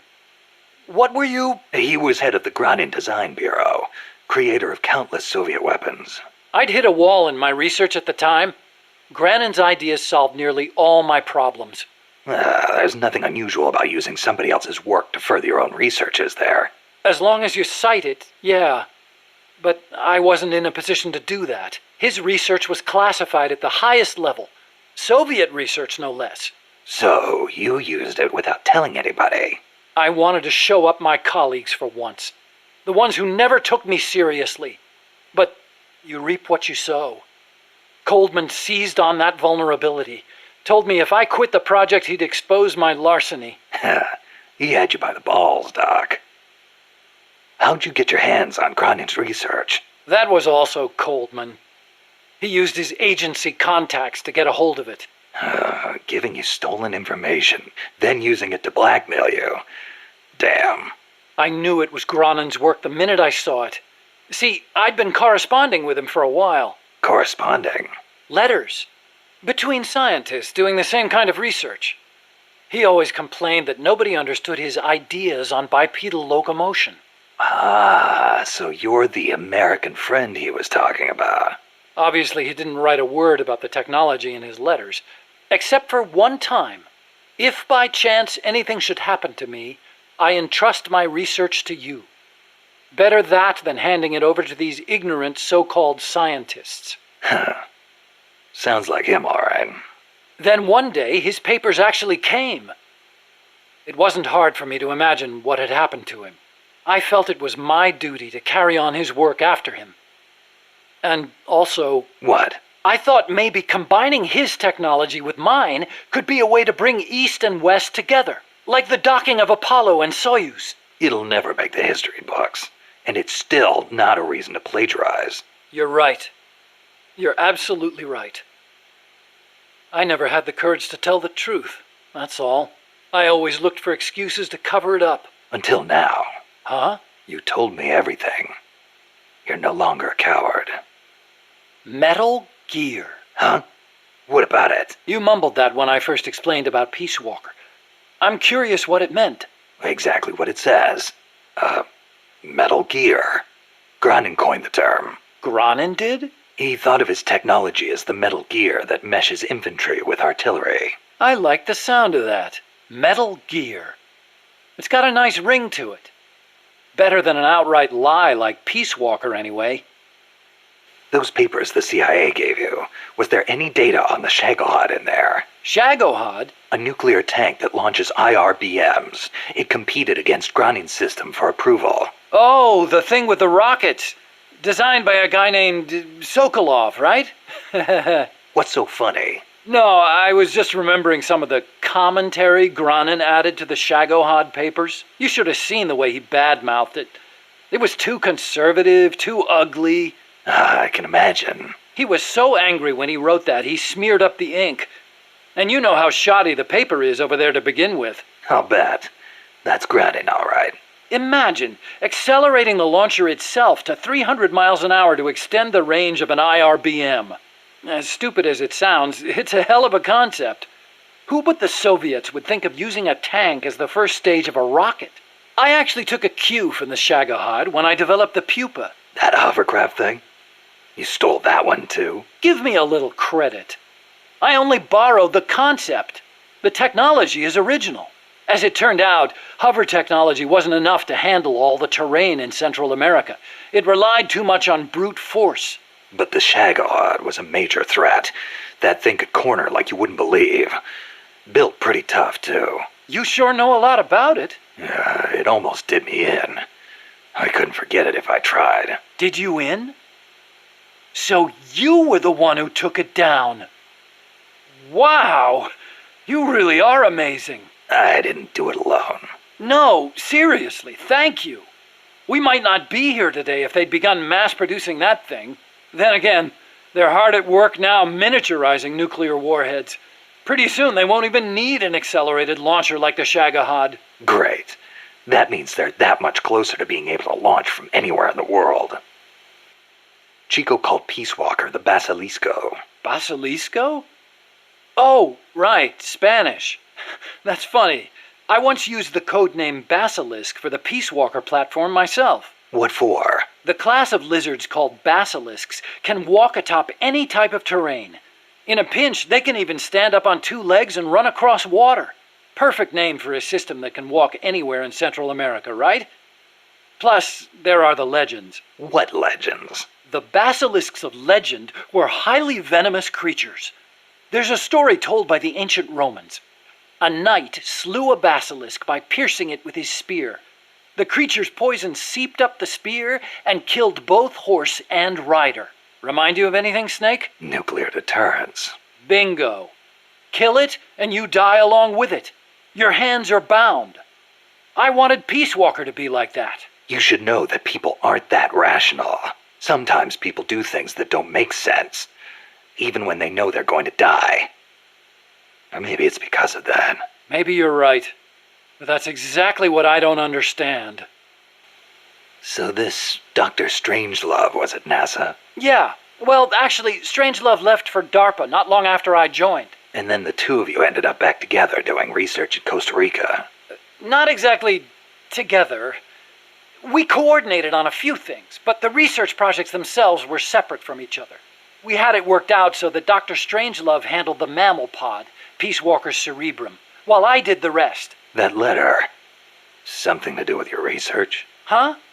No, it's yeah, it's a report. Research findings. Research findings? Anything in there we could use against Peace Walker? Nothing. Nothing at all. Just don't read it, okay? Promise me you won't?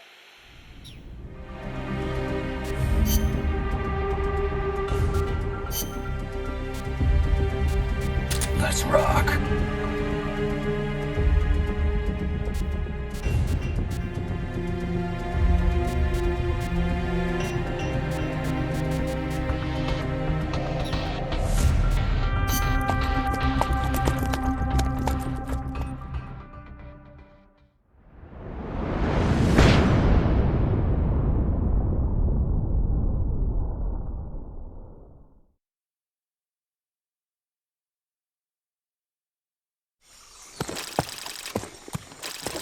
Snake, how's the mule treating you? At this pace, I should be there by tomorrow morning. You've got to hurry.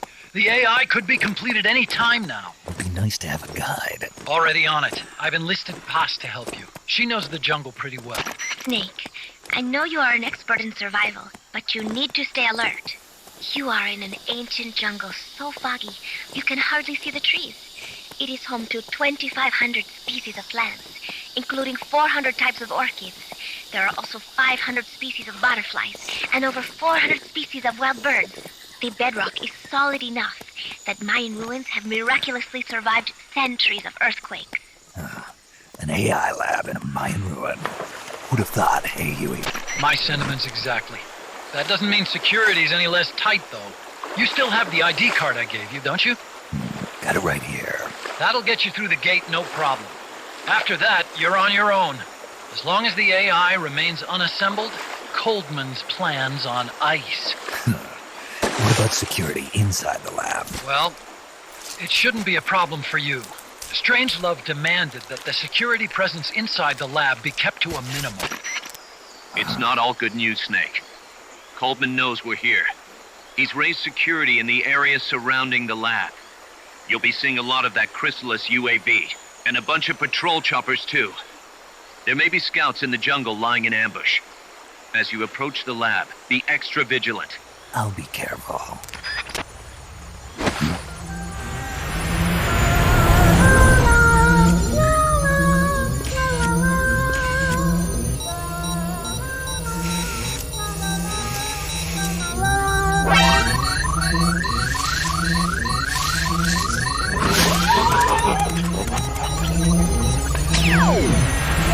They're looking for you. Stay sharp. Snake, Strangelove's lab is a few miles to the north. It won't be long before the AI is complete. Don't let that happen.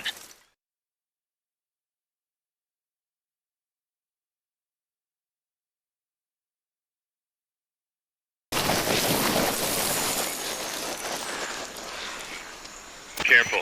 If there's enemy scouts around here, they'll be nearly impossible to see.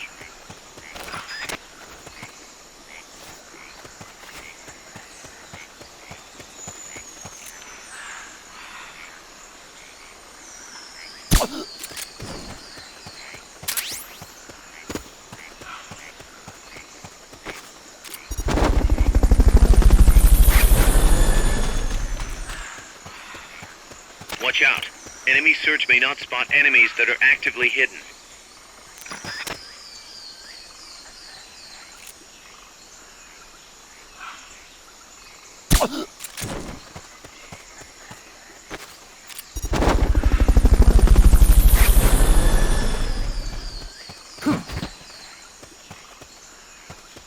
Fulton recovery helicopter is complete.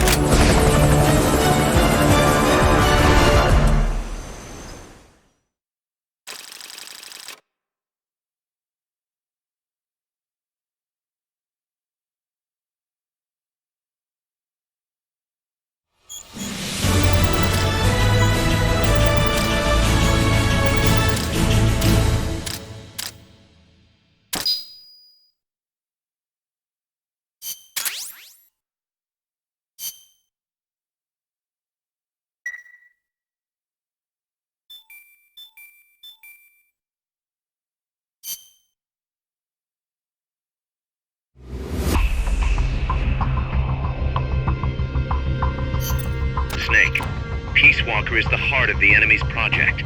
To prevent its completion, you'll need to either shut down or destroy the artificial intelligence that functions as its brain. According to Huey, that AI is now undergoing final calibrations in Strangelove's lab. It's inside a tropical cloud forest. Slip in and terminate that AI before they ship it out.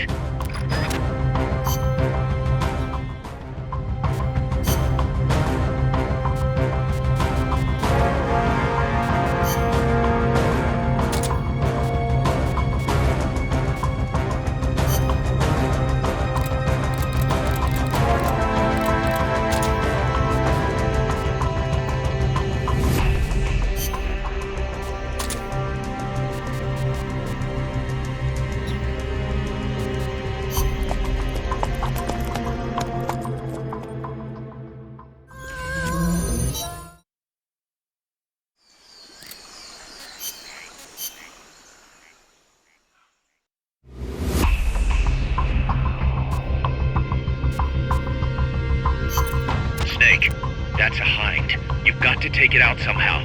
Either neutralize the soldiers or bring down the chopper. Good luck.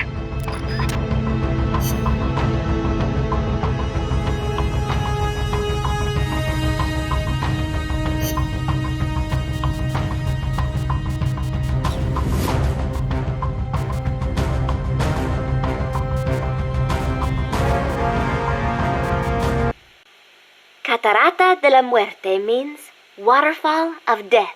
Huh. How cheerful. I am sure it will be no problem for you, Snake. Especially compared to all the dire situations you've faced in the past. Yeah, easy to say now. We'll see what really happens. Sorry. Still, you have surprised me. Everything they say about the legend is true. I'm neither hero nor legend. But for some reason, I don't mind you calling me that. Thanks. Be careful, Snake. Peace. Don't even think about facing a chopper head-on. Guerrilla tactics would work well in a place like that. Moving from tree to tree will make it hard to get a fix on you from the air. That's your best chance. Good thinking, Commandante. You clearly know your way around a battlefield. Enough, boss. Time to stop talking and start using your ears.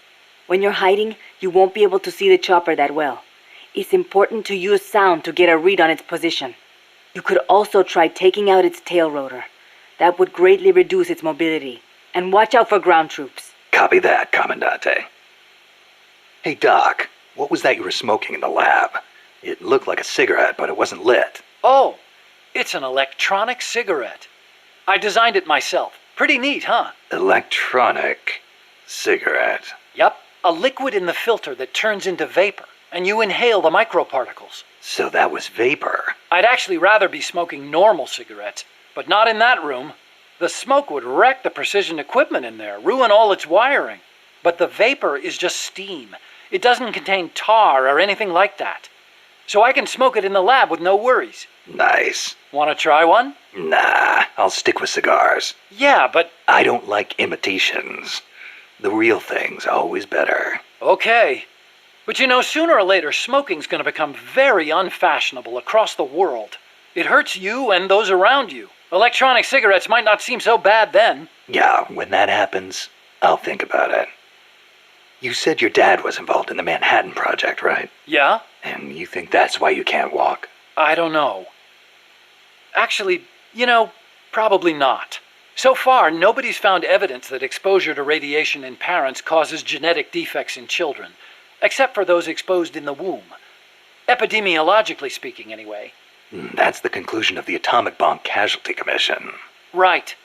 The ABCC commenced its study immediately after the war, and it's still ongoing. Even now, 30 years later. The effects of radiation exposure last a long time. I'm guessing it'll be another 10 years before we get a real verdict on whether it affects genes. Granted, it's the most massive study anybody's ever done. But that's really all it is, a study.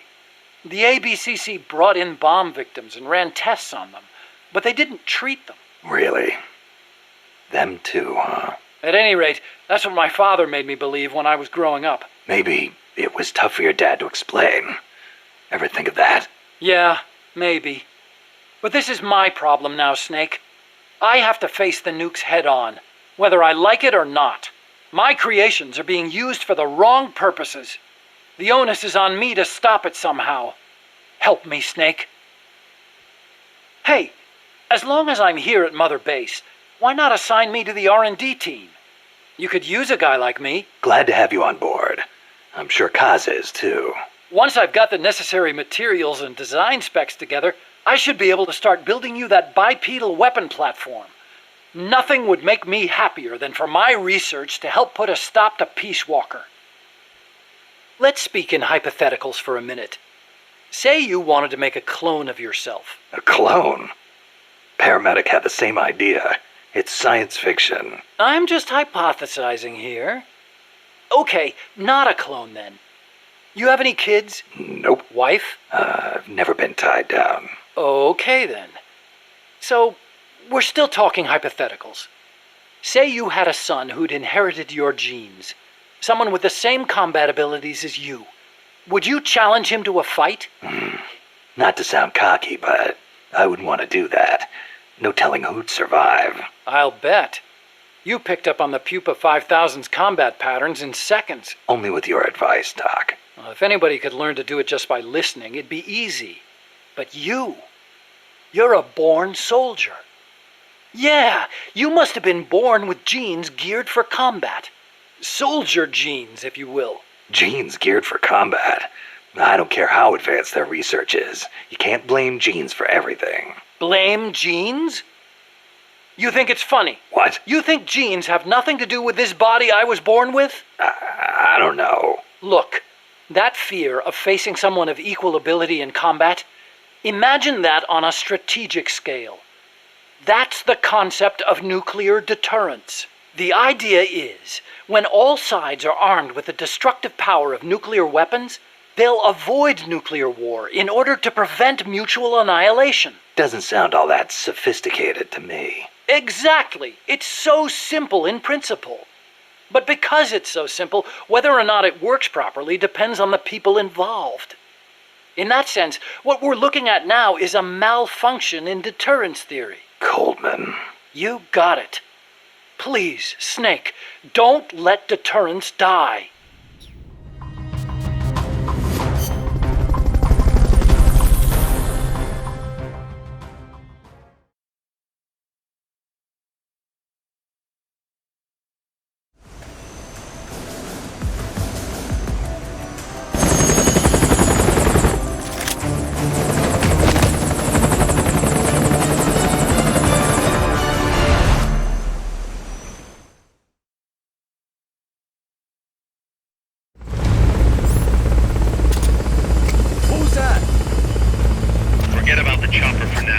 Take out the troops. They haven't seen you yet. Perfect. Now's your chance.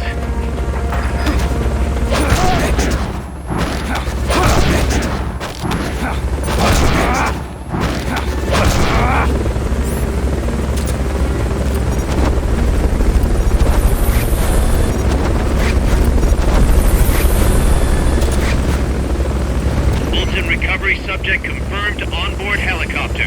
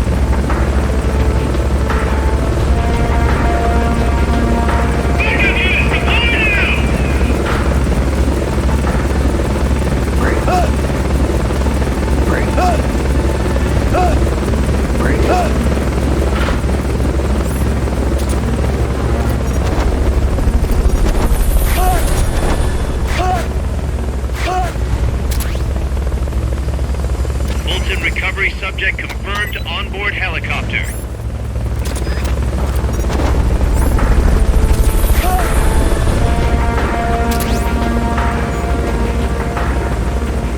Bolton recovery helicopter is complete.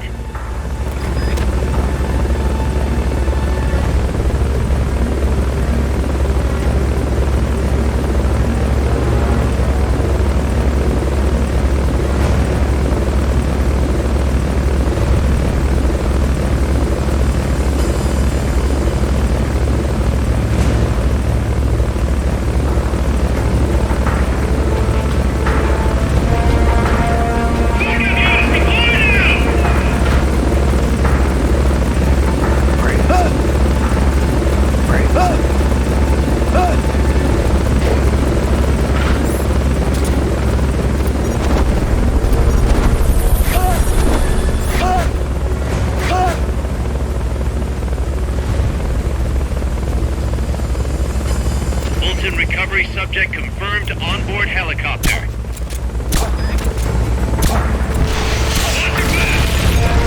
Enemies close by!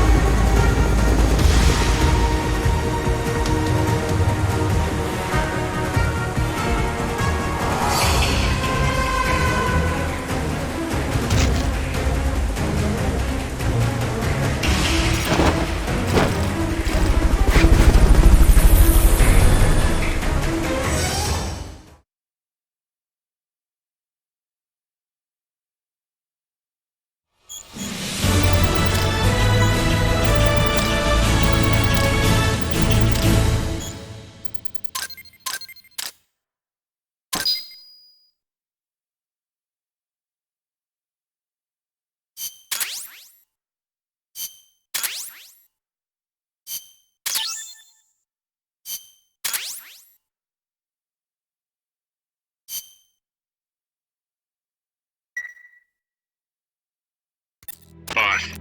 I'm starting to wonder if recruiting the soldiers with a Fulton isn't a little heavy-handed. I already don't like where this is going. I think the voluntary approach could be more pragmatic.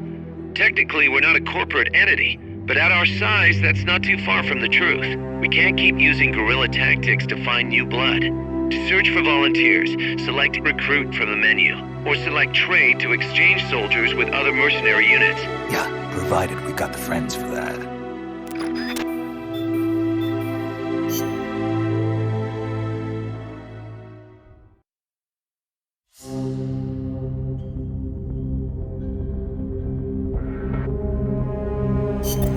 Snake, infiltrate Dr. Strangelove's research lab and either deactivate or destroy the AI. The lab's built into some ancient ruins, so find those first.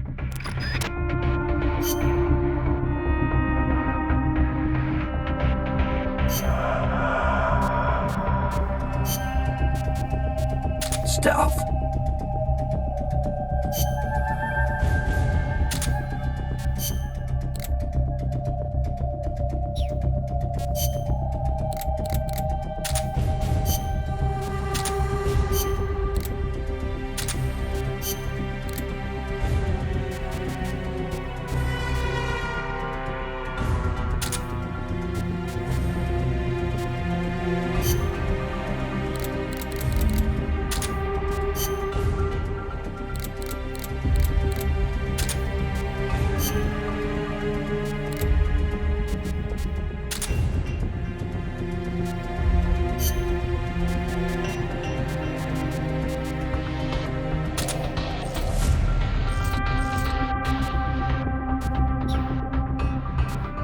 Selva de la Muerte, huh? Forest of Death. Wouldn't want to get lost here. Sure wouldn't. But do not worry. I will be your guide. Happy to hear it. By the way, Snake, you know much about sloths? Just the name. They are amazing. Sloths spend almost all of their lives up in the trees, except for when they have to go to the bathroom.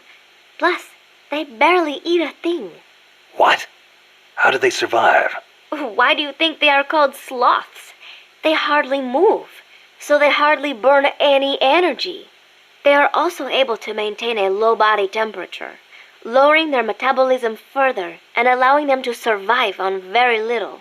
Wouldn't that make it easier for them to get picked off by predators? They stick to the trees, helping them blend in and stay out of sight. They say there are even some sloths that grow moss when they reach a certain age, like some sort of fairy tale forest hermit, huh? I knew a great old sniper once. Guess he was even more in tune with nature than I thought. Old sniper? What are you talking about? La Ruinas de Xochiquetzal will be around there. They have not been restored at all, so they may well be covered in plants. Xochiquetzal? An Aztec goddess of fertility and beauty. They say she was always accompanied by birds and butterflies. One theory states she was the mother of the god known as Quetzalcoatl. Quetzalcoatl. The Quetzal is said to be an incarnation of Quetzalcoatl, hence its name. I get it.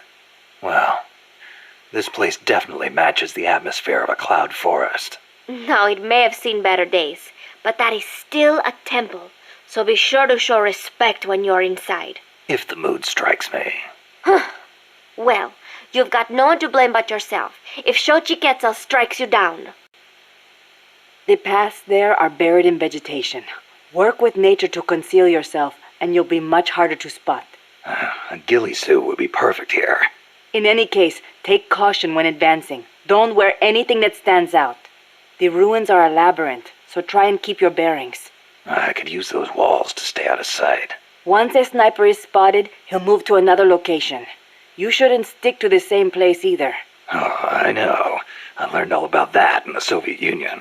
It is not necessarily a good idea to try to engage a sniper in close quarters combat. Finally, once you've found a place to hide, don't let them take you from behind. Don't worry. No one sneaks up on me. Enemies will try to fight you from different distances, based on the weapon they've got equipped. When you meet an enemy, get a good look at what they're carrying. It can make or break your chances in battle. Enemies carrying handguns and shotguns will try and get in close. That makes them dangerous, but at the same time, easier to hit. Keep your wits about you, and you can turn a threat into an opportunity. Enemies carrying assault rifles and machine guns will usually fire at you from farther away. Use whatever cover you can find, then return fire with a few well-placed shots of your own. Don't expect enemies carrying sniper rifles or rocket launchers to get up close and personal. They'll be constantly moving from place to place looking for an opening to snipe at you. Tricky bastards. Eye for an eye, tooth for a tooth. Go with the sniper rifle. Make sure you stay out of their line of sight, and when they expose themselves, take them down. Amanda and her crew tell me they've managed to identify several different categories of mercenaries employed by the CIA. Give me a rundown. Sounds like info I could use. No problem. I'll go through them in order. The type of enemy you'll be seeing most is the type that patrols and guards a specific operational area. For the sake of convenience, Amanda's crew calls the outdoor ones patrolmen and the indoor ones guards. They might look like they're just out for a stroll, but don't be fooled. They're sharper than they look. All of their senses are finely honed. Normally, they'll patrol along fixed routes, but when the alert level is raised, they'll assume a more efficient alert posture and focus on defending specific points. That's bad for you. Obviously, they can hold their own in combat, and with body armor, it'll be even harder to take them down. If they're wearing a bulletproof helmet, you can forget about one-shot kills. Just a heads up. You'll need to be smart about using camo and pick your routes. The most important thing is to avoid detection. There are areas out there where enemy soldiers are deployed in multiple layers for extra coverage. More than a few of those will be attacking you from a distance, rooftops and far-off vantage points. Try not to get too distracted by nearby enemies, because you could be leaving yourself wide open to longer-range attacks. I'll be careful. We know there are variations in the kinds of gear patrolmen and commandos wear, especially the body armor. Our scouts report that an enemy's defense and firing accuracy are directly proportional to how heavy their gear is.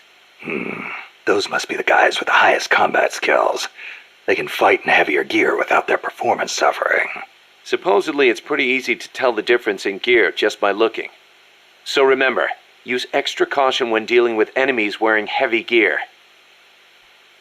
The land in our country belongs to us, and yet it does not belong to us. How so? Along the coast, it is all banana groves, and in the mountains, it is coffee.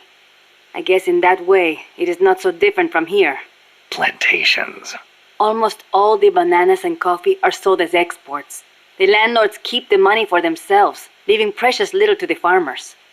Worse, the biggest landowners in the country are Somoza and his family. But it does bring in foreign currency. I doubt even that, at least for bananas. The plantations are owned by American corporations. The bananas are processed in factories on the plantations and exported to America from private ports. It's like having little American enclaves along the coast of Nicaragua.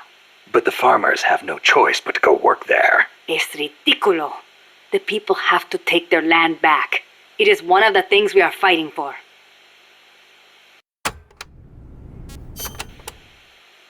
Tell me, when exactly did you realize your dad was working with the KGB? About 6 months ago. Up until then, we only had beans to eat. And then suddenly we started to get eggs and flour. Our bullet shortage simply disappeared. How'd he get the cocaine? Ask the KGB. All we did here was process it. Coca plants grow here too. But to my knowledge, almost all of the stuff we used came from Colombia and Bolivia.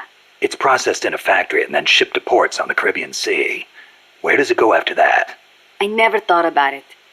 I mean, I did not want to think about it. The biggest cocaine consumer in the world is the United States. I'm guessing they smuggle it in on vessels disguised as fishing boats. Wait. La CIA uses that route too. Are you telling me they're selling cocaine to their own country? Looks that way. Those bastards are turning their own children into junkies? Are they insane? No, just afraid. Afraid of a communist Central America. La CIA calls their new toy Peace Walker, eh? Yeah. So?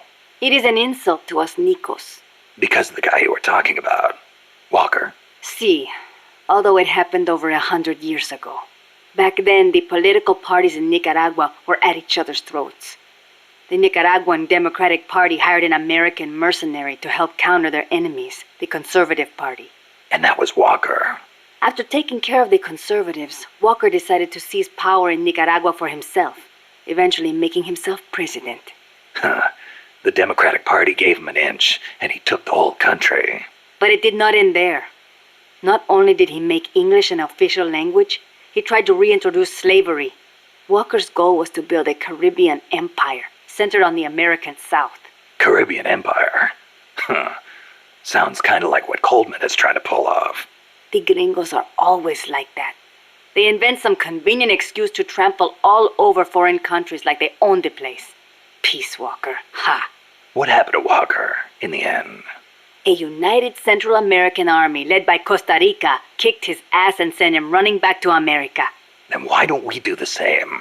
I, for one, don't intend to let Coleman get his way. Good idea. I'm glad we have you, boss.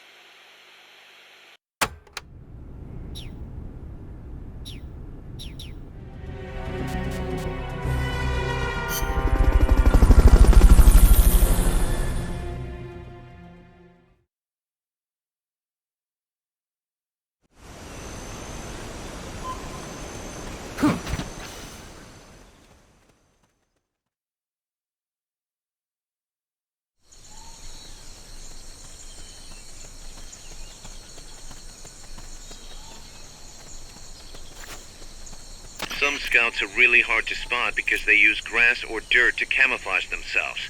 They blend right in with the natural surroundings.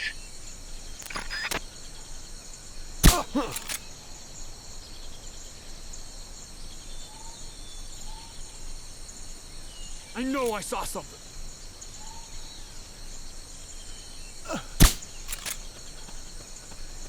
Snipers and laser sights are a deadly combination.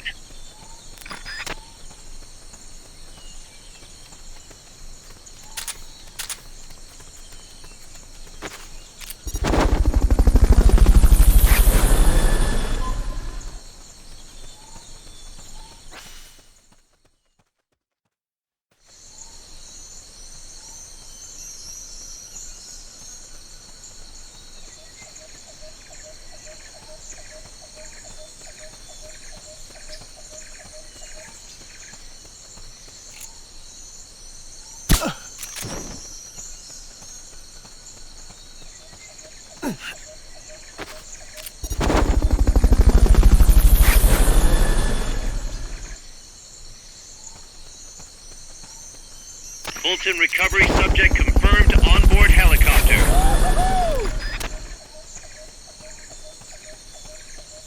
Fulton recovery helicopter is complete.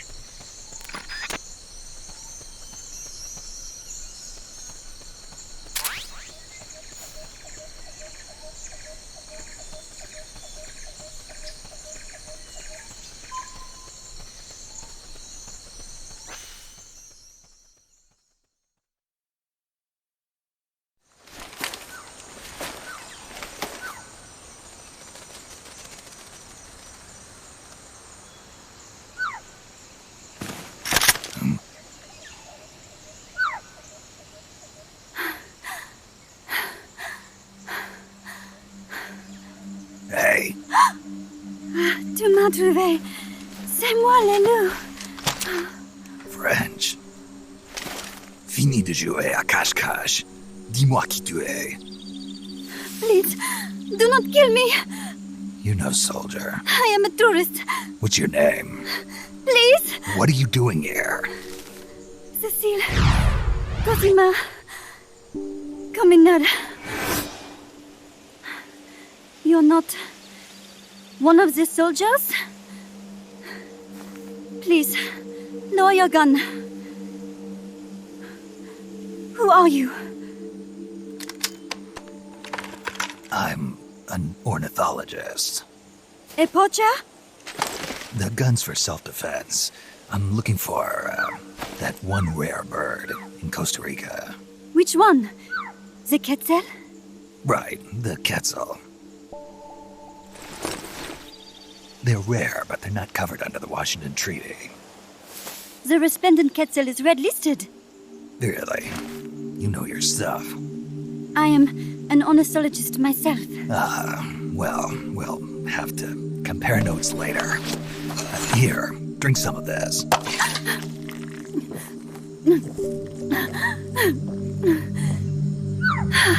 You saved me.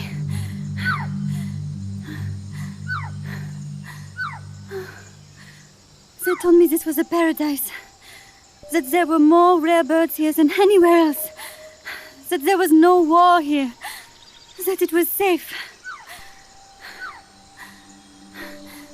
They told me it was every birder's dream. But they were wrong. What happened? If only I had not recorded that stupid voice. Voice? I was trying to capture the Quetzal song. Making my way through a thicket, I saw immense runes towering before me. I trace it away. It will bite you unless you kill it. Go home. You're the one who made the tape. I am loyal to myself. Who's there? I was captured by that woman. But she was kind. She gave me food to eat and even bathed me herself each day. But she said I could go home in a month. So whatever you do, don't take off the blindfold. Do so, and you will never leave here. Guess you didn't listen. How'd you escape? I waited for an opening. Stole an ID card. They almost caught me, but I managed to elude them. You made it this far and then succumbed to exhaustion. I was barefoot, with no supplies.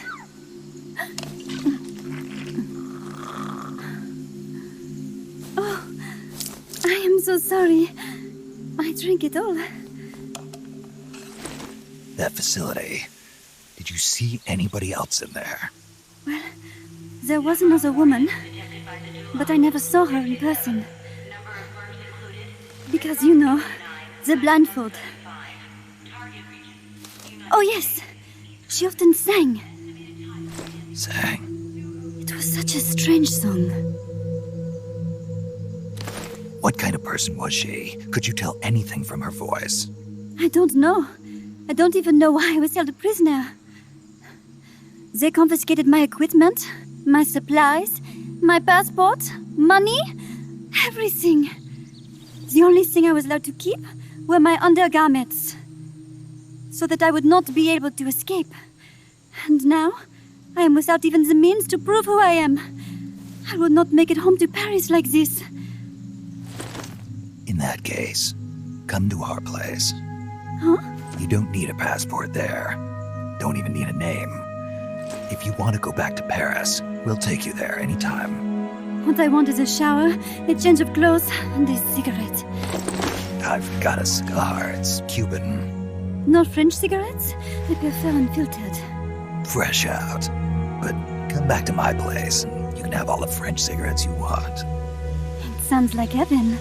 Close, but not quite. Outer heaven. It is sounding better all the time. So, you must have gotten a look at the facility when you escaped, right? What's in there? Lots of machinery. A big computer, like you would see in a university. What about the room where you heard the voice? Anybody in there? I don't know. There was a tube. A large tube in the back. When I approached it, I heard a voice. What did it say? Jack. Yes, it simply said Jack, over and over. Jack. Listen, you've got to get me out of here. I really need a shower. Wait here. I still got business to take care of. What? You're not thinking of going in there, are you? You can't leave me here. Relax. I'll have some friends pick you up. This is Miller. One for recovery. A civilian. Snake, we don't have room for any more civilians here. Not even for a blonde Parisienne. A what? So she's, pretty foxy? See for yourself. If what she's saying is true, I think we found Paz's friend. The missing one? I'm thinking that she's the one that made that tape. Have her listen to it when she gets there. So she's safe then. Good news. I'm sure Paz will be glad to hear it. You bet. Snake, the ruins are just up ahead. Head north. On my way. What about me? Stay put. Ever wonder what it's like to be a bird?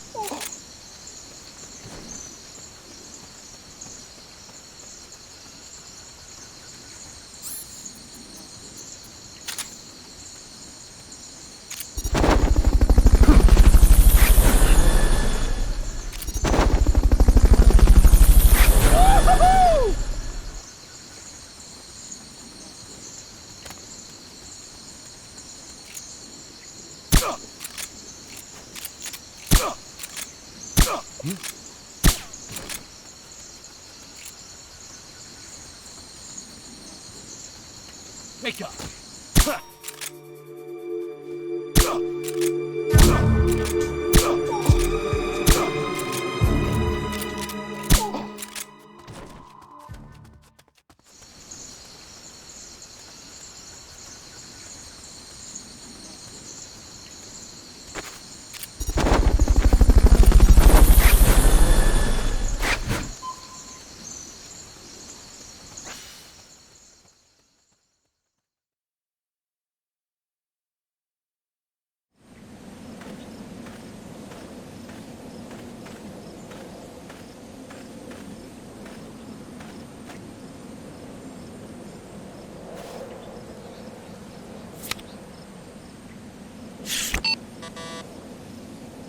What? It won't open. Damn. It won't open. What's wrong with it?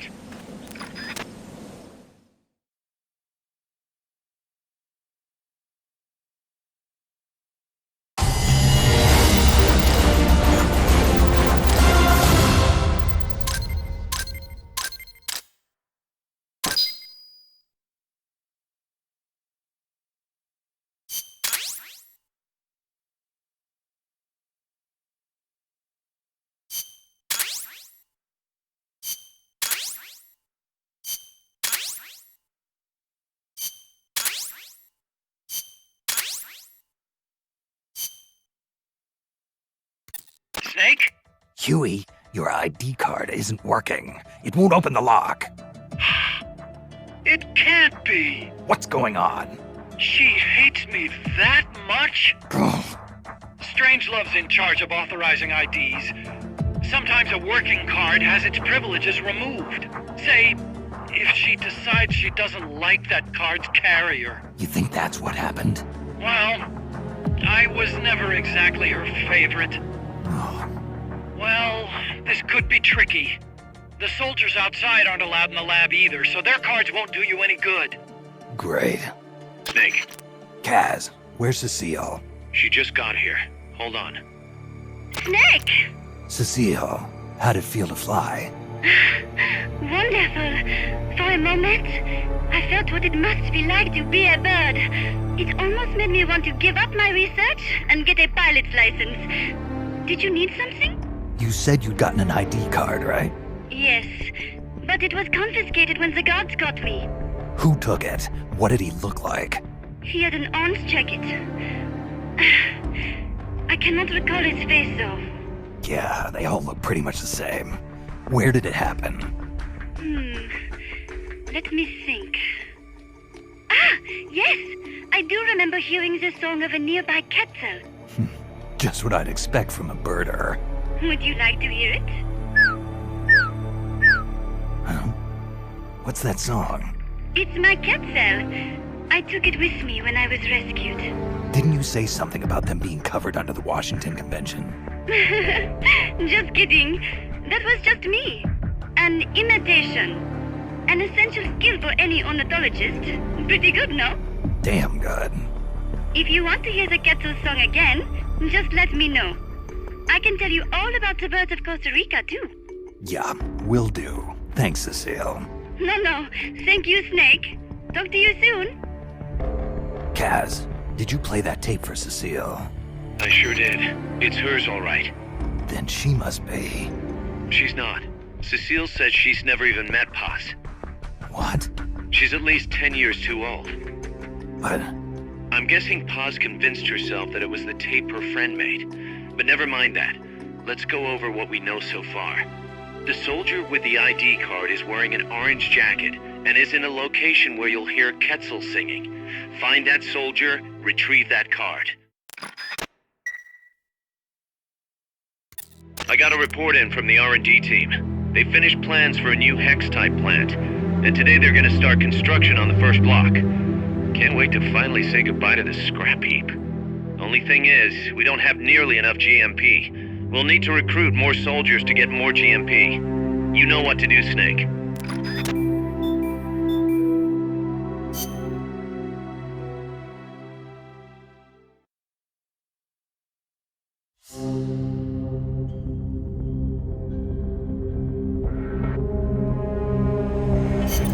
Snake, to gain access to the lab, you'll need an ID card. You can get one from a guard in an orange jacket stationed in an area where you can hear Quetzal singing. To get the ID card from the soldier, do a body check. You've got to get inside that lab before the AI gets shipped out. Get a move on.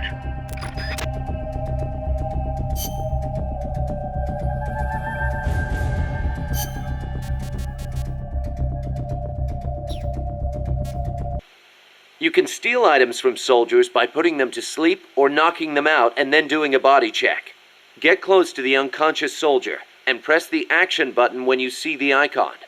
Or you can sneak up on them from behind and do a hold-up. It also works if the soldier's near death. Keep in mind though, if you wait too long, you'll have a dead soldier instead of a dying one. And you can't do a body check if you're holding the Fulton recovery device either. So don't try. Scouts are outfitted with camouflage to help them hide. Some of them look kind of weird, like they've got seaweed growing all over them. Ah, ghillie suits. Not much difference between them and any other scout in terms of combat ability, but it does make them harder to spot. I'm sure it does. You've come across these before? Yeah, the Soviet Union. The first time, it took me a full hour to find the guy and take him out. Kaz, do you know what they shine? Shine? Like how? Like, from their heads. Their heads? How about their hair? Do they have a lot of it? What are you talking about? How the hell would I know? How about a parrot? Did anybody hear a parrot squawk? A parrot? Look, Snake, you're talking to the wrong guy. I mean, Cecile's the bird expert. Wait a second, what am I saying? You're not making any sense to begin with. Never mind. It's a long story. I'll figure it out another way. Forget about it. Yeah, I'll do that. Anyway, we've already lost too many good people to these surprise encounters. Make sure you don't end up like one of them. I do not know if I recall such large ruins being there. Well, didn't you say there's a lot we don't know about Costa Rica's ancient civilizations? You talked about some giant stone balls, too. What are those? Oh, the stone spheres of Costa Rica? They are an assortment of giant spheres carved from stone that were discovered in the jungles of Costa Rica about 50 years ago. What's so special about that? What if I told you some of them are nearly perfect spheres, and that they were carved out of granite, which is quite a hard substance? Could be good for laying a trap. And if they're spherical, they roll easily, too. Snake! Snake, be careful when going through areas you've passed through before. The enemy could be waiting to ambush you. And do you know how to identify the soldier with the ID card? Yeah, Cecile told me. He's in a forest with some Quetzals wearing a orange jacket. He'll be from the lab. Probably out on patrol. Do a body check to see if he's got the card. Did you see a Quetzal snake? Yep. What do you think? Did it look like a snake? Huh? No, it didn't look like a snake. Oh, really? Must be different from the Quetzalcoatl then. Quetzalcoatl? A winged snake from the Mayan and Aztec legend. A winged snake? Weird, right? I bet it's you and May. Amanda and everybody says Quetzalcoatl is a Quetzal in the form of a god. But there's no way anybody mistake a snake for a bird. I think the legend of Quetzalcoatl came first. Somebody saw it and adopted it as their god before they saw the Quetzal. After that, somebody saw a bird that looked like the image of the god, and so they named it Quetzal. You mean it happened the other way around? Well, if you ask me, the Quetzalcoatl was probably a pterosaur that survived. I mean, it's got wings and it's a reptile, so it probably looks kind of like a snake, right? Pterosaurs live on in Africa even today. They're called the Congamato and the Elitziao. So it makes sense that there'd be pterosaurs on the American continent too, and that they survived until the Mayan and Aztec eras. Wow. Lucky for us, they're not still around today. Who says they aren't? The dinosaurs supposedly died out 65 million years ago, and the Aztec civilization only rose about 600 years ago. If they managed to survive 65 million years, surely they couldn't be wiped out in 600. Pterosaurs survive today in the African countries of Cameroon and Congo. Each tribe calls them by a different name, like Congamato or Litziao. There sure are a lot of dinosaurs running around the Congo. Well, a lot of the land hasn't been settled by humans yet. They've survived all this time, just undiscovered by man. But they're finding fossils in America too. This one they found 3 years ago in Texas had a wingspan of more than 12 meters. If I saw a gigantic pterosaur like that, I'd probably call it a god too. Yup, I'm sure that's what the Quetzalcoatl really is. That was some escape you made from Strangelove's lab. Security inside was not so tight. The door to my room was locked from the outside, of course. But she took off the blindfold at bath time, so she could wash my hair. Huh. Pretty luxurious treatment for a prisoner. Wasn't it? She wouldn't undo the handcuffs, but she washed my body for me instead. And with such gentle care. Why'd you run away? Didn't she say you could go home in a month? If your escape attempt failed, you'd be in greater danger than before. I was supposed to be giving a presentation on the distribution of Costa Rican bird species at a conference. The date was approaching quickly. So, I pretended I had to use the toilet and made my escape. I found an ID card and searched everywhere for my equipment and my tape. But a soldier saw me. It was a miracle I managed to get away. There was no time to find the tape. I do not care about the conference.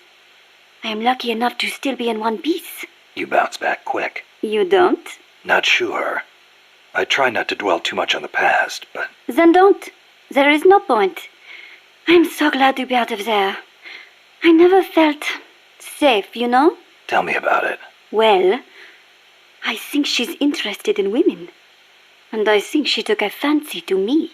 Oh, well, that's, Besides, it is much nicer here. Was it just the two women in the lab? Most of the time, oui. And one of them, you only heard her voice, right? Yes, that is correct. Such a wonderful voice. It sent chills up my spine. What was the other woman like? Don't even think about it. She has not the slightest interest in men. No, it's part of my mission to... Only teasing. Let me think. I believe she was in her 30s. Pretty, with a good sense of style, but austere in her tastes. A very unusual woman. And she was doing research on AI? AI? So that is what she was up to. You know, she did say something interesting. That people should not be going into space. That it is too dangerous. An automated control system for rockets, then. She said something about wanting to get closer to her dying wish. I think she must have been talking about an old lover. Lover? You mean another woman? Huh. My! Aren't we curious about women and other women?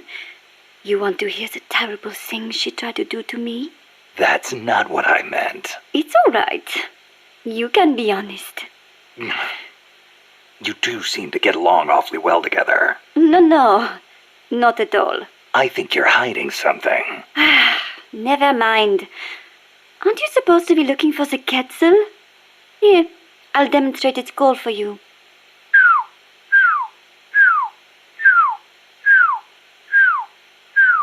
I knew it.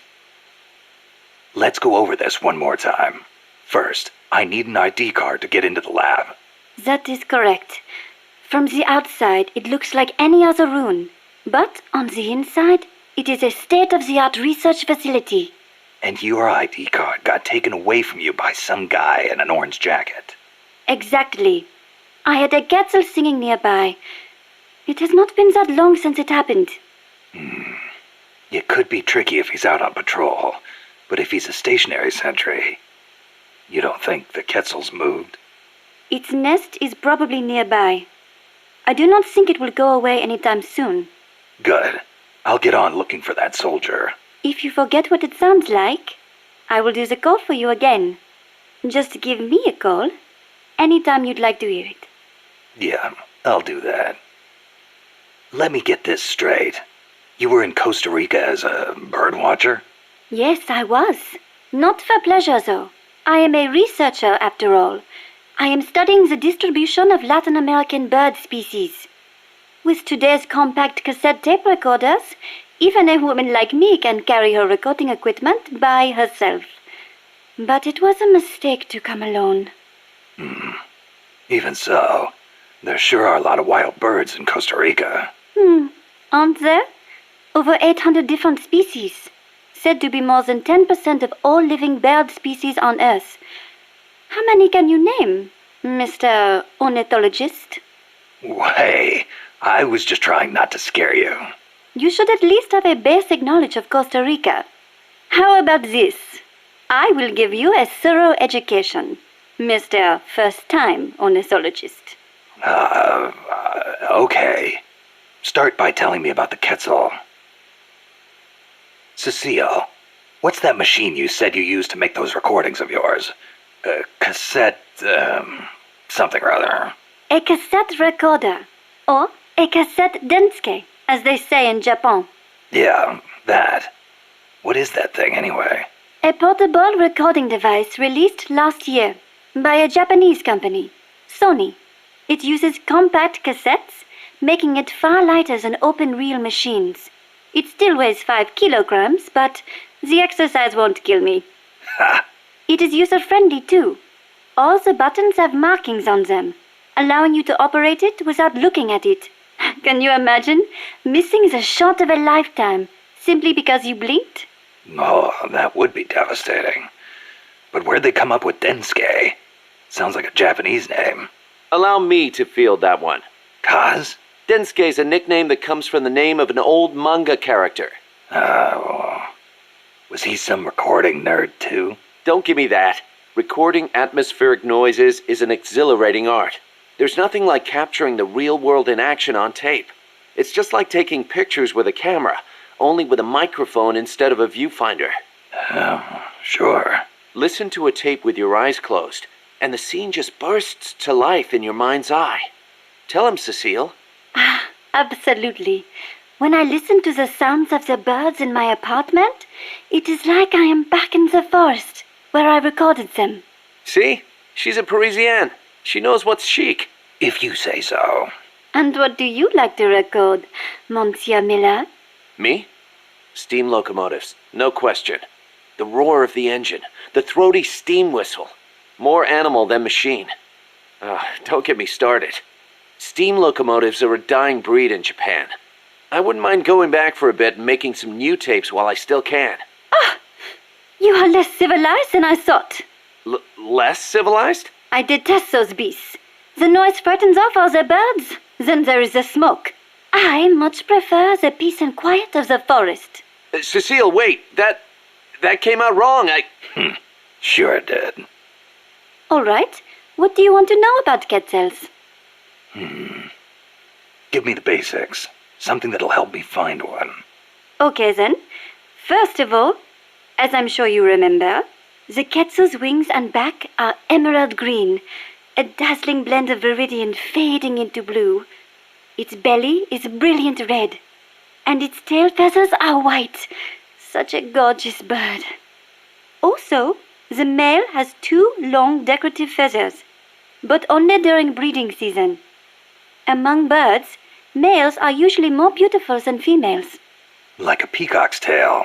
Yes, just like that. It is interesting to note that while their bodies are only 40 centimeters long, many quetzals reach over a meter in length when you include their decorative plumage. Quetzals typically build their nests by making holes in dead trees with their beaks, about 3 to 4 meters above the ground. They are omnivorous and eat everything from nuts to lizards. Where can I find one?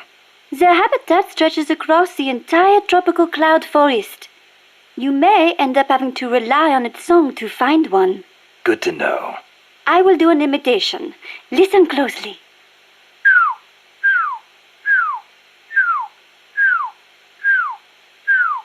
Hey, not bad. Shall I do a chicken next? Cluck, cluck, cluck, buck, buck, buck. No thanks. That's enough. Are you sure? How about a monkey? Yeah, don't need that either. Oh, all right then. Costa Rica is the home to many hummingbirds as well. The people here call them colibri. Colibri, huh? Hummingbirds are the world's smallest birds. Although they can vary from species to species, most are around 10 centimeters in length, and the smallest no more than 5. It is amazing to think that something so small can still be a fully developed bird. I think a bird that tiny would get mistaken for a bug. Actually, they are often mistaken for sphinx moths. The little darlings feed on flower nectar, and their beaks are long and thin to help them drink up the nectar. They beat their wings far faster than any other bird. The smallest ones over 70 times a second. Can you imagine? What for? They hover in midair while they suck their nectar. They can even fly straight backwards. Hovering. Like a helicopter. That's why Amanda and her unit called that chopper Colibri. I think it is an insult to the birds to give their names to weapons. Don't you? Don't ask me. Ask the birds how they feel about it. Have you ever heard of the mannequins? Never. Unbelievable! You came all the way to Costa Rica, and you've never even heard of them? I didn't come here to look at... Mannequins are known for their beautiful courtship dances. The orange-colored mannequin is said to live on the Pacific side, the white-bearded mannequin on the Caribbean side, and the long-tailed mannequin is in the Central Basin. The long-tailed mannequins are especially distinctive. What's special about them? First, each young male picks an older male to teach him how to dance. Then, teachers and pupils all get in a group and dance for the females. However, only the teachers get paired off with females. The pupils practice their technique for 7 years before striking out on their own and finding their own pupils. I guess it takes time to get good at anything. Whether it's dancing or soldiering. Mannequins always have plenty to eat. Apparently, that is why they have so much free time to practice dancing. Unlike us, obviously. Another well-known bird of the cloud forest is the three-wattled bellbird. Wattled? What the hell's a wattle? It is just like your beard, Snake. What? It is a piece of flesh that hangs down from its chin. Kind of like whiskers, but not made of hair. A hanging piece of flesh. Oui, and it only grows on males. Nothing more important to a man than his beard. So, these birds are in the cloud forest too? They are normally found in the lowland rainforests, but they migrate into the highland cloud forests during breeding season. What the three-wattled bellbird is best known for, though, is its loud call. It makes these metallic bong and ding sounds, hence the name bellbird. It hardly sounds like a bird at all. Even an expert bird caller like me cannot do it justice. Oh, doesn't sound like I'll be mistaking it for a quetzal. Do you know the national bird of Costa Rica? Honestly, and you call yourself an ornithologist? The national bird of Costa Rica is the clay-colored robin. It's a plain-looking brown bird found throughout the country. Why'd they make it the national bird then? Are there all kinds of better-looking birds like the quetzal? The clay-colored robin has the most exquisite song. And I think it is part of the Costa Rican national character to choose a bird everyone knows and loves over prettier ones. Somehow these people don't strike me as being very Latin.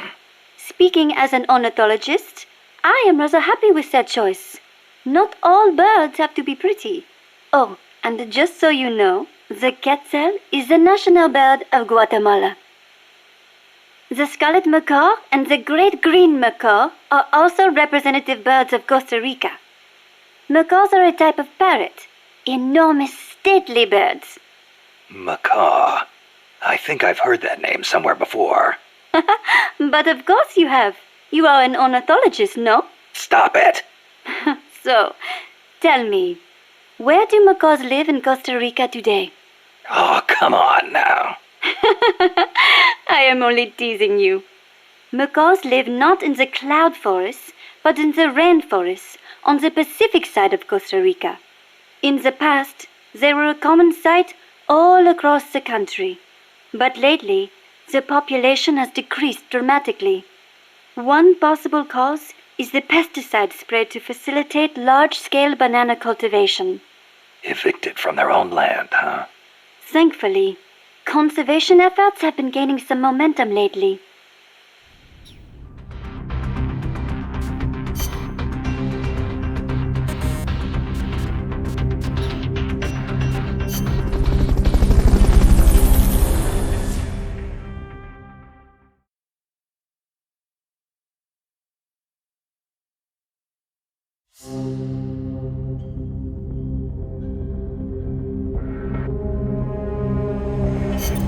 Snake, to gain access to the lab, you'll need an ID card. You can get one from a guard in an orange jacket stationed in an area where you can hear quetzal singing. To get the ID card from the soldier, do a body check. You've got to get inside that lab before the AI gets shipped out. Get a move on.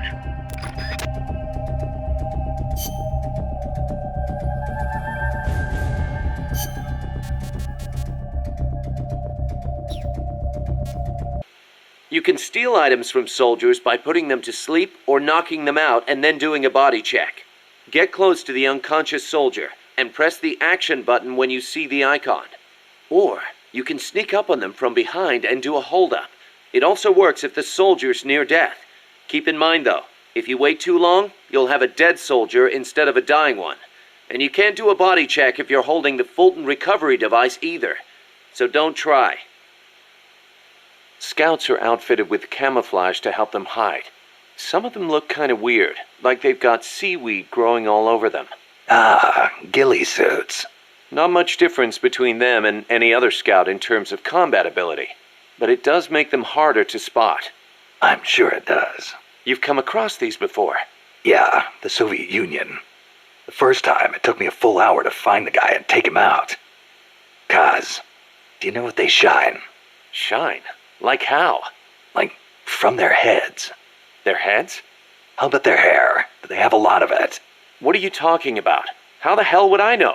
How about a parrot? Did anybody hear a parrot squawk? A parrot? Look, Snake, you're talking to the wrong guy. I mean, Cecile's the bird expert. Wait a second, what am I saying? You're not making any sense to begin with. Never mind. It's a long story. I'll figure it out another way. Forget about it. Yeah, I'll do that. Anyway, we've already lost too many good people to these surprise encounters. Make sure you don't end up like one of them. I do not know if I recall such large ruins being there. Well, didn't you say there's a lot we don't know about Costa Rica's ancient civilizations? You talked about some giant stone balls, too. What are those? Oh, the stone spheres of Costa Rica? They are an assortment of giant spheres carved from stone that were discovered in the jungles of Costa Rica about 50 years ago.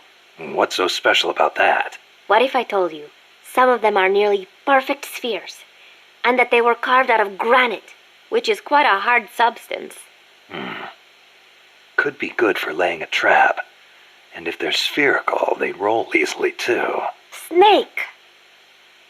Snake, be careful when going through areas you've passed through before. The enemy could be waiting to ambush you. And do you know how to identify the soldier with the ID card? Yeah, Cecile told me. He's in a forest with some Quetzals wearing a orange jacket. He'll be from the lab, probably out on patrol. Do a body check to see if he's got the card.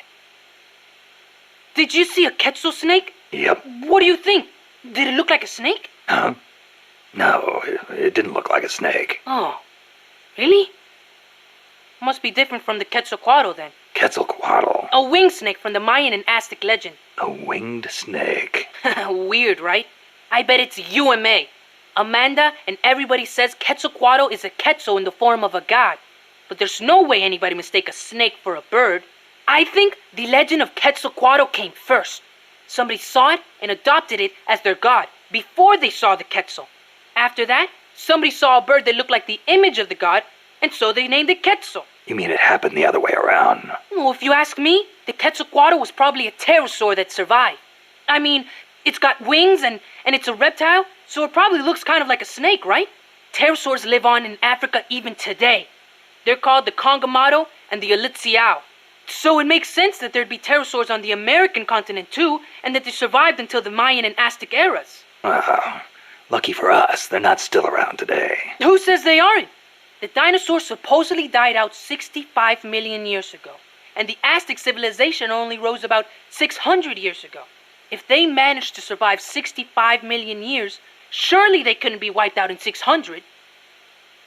Pterosaurs survive today in the African countries of Cameroon and Congo.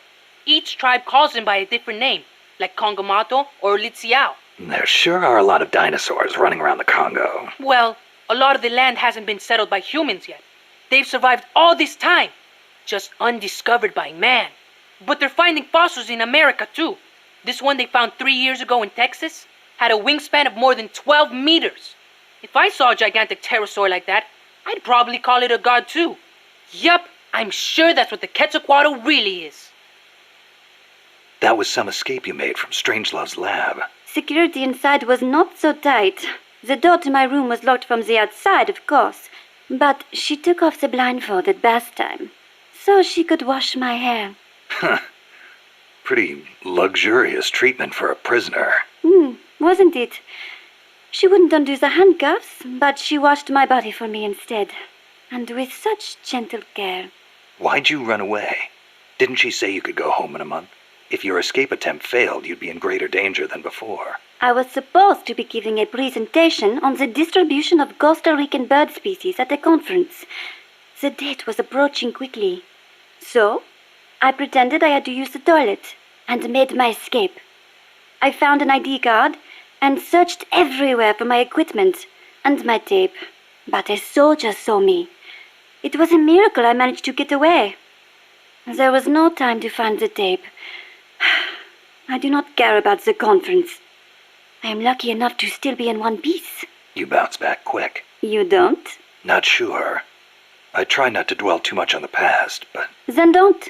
There is no point. I'm so glad to be out of there. I never felt safe, you know? Tell me about it. Well, I think she's interested in women. And I think she took a fancy to me. Oh, well, that's, Besides, it is much nicer here. Was it just the two women in the lab? Most of the time, oui. And one of them, you only heard her voice, right? Yes, that is correct. Such a wonderful voice. It sent chills up my spine. What was the other woman like? Don't even think about it. She has not the slightest interest in men. No, it's part of my mission to... Only teasing. Let me think. I believe she was in her 30s. Pretty, with a good sense of style, but austere in her tastes. A very unusual woman. And she was doing research on AI? AI. So that is what she was up to. You know, she did say something interesting. That people should not be going into space. That it is too dangerous. An automated control system for rockets, then. She said something about wanting to get closer to her dying wish. I think she must have been talking about an old lover. Lover? You mean another woman? Huh, my! Aren't we curious about women and other women? You want to hear the terrible things she tried to do to me? That's not what I meant. It's all right. You can be honest. You two seem to get along awfully well together. No, not at all. I think you're hiding something. Never mind. Aren't you supposed to be looking for the Quetzal? Here, I'll demonstrate its call for you.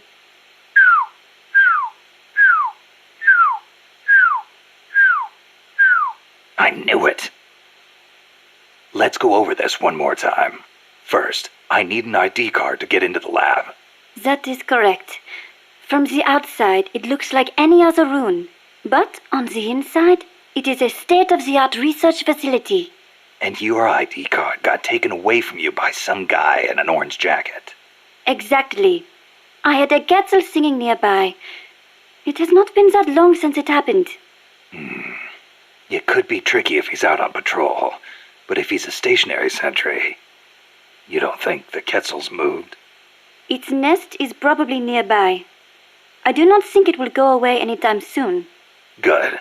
I'll get on looking for that soldier. If you forget what it sounds like, I will do the call for you again. Just give me a call anytime you'd like to hear it. Yeah, I'll do that. Let me get this straight. You were in Costa Rica as a bird watcher? Yes, I was. Not for pleasure, though. I am a researcher, after all. I am studying the distribution of Latin American bird species. With today's compact cassette tape recorders, even a woman like me can carry her recording equipment by herself. But it was a mistake to come alone. Even so, there sure are a lot of wild birds in Costa Rica. Aren't there? Over 800 different species. Said to be more than 10% of all living bird species on Earth. How many can you name, Mr. Ornithologist? Hey, I was just trying not to scare you. You should at least have a basic knowledge of Costa Rica. How about this? I will give you a thorough education, Mr. First-Time Ornithologist. Okay. Start by telling me about the Quetzal. Cecile, what's that machine you said you used to make those recordings of yours? Cassette, something or other. A cassette recorder, or a cassette denske, as they say in Japan. Yeah, that. What is that thing, anyway? A portable recording device released last year by a Japanese company, Sony. It uses compact cassettes, making it far lighter than open-reel machines. It still weighs 5 kilograms, but the exercise won't kill me. It is user-friendly, too. All the buttons have markings on them, allowing you to operate it without looking at it. Can you imagine missing the shot of a lifetime simply because you blinked? Oh, that would be devastating. But where'd they come up with Densuke? Sounds like a Japanese name. Allow me to field that one. Kaz? Densuke is a nickname that comes from the name of an old manga character. Was he some recording nerd, too? Don't give me that. Recording atmospheric noises is an exhilarating art. There's nothing like capturing the real world in action on tape. It's just like taking pictures with a camera, only with a microphone instead of a viewfinder. Oh, sure. Listen to a tape with your eyes closed, and the scene just bursts to life in your mind's eye. Tell him, Cecile. Absolutely.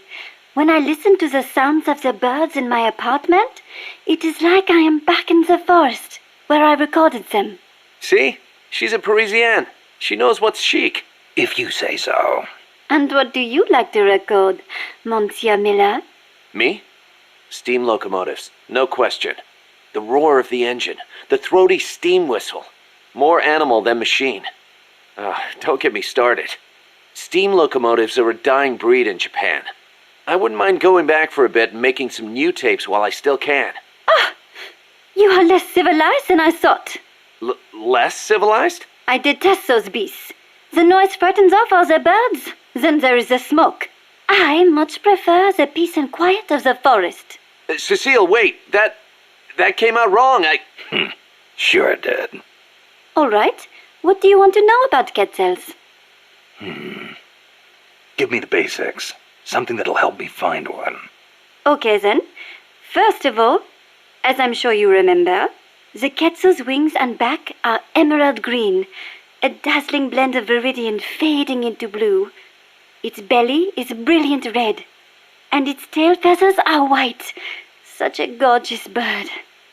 Also, the male has 2 long decorative feathers, but only during breeding season.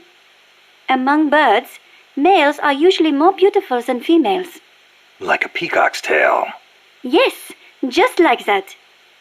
It is interesting to note that while their bodies are only 40 centimeters long, many quetzals reach over a meter in length when you include their decorative plumage.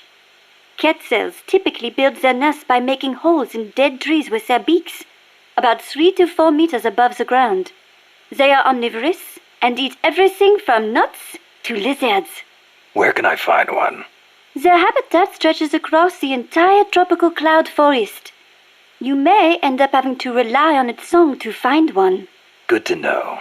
I will do an imitation. Listen closely.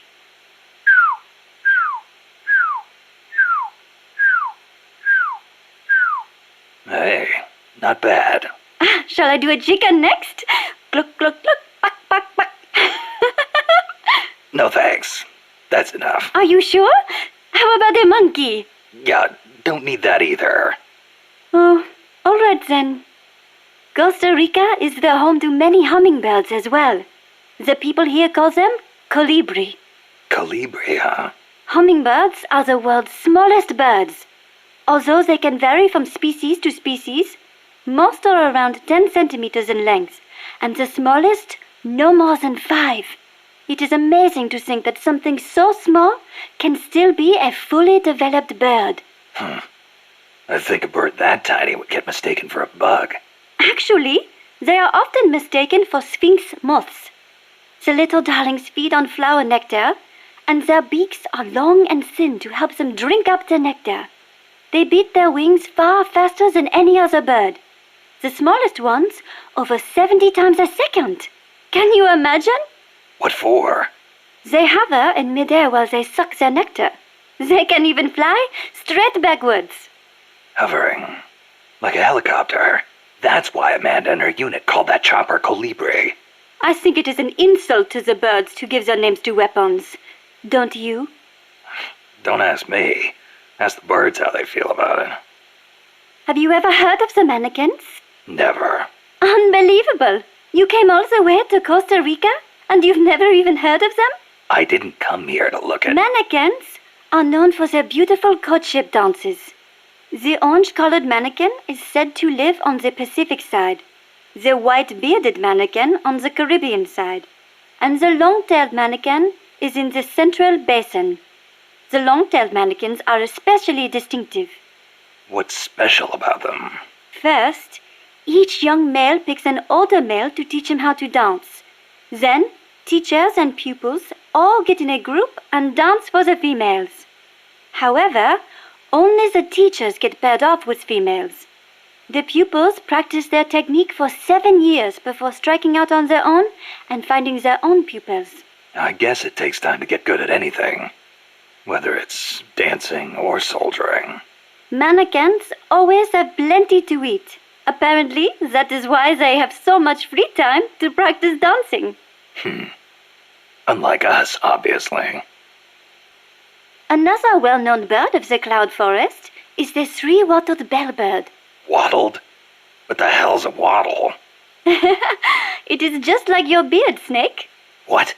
It is a piece of flesh that hangs down from its chin. Kind of like whiskers, but not made of hair. A hanging piece of flesh. Oui, and it only grows on males. Nothing more important to a man than his beard. So, These birds are in the cloud forest, too. They are normally found in the lowland rainforests, but they migrate into the highland cloud forests during breeding season. What the three-wattled bellbird is best known for, though, is its loud call. It makes these metallic bong and ding sounds, hence the name bellbird. It hardly sounds like a bird at all. Even an expert bird caller like me cannot do it justice. Oh, it doesn't sound like I'll be mistaking it for a quetzal. Do you know the national bird of Costa Rica? Honestly, and you call yourself an ornithologist? The national bird of Costa Rica is the clay-colored robin. It's a plain-looking brown bird found throughout the country. Why'd they make it the national bird, then? Are there all kinds of better-looking birds like the quetzal? The clay-colored robin has the most exquisite song. And I think it is part of the Costa Rican national character to choose a bird everyone knows and loves over prettier ones. Somehow these people don't strike me as being very Latin. Speaking as an ornithologist, I am rather happy with that choice. Not all birds have to be pretty. Oh, and just so you know, the quetzal is the national bird of Guatemala. The scarlet macaw and the great green macaw are also representative birds of Costa Rica. Macaws are a type of parrot, enormous, stately birds. Macaw. I think I've heard that name somewhere before. But of course you have. You are an ornithologist, no? Stop it! So, tell me, where do macaws live in Costa Rica today? Oh, come on now. I am only teasing you. Macaws live not in the cloud forests, but in the rainforests on the Pacific side of Costa Rica. In the past, they were a common sight all across the country. But lately, the population has decreased dramatically. One possible cause is the pesticide sprayed to facilitate large-scale banana cultivation. Evicted from their own land, huh? Thankfully, conservation efforts have been gaining some momentum lately.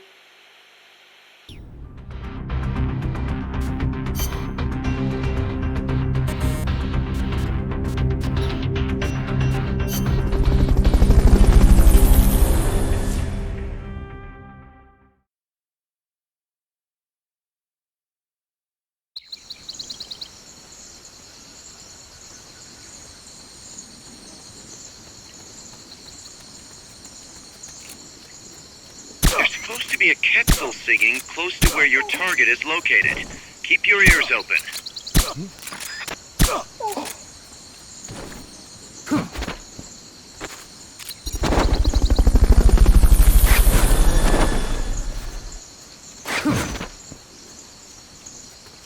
Fulton recovery subject confirmed onboard helicopter. Is someone there?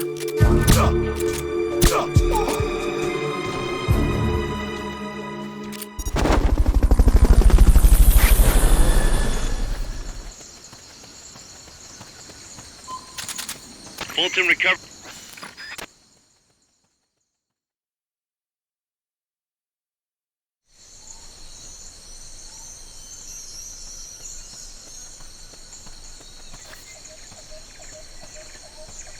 Once you know which soldier has the ID card, do a body check. To do a body check, first knock the soldier out, or put him to sleep, or hold him up. That works too.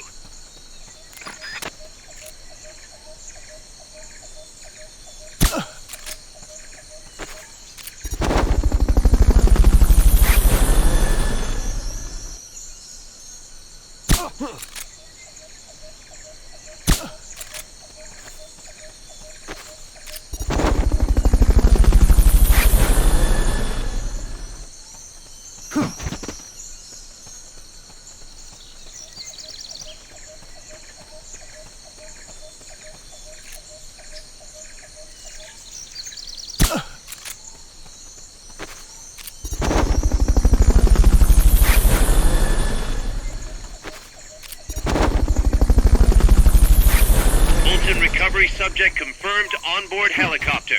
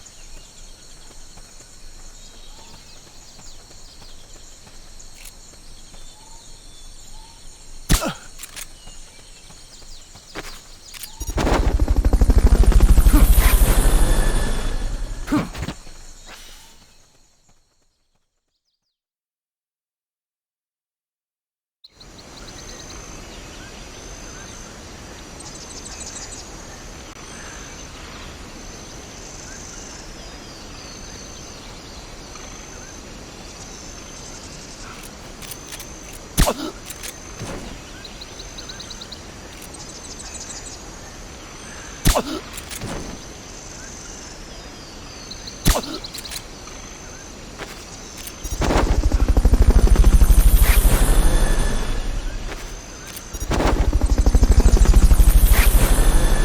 recovery helicopter is complete.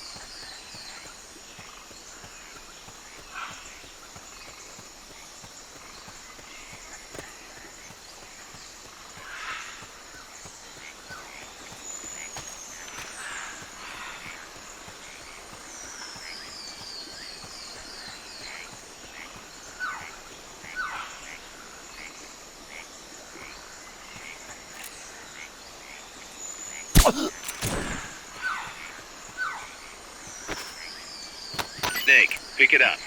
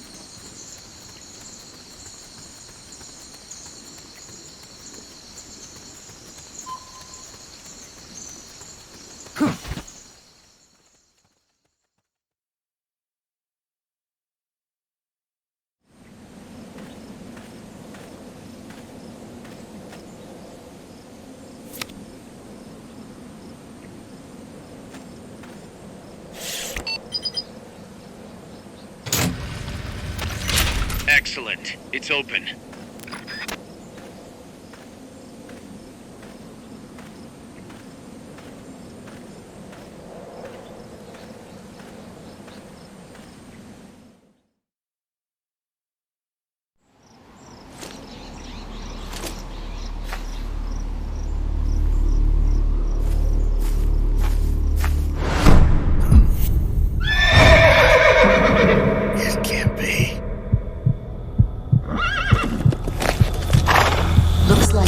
Wasn't ready for me yet. Boss. And who might you be? You.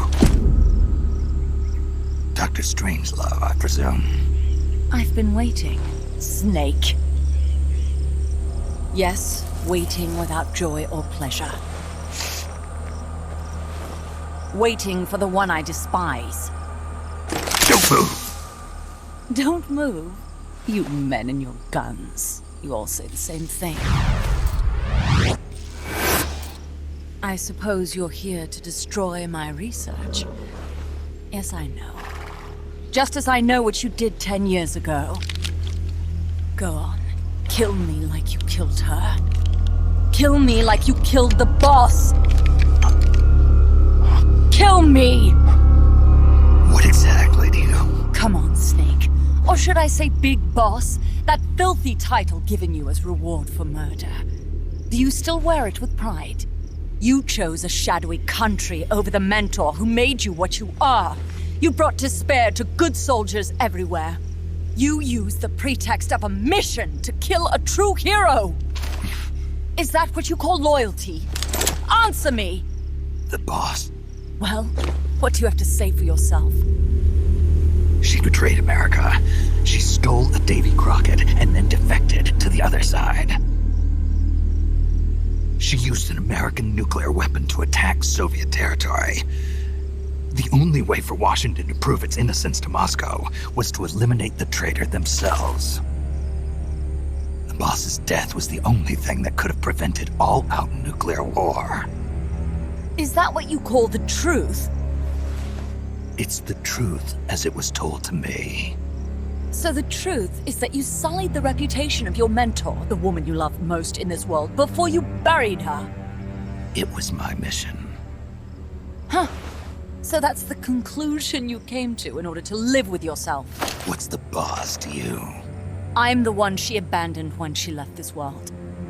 I won't rest until I get answers from the woman I loved. You and I are the same. We are the walking dead. Would you like to meet her? The boss is gone. Not so fast. You'd like to meet her, wouldn't you? I can arrange it. You took her life. I gave it back. You what? Care for a sniff? It's only snuff. You're a cigar man, aren't you? Well, there's no smoking in there, so if you want to meet her, you'd best partake now. Follow me. This is my baby, my morpho butterfly. It's neither pupa nor cocoon, but an imago. A complete individual, in the fullest sense of the word. Is someone there? Boss. We have a visitor. I'll introduce him. Don't try anything foolish. As long as we're in here, I can reduce you to carbon at the press of a button. Who are you?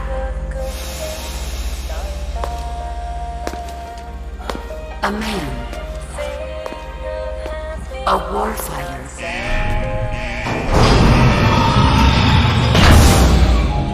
Boss. Is that you? I call it the mammal pod. Mammal pod? For my participation on the project, I demanded access to all information on the boss. Everything the CIA had. Her personal history, military records, physiological data, correspondence, the files for every operation she took part in, every decision she ever made at every possible turn, what she took and what was taken from her, her pain and her pleasure, her joy and sorrow, her life and death, and yes, even you. Why would you do that? Coldman sought an MAD-based AI that would deliver an effective retaliatory strike against the most appropriate target in response to a nuclear attack from a hypothetical adversary. An unmanned device to act as a deterrent capable of making the decisions and taking the actions that human beings cannot. I therefore concluded he required a cool, calculating machine programmed to inflict swift, sure, and utter annihilation upon the enemy. No retaliation, but he took it upon himself to come up with a different answer. He said he needed the thought patterns of the very finest rational mind, one that thought on a global scale, took both past and future into consideration, and reached the best decision, no matter how painful. And that's why you asked for everything they had on the boss. It was the logical thing to do. I knew of only one person who could be entrusted with the fate of the entire human race. What's your real goal here? To clear her name. Why was a legendary hero forced to betray her country? Why was she targeted for assassination by you, her most beloved disciple? I have no use for fabrications. I want the truth. The boss's last will. You must be dying to know yourself. No. She abandoned her country. Abandoned us all. Really? You think you understand her feelings? You're trying to recreate the boss's last will. Is that it? Why don't you ask her yourself, Jack? What? Jack? Boss. Jack! Boss. Jack! Go home. I'm not your boss anymore. Boss. Go home! No, Complete your mission, Snake. Extinguish that noble soul once again, if you can.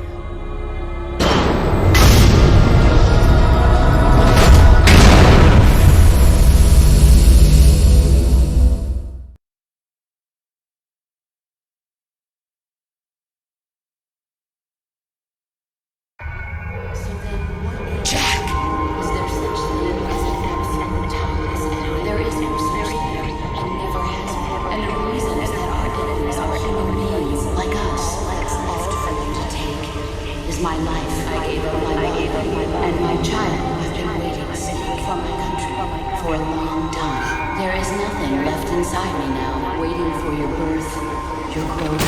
Go home. I'm not your boss anymore. Go home. Still have a family, Snake. Why did you come back? Let's make this the greatest 10 minutes. Go home. I'm not your boss anymore. Go home. Is my life. You better stand by from And my child who have been waiting from my country for a long time. There is nothing left inside me. I'm not your boss anymore. Go home. They are my family. I may no longer be able to bear children. What is this? His response? Oh God. Discontinue!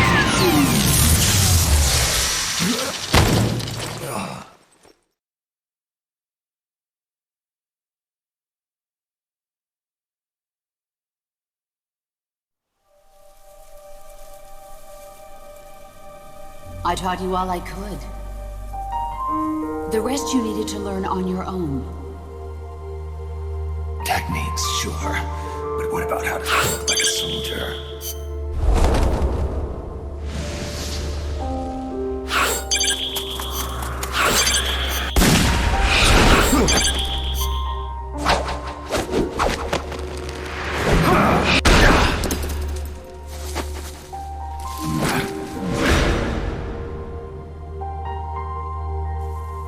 There's a saying in the Orient, loyalty to the end. Do you know what it means? Being patriotic. It means devoting yourself to your country.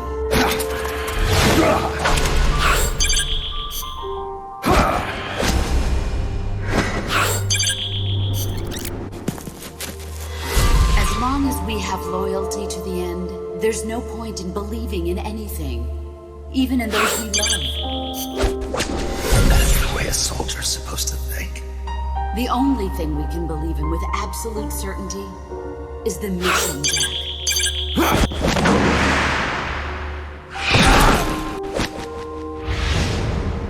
I'm defecting to the Soviet Union. Jack, you can't come with us.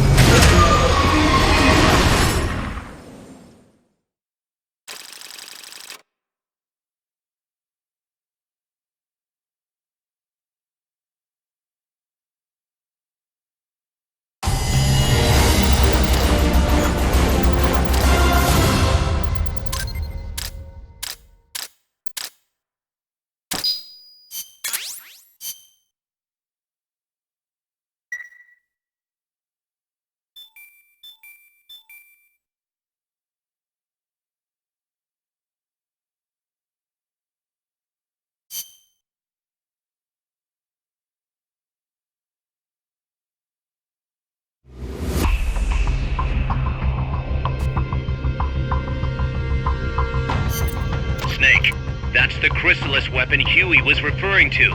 You know what to do.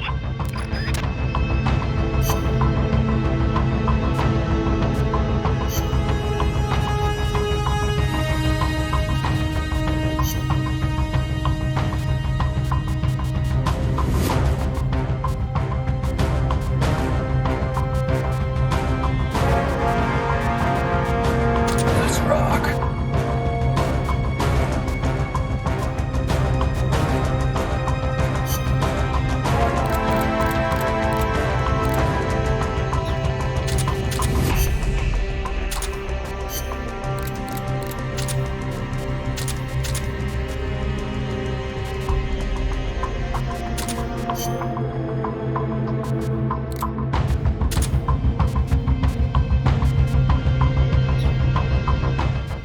Apparently, each part of an AI weapon is connected to a memory board inside the AI pod. Destroying a part will release the lock on the memory board. After that, climb in the pod and you'll be able to grab whichever boards you've unlocked. Only thing is, any parts you destroy can't be collected and reused, so you'll have to decide which is more important. El Colibri may be powerful, but he can be defeated. Looks like you have a lot of places to hide there. Remember your fight with the other chopper. Guerrilla tactics will be key. Only this one's got a few more aces up its sleeve. Yes, it might try to crush you by taking out the pillars. Also, watch out for the smaller craft that abducted Chico. The Chico Libri. Chico Libri? It means son of Colibri. If it gets you, you'll just have to wriggle your way out. You might get away if you're lucky. I'd rather not have to take that chance. Indeed. That would be best. Being an unmanned vehicle, the Chrysalis can perform extreme G-force maneuvers that standard aircraft can't. It'll be difficult to counterattack once it's coming at you. I should mention that it's also equipped with a railgun. A what? A weapon that fires rounds using electromagnetic force in lieu of gunpowder. Wait, an electric weapon? Not exactly. The rounds themselves are conventional shells. It creates force by running an electric current through a magnetic field. Fleming's left-hand rule. Didn't they teach you that at school? Not at mine. Oh.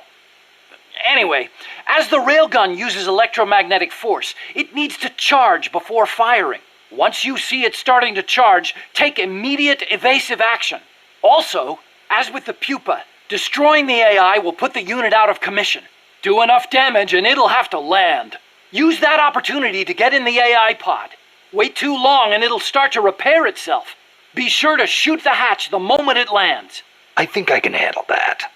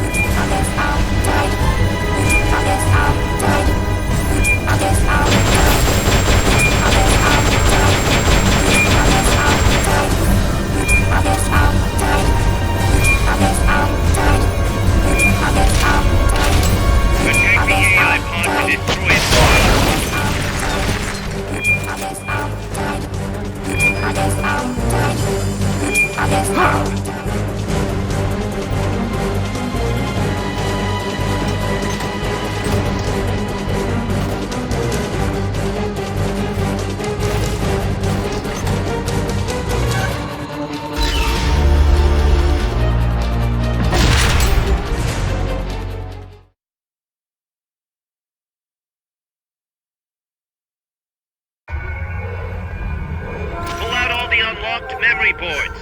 Pull out the memory boards. All the unlocked boards will have icons over them.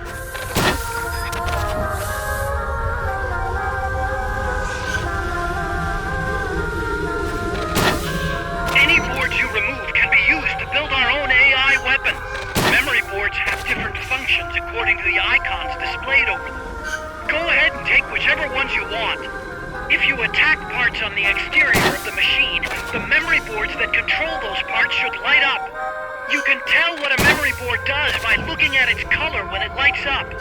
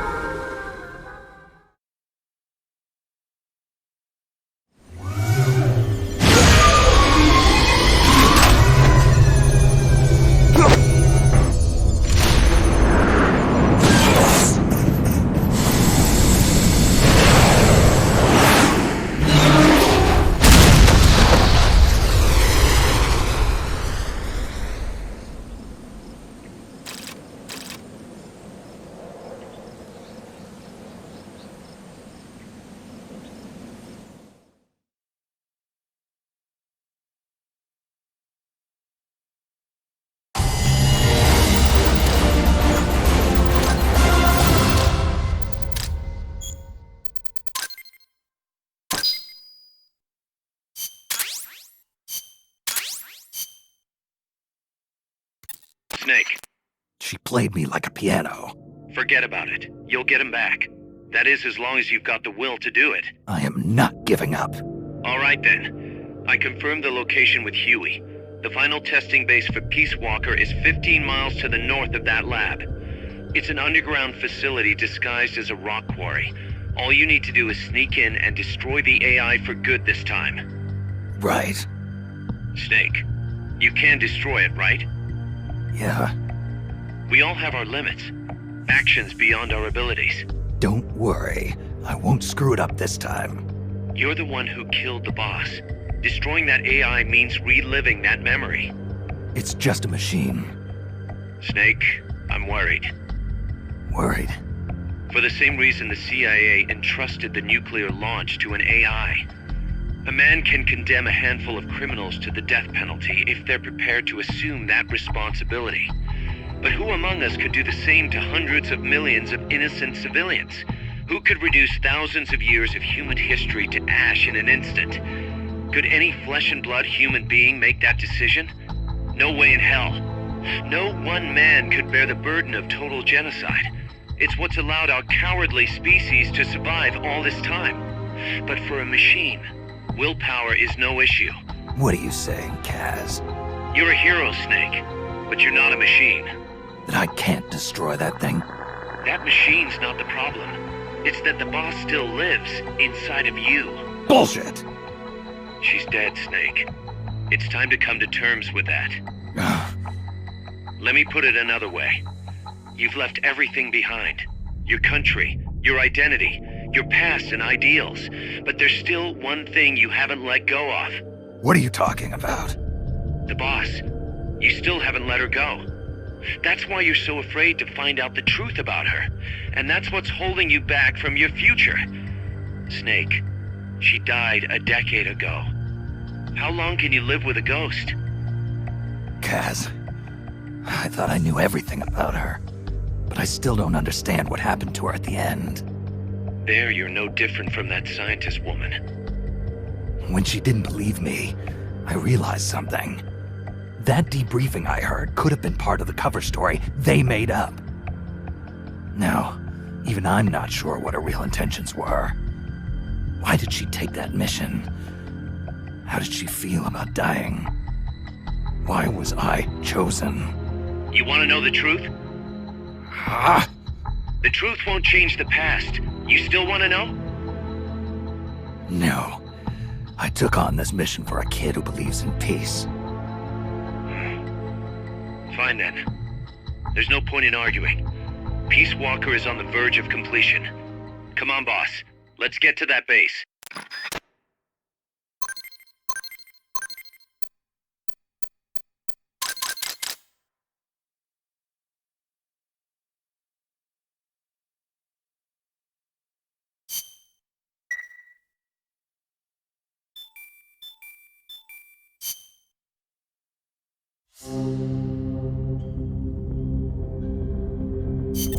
Snake, the Peace Walker platform and AI have been shipped to the final testing base. Once assembled, it's only a matter of time before they launch the nukes. Hurry!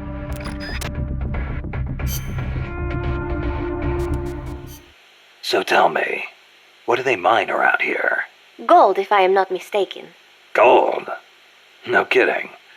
I wonder what would be the fastest way to... I do not know how much success they have had. You do not hear of anyone still operating mines around here. Oh. Generally speaking, people here are not too thrilled with outside capital coming in and taking away the country's natural resources. 4 years ago, a group of protesters hurled stones at the Parliament building when people found out the country had been bestowing mining rights to foreign companies. I remember those barracks. They're full of crisscrossing pathways, so visibility is terrible. Perfect for sneaking. That may be true, but it will also be easy to lose your fix on where you are. You could end up bumping into enemies when rounding corners, too. I'll be careful. You'll get a better view on the roof, but naturally you will be more easily spotted, and there are few places to hide. If you are going up there, get a quick lay of the land and then come back down. The soldiers there do not have access to many long-range weapons, most likely because of the terrain. A sniper rifle could be really advantageous there. I'll keep that in mind. Good luck, Snake. A base disguised as a mine? We never made it that far. I don't know what kind of place it is, but you better be careful, just in case. I plan to. I've heard that the American army keeps dead alien bodies and UFOs in secret bases. Aliens? There are billions of stars in space. You've got to think that at least a few have civilizations more advanced than ours. I'll bet they visit Earth in UFOs. In 1947, the Army actually announced that they had caught a flying disc-shaped object near Roswell, New Mexico. Maybe you don't know about it, but those Army guys, they all know. Oh, you don't say. Anyway, there's no telling what kind of mystery weapons they might have stashed up there. Watch your back. Apparently, UFOs are connected to cattle mutilations. Cattle mutations? No. Not mutations, mutilations. It's a word I'd never heard before. People have been reporting their livestock dying in mysterious ways near the same places where UFOs have been sighted. They say the bodies are drained of blood and the eyeballs and sexual organs are gouged out. Wow, when you leave a corpse cut open in a field somewhere, the ground soaks up the blood. Yeah, but supposedly these cows weren't cut up by any man-made means. Maybe maggots got to them. In some cases, they detected radiation. Radiation? Even in our own town, we had goats that died in strange ways. Some said they saw a monster. A lizard on 2 legs covered in spines from its head all the way down its back. I wonder if that's what the aliens look like. Or if it was some pet they brought with them. Either way, doesn't sound like a very advanced civilization to me. Well, if you see one, tell it I said hi. Sure. If it speaks human. UFOs kidnap people, too. You know, alien abductions. You've heard of the Hill abduction, right? That couple back in the 60s? So when I first saw the Colibri, I thought it was a UFO. The Fulton recovery. I know those guys are working with the aliens, even if they wouldn't let me see them. Well, you better not get caught again, or they'll be experimenting on you. I'd take that over torture. What do you think they look like? Completely bald, maybe, with gray skin and big black eyes? Or maybe they're 4 vara tall and wear skirts? I kind of doubt it. I'll give you one thing, though. I've never seen anything move like that. Maybe the CIA really did make contact. You see? It's true! You want to know something? I once met an alien cat. An alien cat? Yep. It was dark out, so I couldn't see too well. But it was a cat with a huge long tail. Its eyes shined in the dark, too. Most cats' eyes do. At first, I thought it was a regular cat. But then, it started talking to me. inside my head. Inside your head? He said his name was Altargoso El Baki Munyudar. He'd come to Earth from the Andromeda Galaxy to check out Earth's nuclear weapons. The Andromeda Galaxy? Mankind's barely made it to the moon. We couldn't possibly launch nukes that far. El Baki said he was watching over us to make sure we don't destroy ourselves with nukes until the day we humans are ready to join the Space Federation. It's a shame. This is supposed to be the era of détente, and still we've got people pulling stunts like bringing nukes into peaceful countries. If something ever went wrong and set off a chain reaction of retaliation. I know. This planet could destroy itself at any time.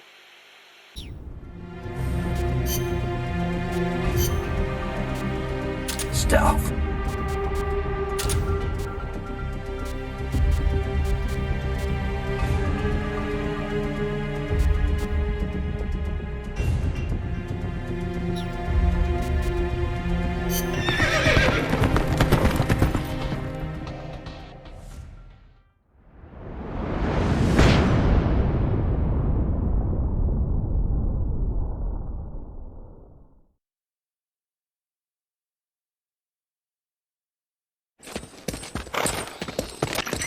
How's the horse doing?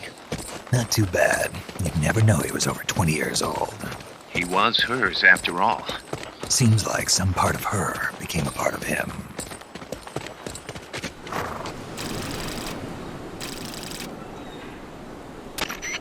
The platform and the cerebral AI are supposed to be assembled at an underground base disguised as a mine. If my guess is right, both of them have already arrived and are being readied for final testing. Destroying the platform will be difficult. I suggest getting up close and destroying the AI instead. Whatever you do, I'm begging you, don't let my Peace Walker launch a nuke. Hurry, Snake!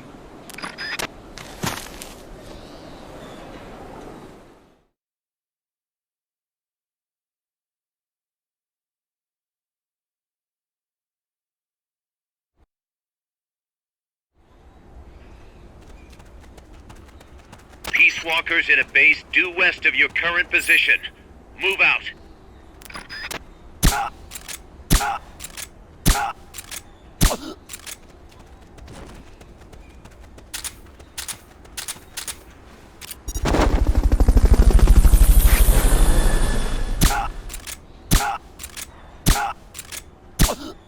Fulton recovery subject confirmed onboard helicopter. What's going on?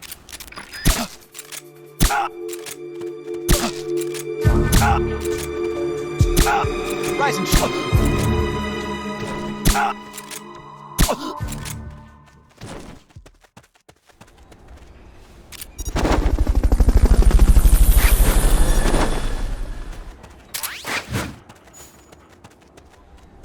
Fulton recovery helicopter is complete. Fulton recovery subject confirmed onboard helicopter.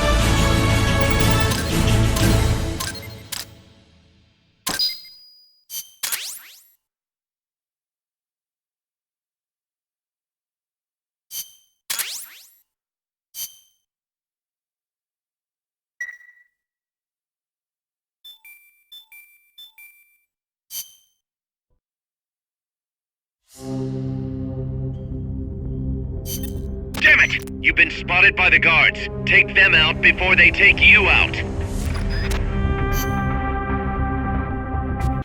They must have had to clear a considerable amount of forest to open up that mine. No doubt. So much for any hiding places, too. And it is not just the forest. Without the proper precautions, the mine's wastewater could pollute the groundwater. And to top it all off, they're developing nuclear weapons there too. How can people care so little about their own country? I'm not the one to ask about that. Well, you may have abandoned your country, but you still treasure where you came from. You think so? Sure. I know you do. Paz, whatever you do, never stop loving your country. Take a look, Snake. That place is as wide open as a soccer stadium. Best to use a long-range weapon you can snipe with. I can see several exits. Right. Don't get too focused on any one of them. Copy that. Go get 'em, Snake.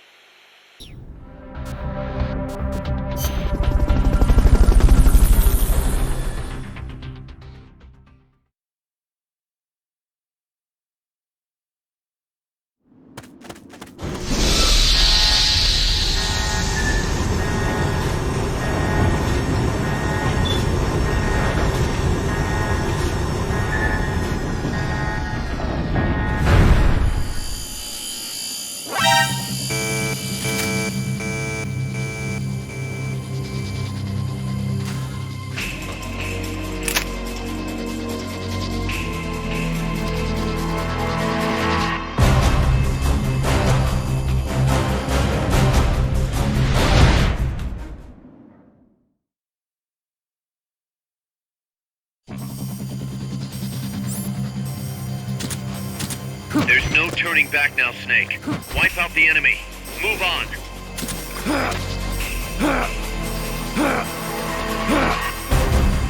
Keep your eyes peeled for snipers.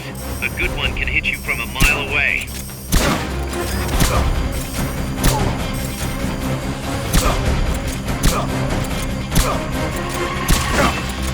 Commencing attack. Initiating capture.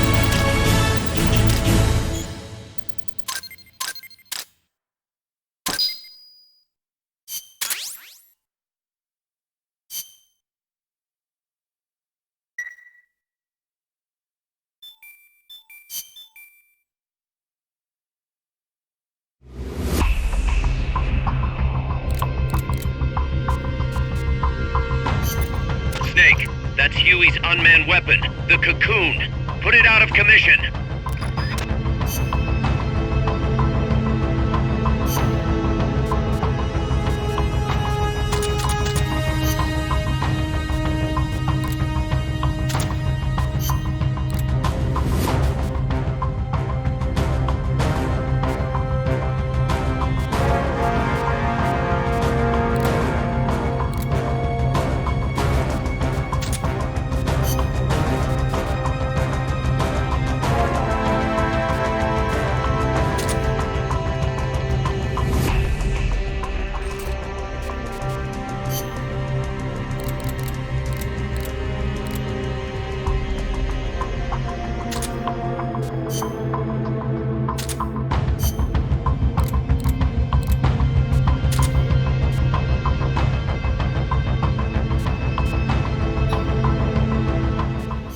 That is El Escarabajo, the beetle.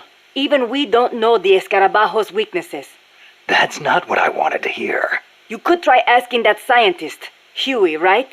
This is just common sense, but once it fires a missile, it must take time to reload. And moving a machine of that size must require the release of considerable amounts of heat. Another option would be to take out its weapons. Sorry I wasn't much help. No, you've given me some ideas. During development, I had trouble figuring out how to handle the cocoon's excess heat. I'm embarrassed to admit it, but the radiators are most likely its weakest points. They're not heavily armored, as heat wasn't dissipating properly. Where are they? There are multiple radiators on the upper and lower sections. Just look for the exhaust fumes. The only thing is, the upper radiators typically aren't exposed. You should probably shoot for the lower ones first. You could move under its body to access the lower ones, but the cocoon is capable of vertical movement, so be careful not to get crushed. Watch out for missiles and hedgehogs, too. Hedgehogs? Anti-submarine multiple spigot mortars? I adapted the technology for use as a surface weapon. Both the missiles and hedgehogs take time to load, though. It can't fire a hedgehog until the lamp comes on. As for the missiles, watch for the way the hatches move. That'll be my chance to get close. When the hatches open, out come the missiles.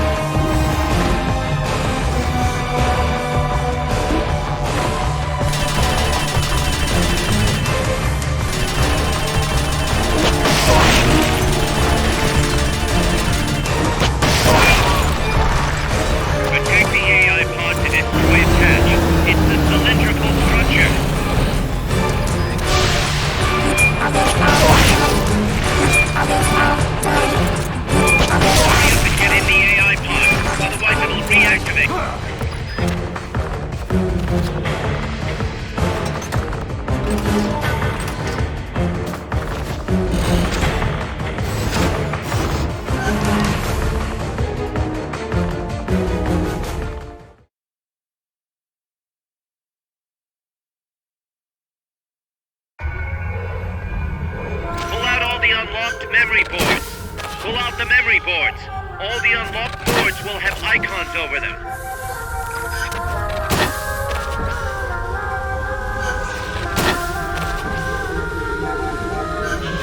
Any boards you remove can be used to build our own AI weapons. Memory boards have different functions according to the icons displayed over them. Go ahead and take whichever ones you want. If you attack parts on the exterior of the machine, the memory boards that control those parts should light up. You can tell what a memory board does by looking at its color when it lights up.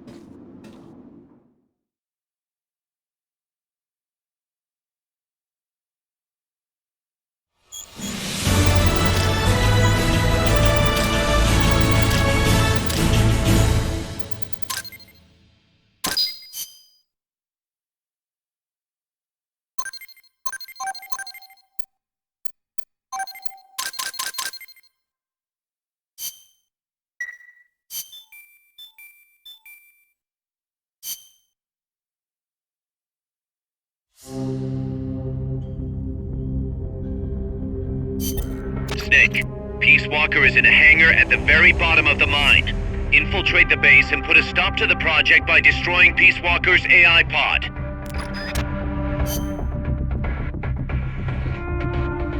Enemies carrying shields can be a real pain in the ass. To hear Amanda tell it. Trying to fight those bastards while they sit behind their shields taking pistol shots at you is enough to make you want to rip your hair out. Get around and flank them if you can. You might want to try blinding them with smoke or stun grenades first. Also, armor-piercing rounds should make it a little easier to punch through their shields. Use them if you got them. Wow, you made it all the way to El Basilisco's hangar. None of us has ever gone that far. I have no idea what the underground base is like. Wish I could say the same. It'll most likely be some kind of building, so... Plenty of places to hide. Right, but security will be extremely tight. Do not forget that the odds are stacked heavily against you. Yeah.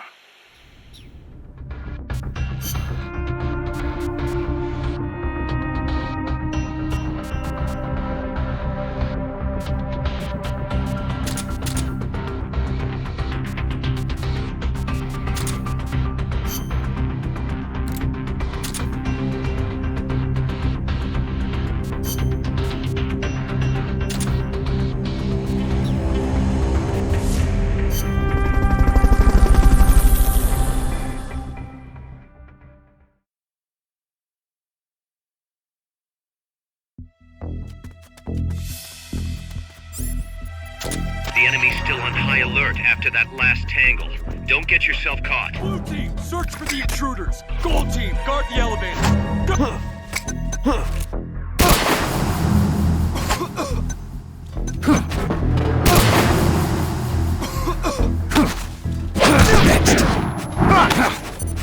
Next.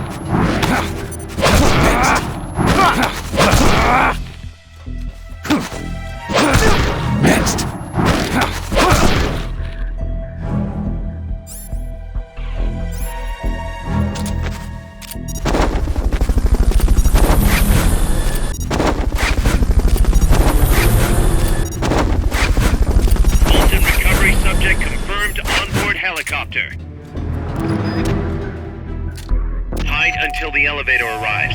Don't let anyone detect you.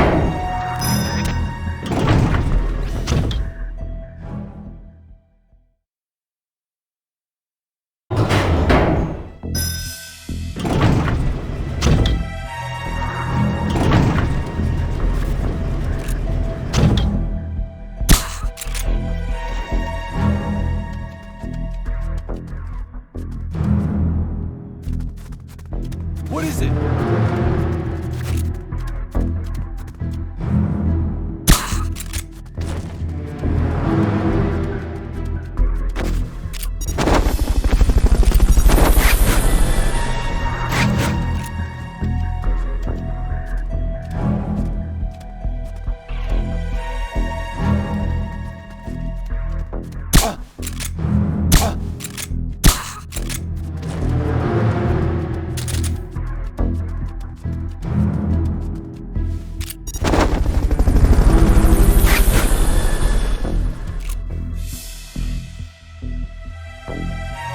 Fulton recovery helicopter is complete.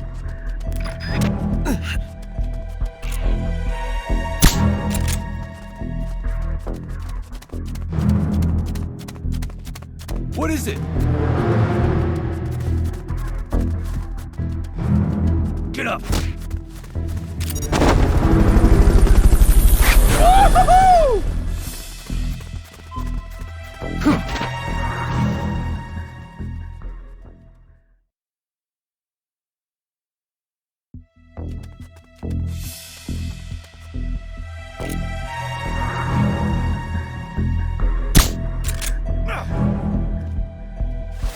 Who's that?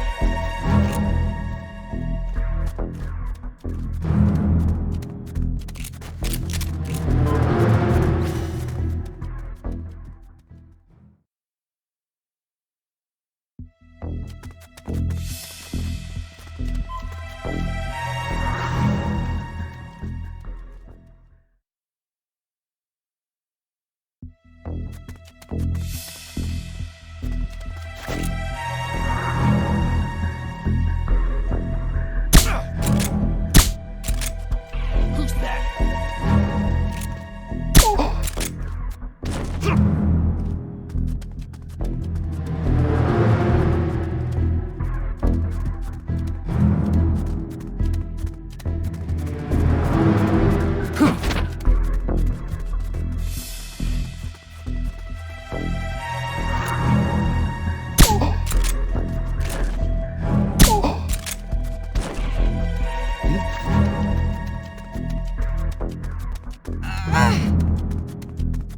Maybe a little elbow grease will get those shutters open. Try tapping the action button as fast as you can. Nice, Snake. From here, it's a straight shot to Peace Walker's hangar.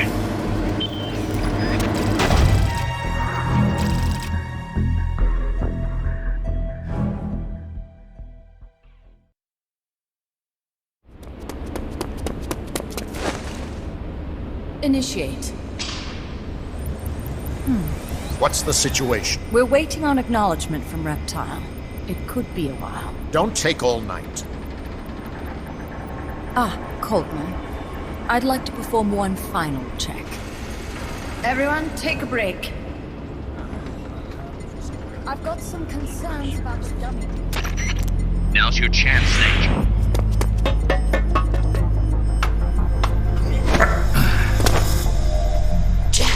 You've returned.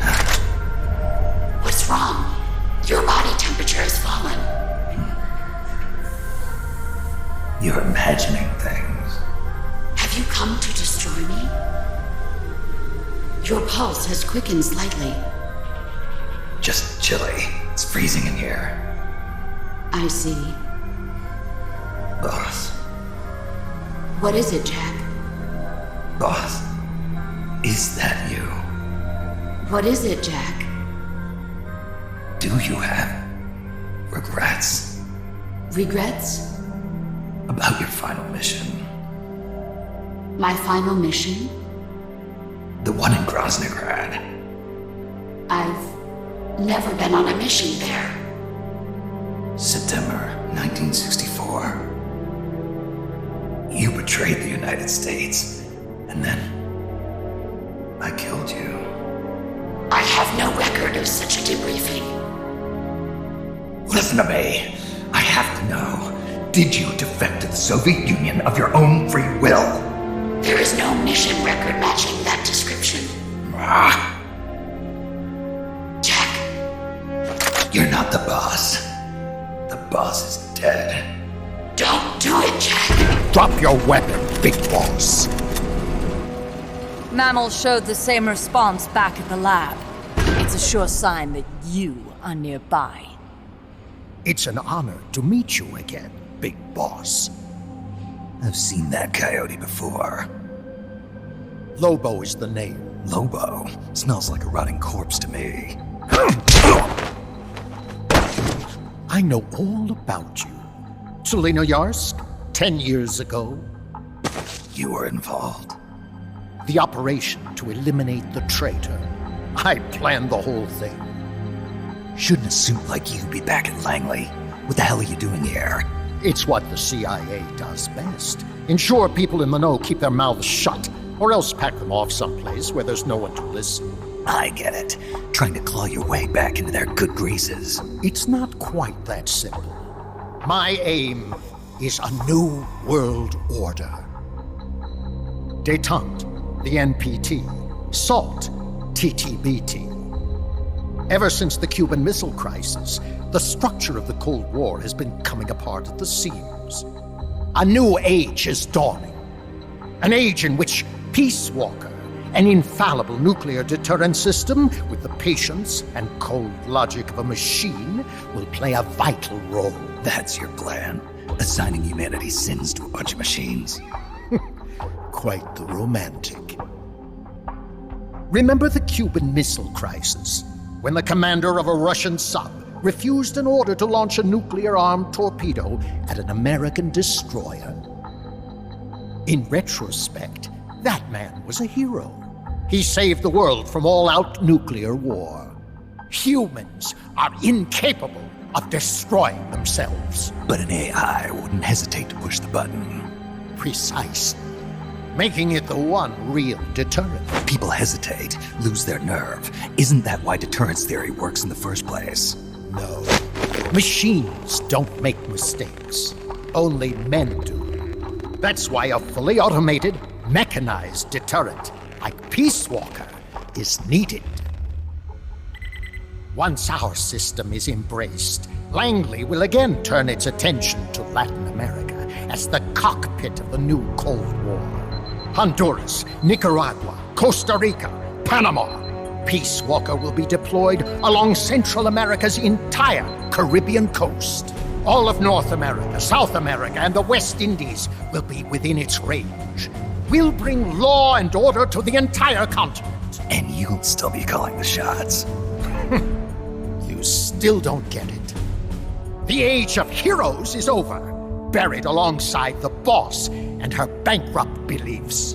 From now on, our only heroes will be machines. Surely no one understands that better than you, except perhaps your partner. A deterrent for hire, an army without borders. You've invented a new system too, and an admirable one at that. That's supposed to be an offer. I'm not offering anything. If I'm to sell my new system, you and yours have got to go. Wait! Coldman, I have questions for him. Information critical to the completion of the mammal pod. Give him to me. Don't waste too much time. We've just received word that the SALT 2 talks are on schedule. We will launch on time. Snake, you are going to help me resurrect her. Shut up! The boss is dead. Bring him.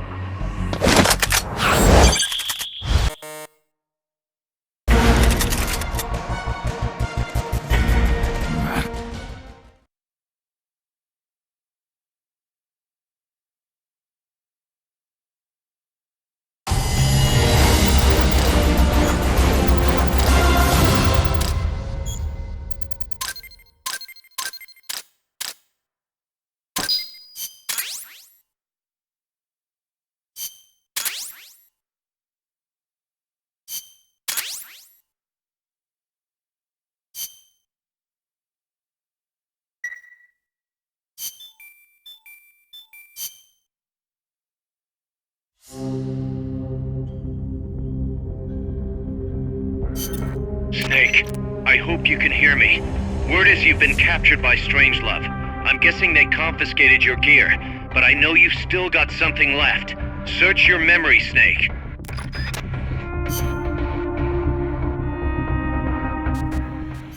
Any word from Snake? I can't get through. Strangelove must still have him. No. We just have to trust the boss and wait. For how long? Amanda, you're cute when you're angry. But please calm down. He's prepared for situations like this. With what? They'll find whatever he has on him. No, they won't. Because this is something a lot more personal than equipment. And Snake never would have gotten rid of it.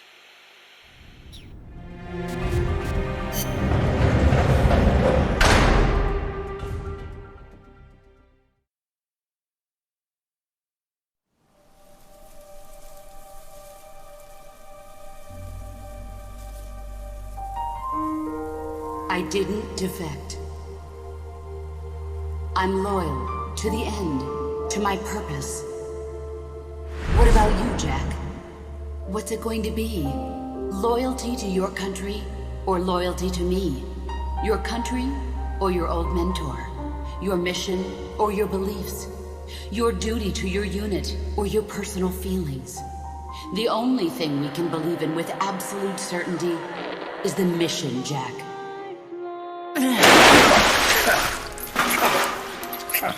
Rise and shine. Coldman's greed does not concern me. I'm only interested in one thing. The truth. I'm a scientist, an AI developer, but not an AI myself. I'm a scientist, and as a scientist, I find this distasteful. You understand? I am a scientist, and I expect answers that make sense. Now, what do you know? Your boss defected from the US, taking a Davy Crockett with her, and used it to launch a nuclear strike on Soviet territory. That much I know from the CIA's official debriefing. Did she defect or not? Answer me! Did she or did she not die for her country?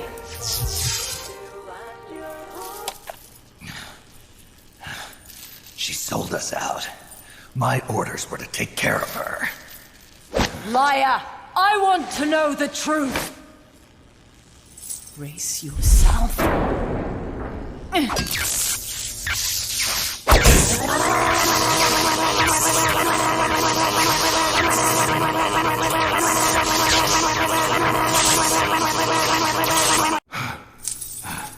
You hate me? Fine. Turn it up. It doesn't change the fact that I killed her. I know that. But what I don't know is your motive. Why would a hero, loyal to the end, betray her country? What really happened? What did you see? She betrayed more than just her country. She betrayed me, too. Then how do you explain that bandana? Why keep a memento of a traitor? What are you talking about? And what about that scar? Don't tell me you have the same scars by sheer coincidence. Don't touch me! Decorating your body with her memory. Rather effeminate, if you ask me. Answer me!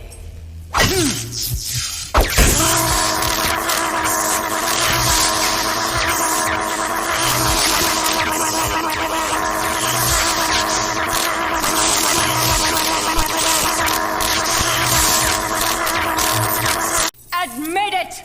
She sacrificed her life for America, didn't she? Sacrificed all for a country that cared nothing for her soul or for her dignity. And you... Yes, I do hate you. But even you must understand how I feel. I have a right to know what she died for. Why won't you tell me? You're no longer one of Washington's lapdogs. You have no moral obligation to your country. Answer me! Would you see your beloved boss brought back to life? Then say it. Say she died for America. That she remained true to the end. Gave her life for the country that betrayed her time and again. No. That woman was a traitor. Why? For what purpose? She went to her grave, cursing her country. Why? Who is it? What are you protecting? I'm not helping you finish that thing. Face it, the boss is dead. Whatever's inside that machine, it isn't her. I'm raising the voltage. The next one might kill you!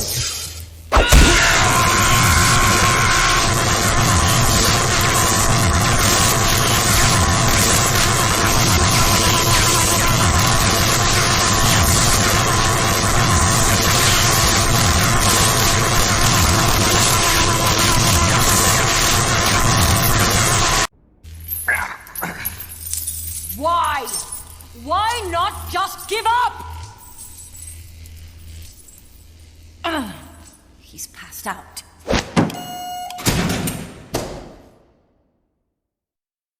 Get in there!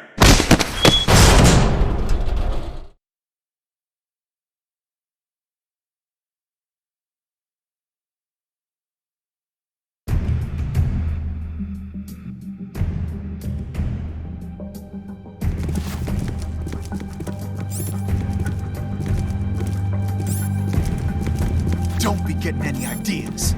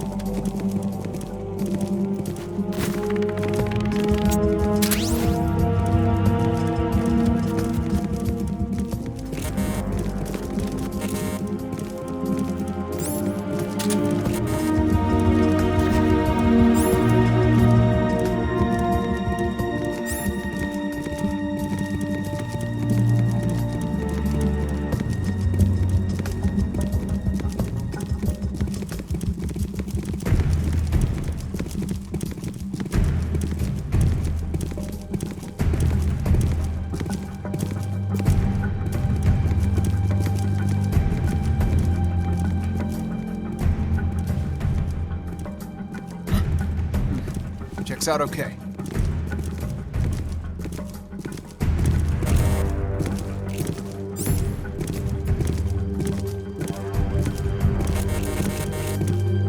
Use the jigsaw by alternating between the L1 and R1 buttons. Just make sure to keep it down.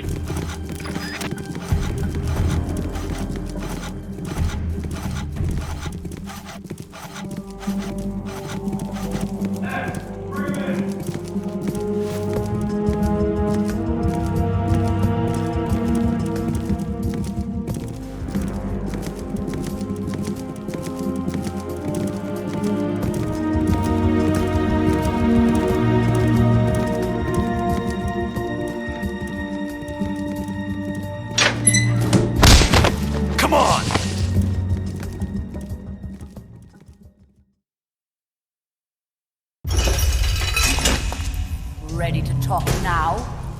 I've got nothing to say to you. I think you do. Very well then.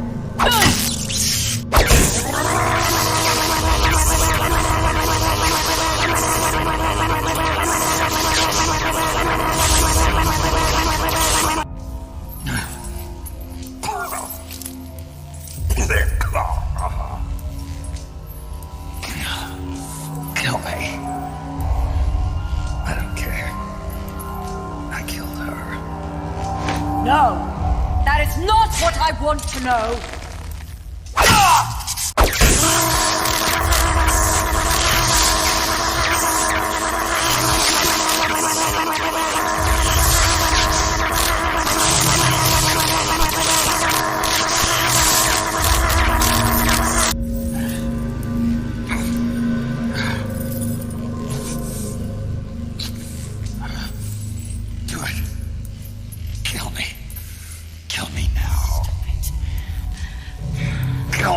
it!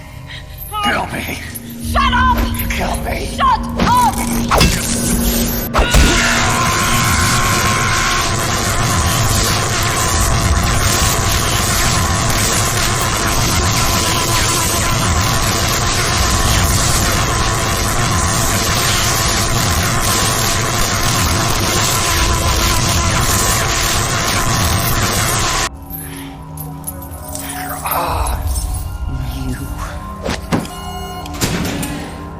Take him away. Get in there!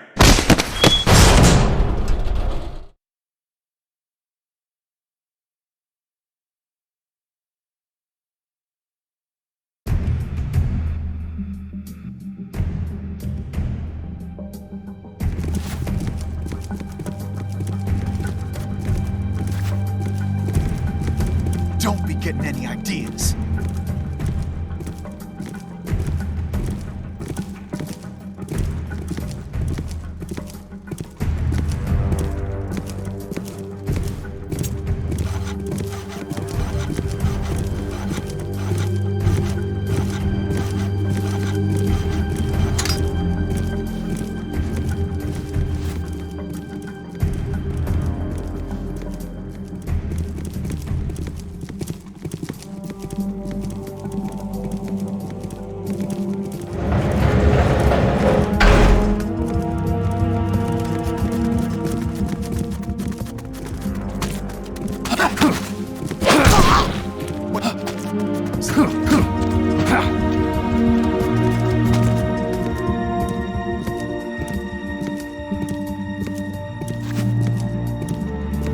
What's going on?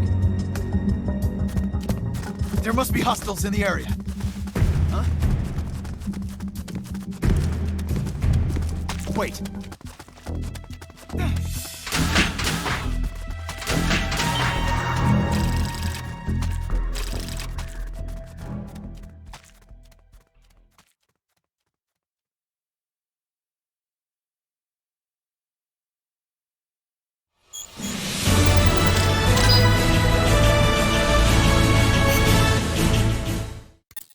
Snake, Yeah, it's good to hear your voice again. Kaz, how about something a little sharper next time? You got it. How about a diamond-bladed jigsaw? And, when's the next time gonna be anyway?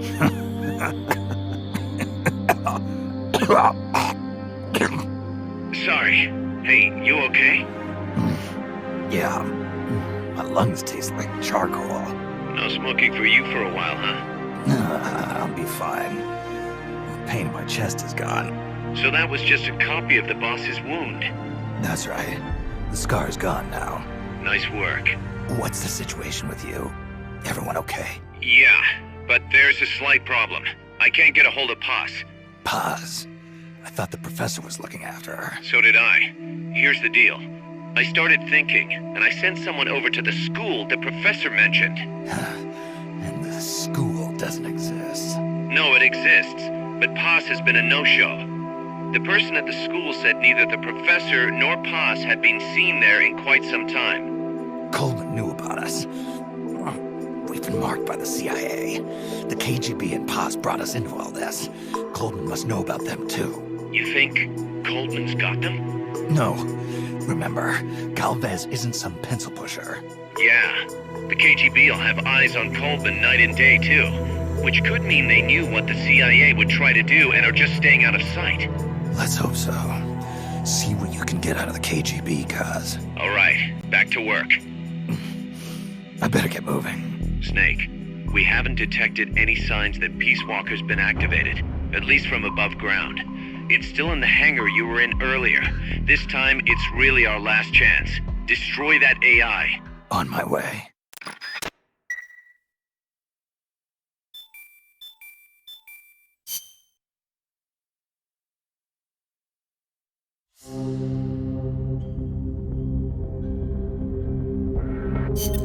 Snake, Peace Walker is being prepped for activation in the hangar at the bottom of the base. Get in there and destroy the AI before it's activated.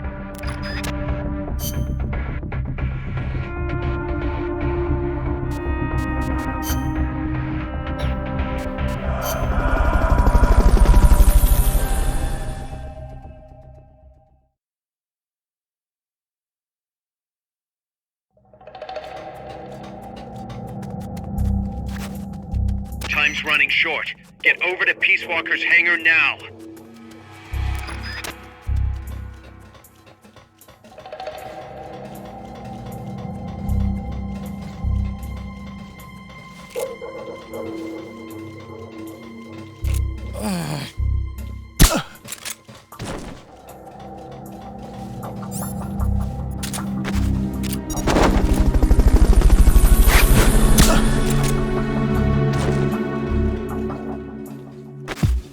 Fulton recovery subject confirmed onboard helicopter.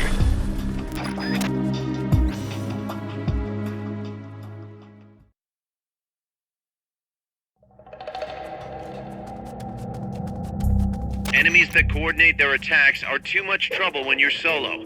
Just steer clear.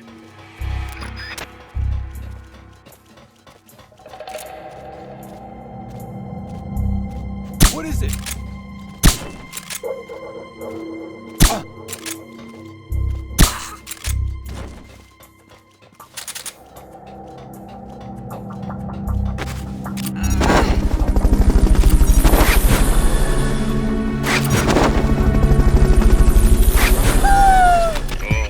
All right.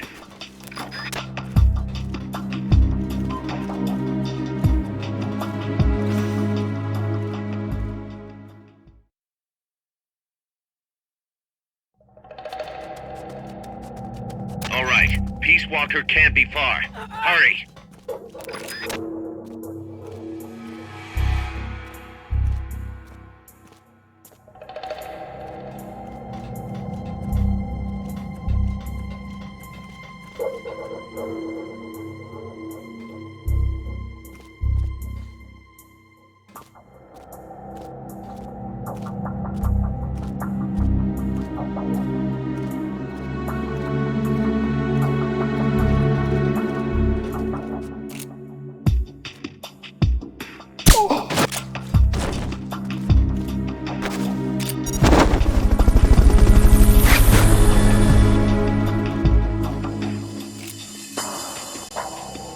Fulton recovery subject confirmed onboard helicopter.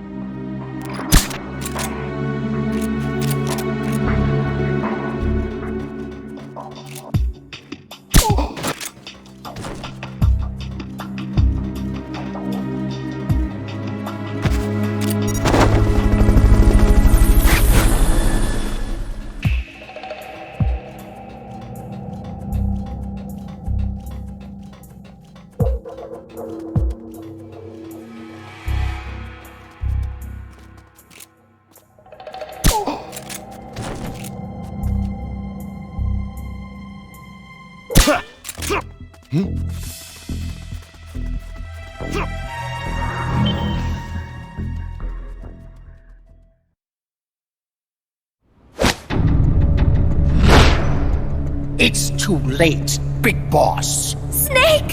Boss. At last I found her. The culprit who led you here to begin with. Should have taken care of her back at the supply facility. Snake, don't! The mammal pod is finished. Peace Walker's activation sequence is complete. Finished. With the boss, you were loyal to the end. I'll grant you that. But your silence was exactly the answer I needed. 10 years ago, your mission was to kill her. And her mission was to be killed by you. She fulfilled her duty to America to the very end. Thanks to you, Snake, the final missing piece is now in place. And thus, the boss is restored to life as the mammal part. I thank you. Restored to life? You're crazy! I'll let you in on a little secret, Big Boss. You see, I've already selected Peace Walker's initial target. An offshore area in the Caribbean. The trade winds will scatter the fallout all over the surrounding region. Crops and fish will die, leaving plenty of free hands to help us mass-produce Peace Walker. Oh, and wouldn't you know, someone's gone and built a pesky little fortress there. Now who would do that? And right in the middle of the target zone, too. Oh well, all the better to test the warhead, CEP. You bastard! I wonder who'll miss a ragtag band of pirates all the way out in the middle of the Caribbean. But first, we're going to prove to the White House that our baby can travel the Caribbean coast on its own. The whole world will know of Peace Walker's versatility. They'll witness the birth of a deterrent that can penetrate both communist and guerrilla-controlled territory, traverse any kind of terrain, and deliver a nuke anywhere it needs to go. Untouchable, unstoppable, the perfect deterrent. The Cold War's days are numbered. Deterrence isn't only about America and Russia now. You know what? You're absolutely right. While we've been wringing our hands, China, France, even India have surpassed us. There's a free-for-all nuclear arms race brewing just below the surface. The nuclear threat will only spread, which is exactly why we must deter it here and now. And the Peace Walker project is the key. The advent of Peace Walker will bring calm to this restless world. Don't you see, Snake? We need nukes, controlled nukes, to have peace. Lies! Peace Walker will restore order. Order in the form of a new Cold War. But if the world is to understand the genius of our plan, we must launch! Snake! Stop them, Snake! Don't let him get away!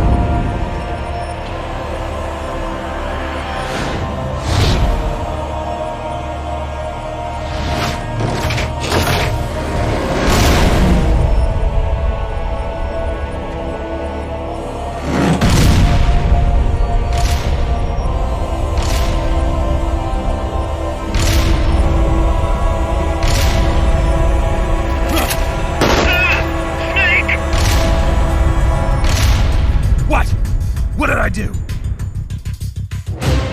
Self-defense system online. Self-defense system online. Snake, the pod's outfitted with a self-defense module. Upon detecting attack, it aborts its command and enters small target suppression mode.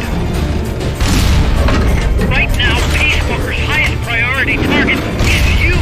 Here it comes!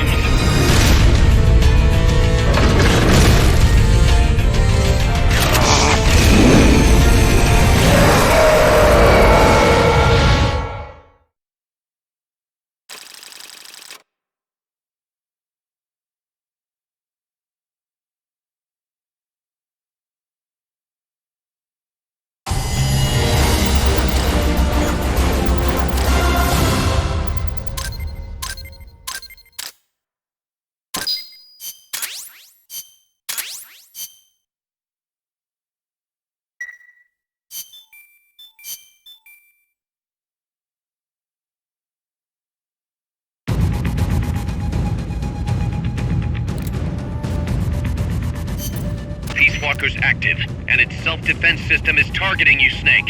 You better find a way to stop it quick.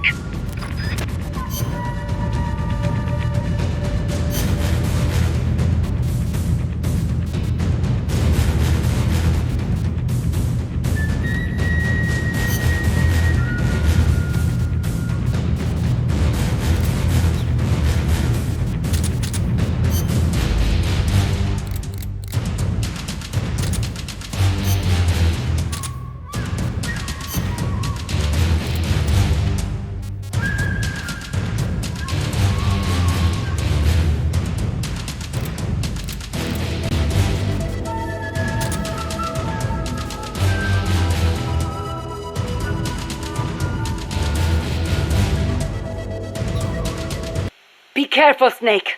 I have no advice on dealing with El Basilisco's attacks, but you may be able to use its size against it. Its movements will probably be just as big, meaning it should give some kind of warning before most of its attacks. That's true. It might be good to start out by studying its movements, watching what it does before each attack. That should help you avoid most of them. And weapons that walk always have one guaranteed weakness. The legs. Right. Destroy its legs, and you'll stop it from moving. You might even be able to knock it on its back if you're lucky. Just make sure you are out of the way first. Peace Walker contains an assembly of 2 AI pods. One of them is the mammal pod, which Dr. Strangelove developed. The other's the reptile pod, which is mine. What's the difference? The reptile pod is the attitude control AI. If it's destroyed, Peace Walker grinds to a halt. The mammal pod is responsible for making the decisions regarding nuclear retaliation, reflex, and thought. One is the brainstem and cerebellum, the other the cerebrum. So, the one that houses the will of the boss would be the mammal pod. We call it the reptile pod for a reason. The parts of our brains that govern basic life and reflex developed ages ago, when our ancestors were still reptiles. We were reptiles? Well, only at one stage of our evolution. The theory was proposed by the neuroscientist Paul MacLean. Huh. The reptile brain corresponds to the brainstem and basal ganglia in our brain. The reptile pod also incorporates the functions of the cerebellum. So basically, it's the deep parts of the brain. Dr. Strangelove came up with the name. The part of our brain that developed after we became mammals is responsible for high-level brain functions. Such as? Such as intelligence, judgment, even love. That's high level, all right. Location-wise, the mammal brain is on the outside of the reptile brain. The cerebral cortex is part of it. I think it's very telling that Dr. Strangelove named her pod Mammal. It's almost like she wants it to be more than just an advanced AI. What she really wants is for it to have a mind of its own.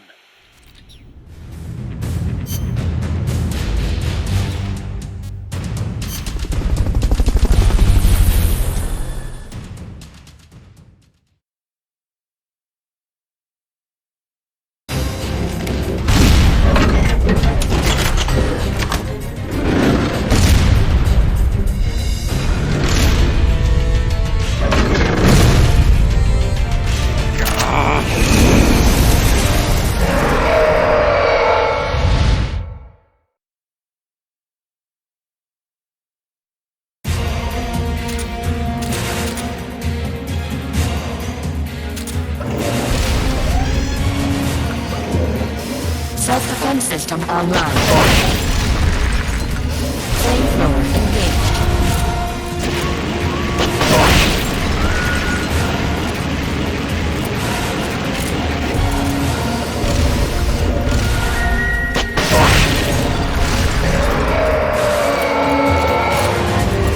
Face me.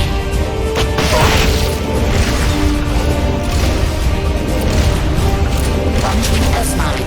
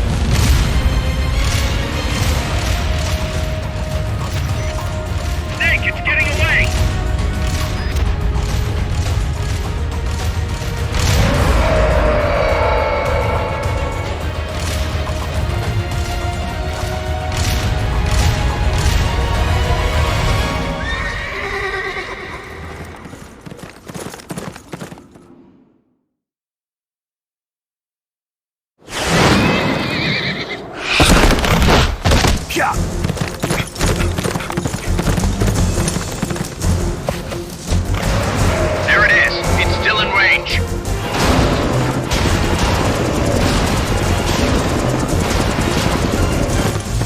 Peace Walker's estimated top speed on level terrain is 25 miles an hour. Come on, I bet you can do at least 30. Paz is on board the Hind too. I noticed that. She's our client. We have to protect her. Snake, don't let Peace Walker get away! The day is dawning. Go!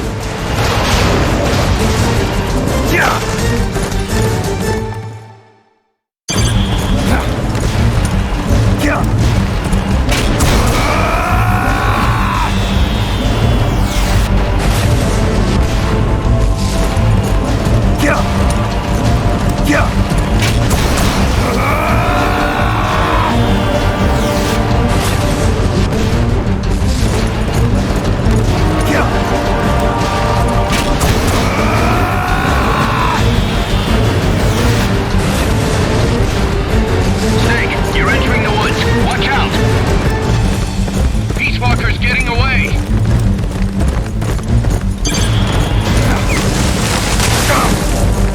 Faster! We're losing sight of it!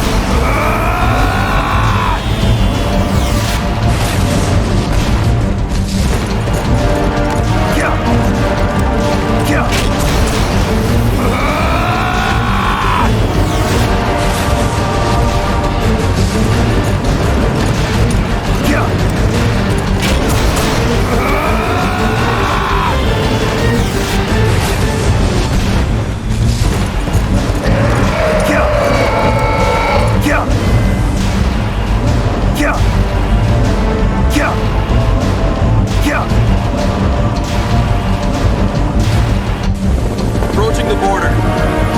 See you around, big boss. Holy! Look at that! Snake! That's the border up ahead!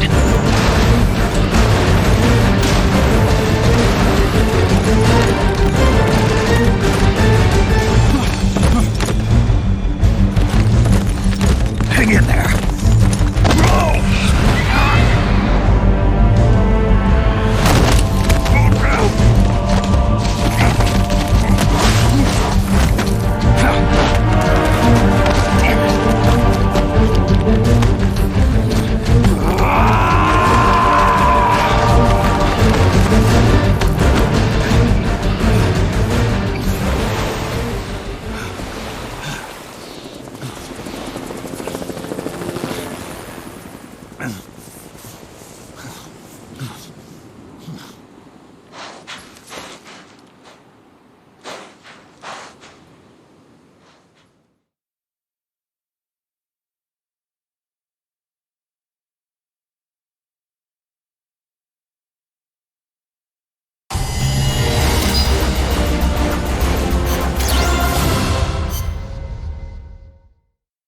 Snake.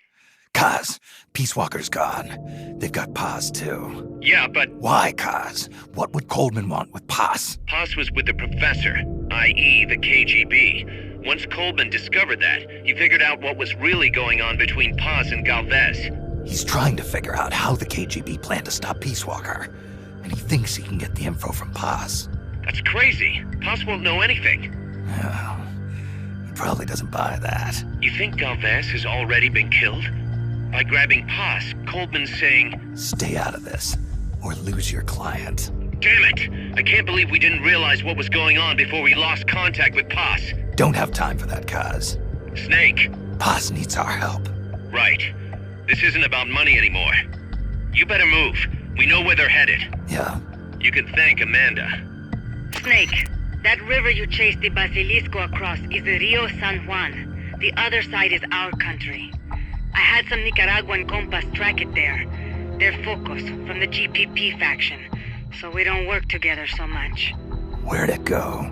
West, along the border, towards Lago Cocibolca. There's a U.S. military supply base on the southeastern shore of the lake.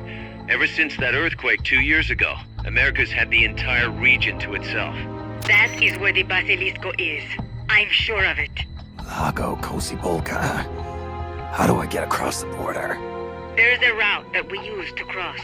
It's just a little boat, but I can introduce you to the captain. I appreciate it. We will never leave Nicaragua at the mercy of someone like William Walker again. Snake, Coldman's going to launch the nuke from that base. He's targeting MSF. Based on what Huey's told us, it'll take 2 more days to prep for launch. But it looks like there's another reason they picked that date.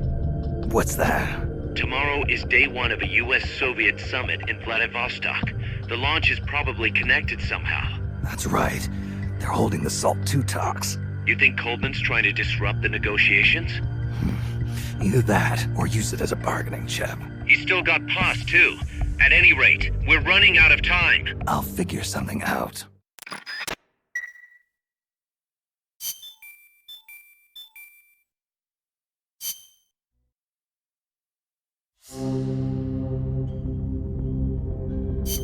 Snake, Peace Walker has crossed the border and entered a U.S. military supply base on the southeastern shore of Lago Cocibolca. Coldman's targeting the MSF plant. That's us.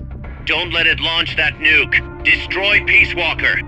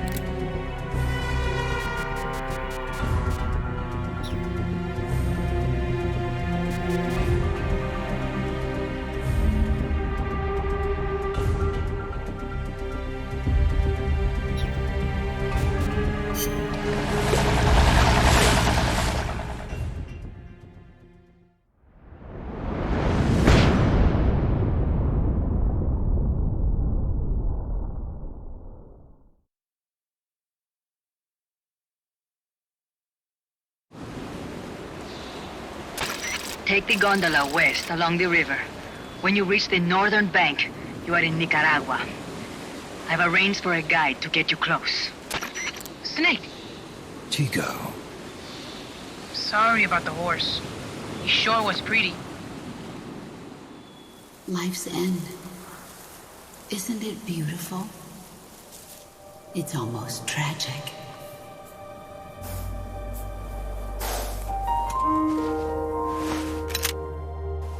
I've been waiting, Snake, for a long time. Boss. There is nothing more for me to give you. All that's left for you to take is my life. By your own hand. One must die, and one must live. No victory, no defeat. The survivor will carry on the fight. The one who survives will inherit the title of boss. Kill me. Kill me now. There's only room for one boss. And one snake.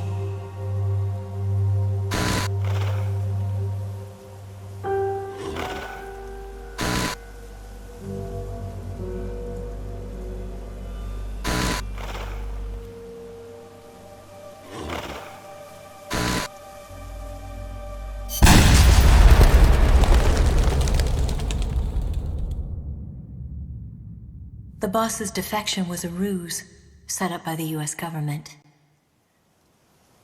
But then something happened that no one could have predicted. Colonel Volgan fired an American-made nuclear warhead at Sokolov's research facility.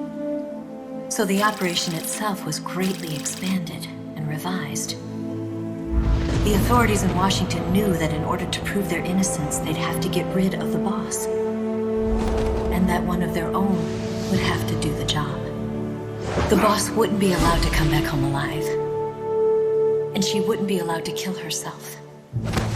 Her life would be ended by her most beloved disciple. That was the way that the government wanted it. That was the mission she was given. The taint of disgrace will follow her to her grave. Future generations will revile her. In America as a despicable traitor with no sense of honor. And in Russia as a monster who unleashed a nuclear catastrophe. She will go down in official history as a war criminal. That was her final mission.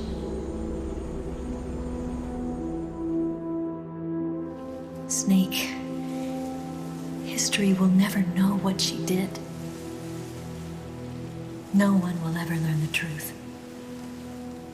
Her story, her debriefing, will endure only in your heart. Everything she did for her country. She sacrificed her life and her honor for her native land. She was a real hero. She was a true patriot.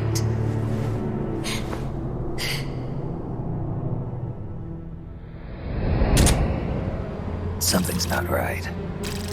Key card doesn't look too bad. What do you think? Gonna need some help.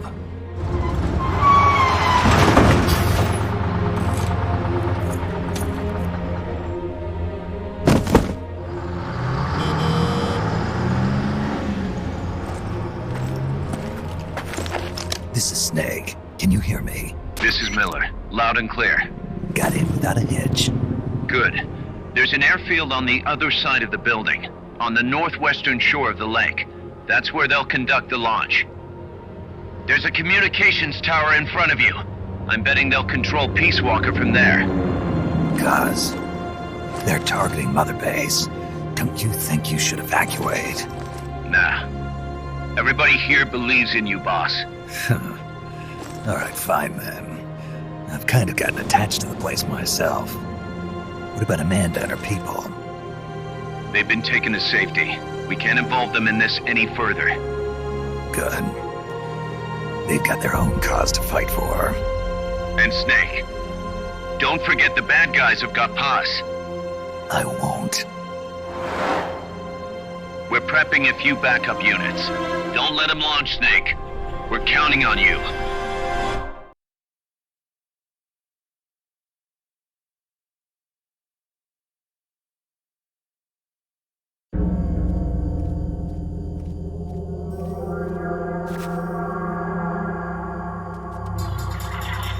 See the communications tower to the west? Head for that, Snake.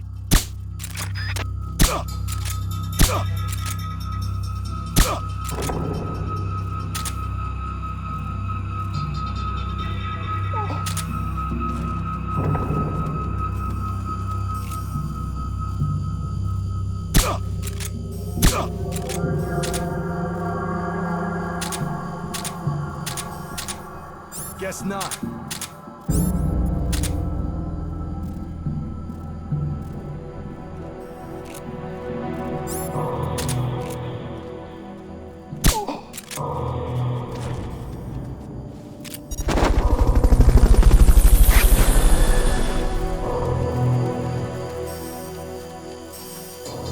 Fulton recovery helicopter is complete.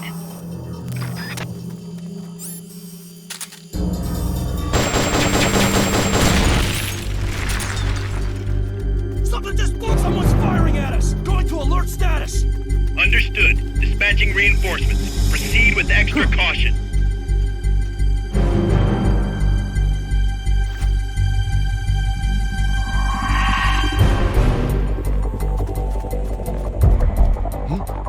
Is someone there?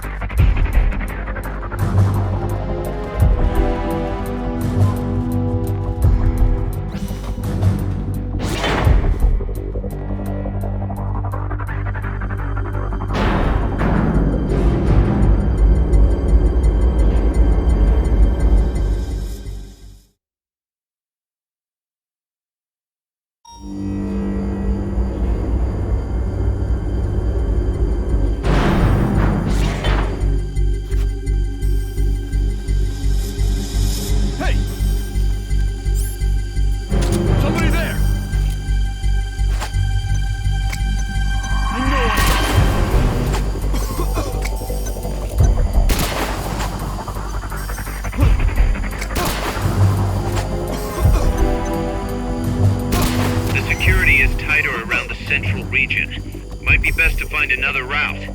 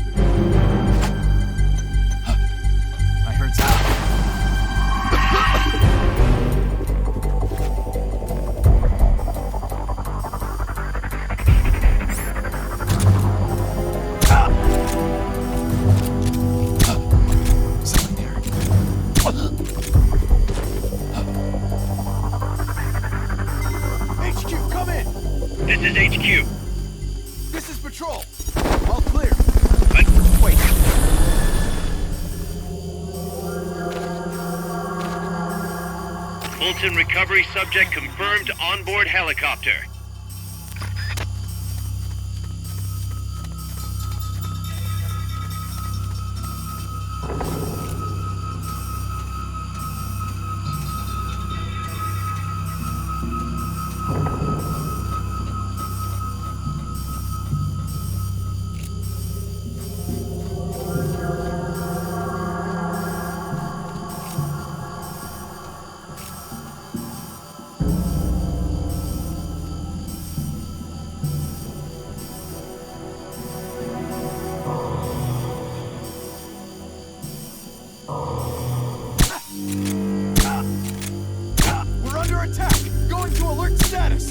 Understood. Maintain heightened alert.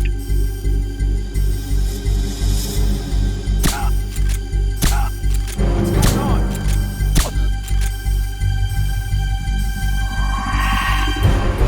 Rise and shine. Here he is.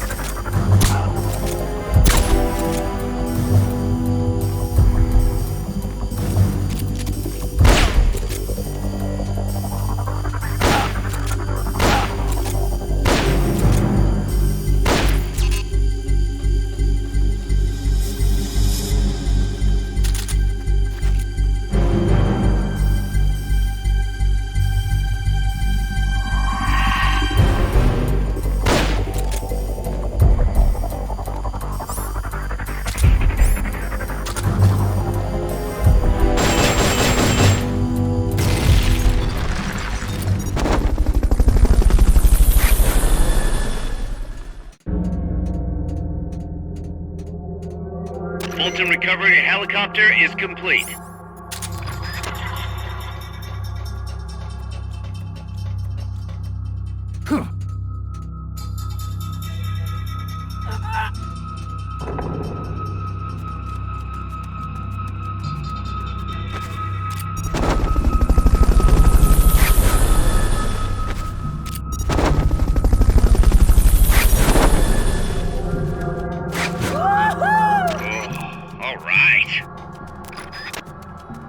Fulton recovery subject.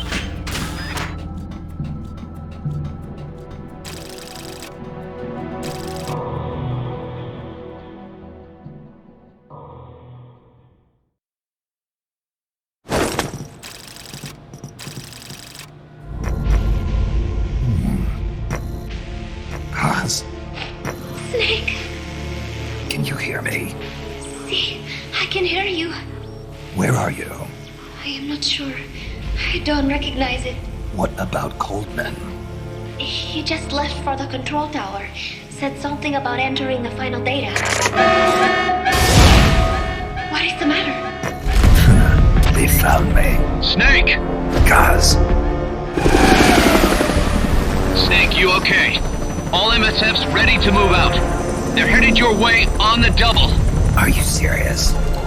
There's a skeleton crew manning the base. Everyone else is en route to the base in Nicaragua. Snake, think you can make it to that control tower? Not sure why, but this place is crawling with Russian troops. Gonna have to force my way through. What the hell's going on? Damned if I know. Get over there quick as you can. You're almost there, Snake. Stay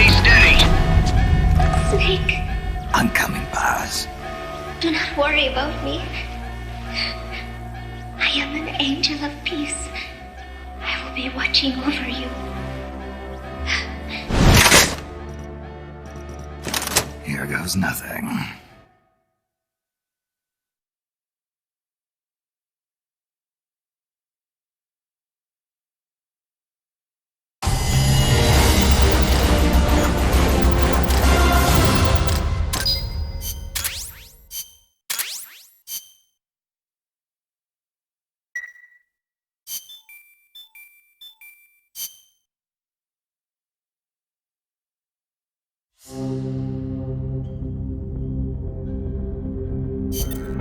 Snake, Peace Walker's being controlled from the control tower.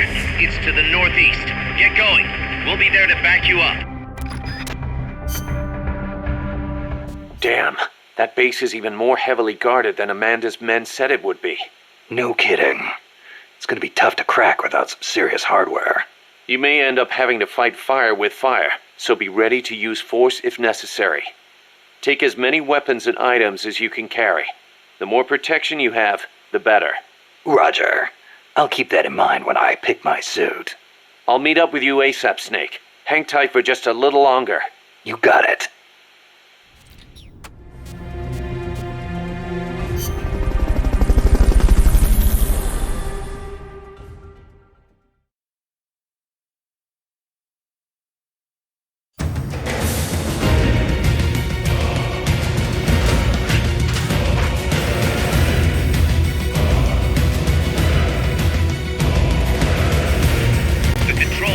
Controlling Peace Walker is located to the northeast. Go back east the way you came, then head north from there.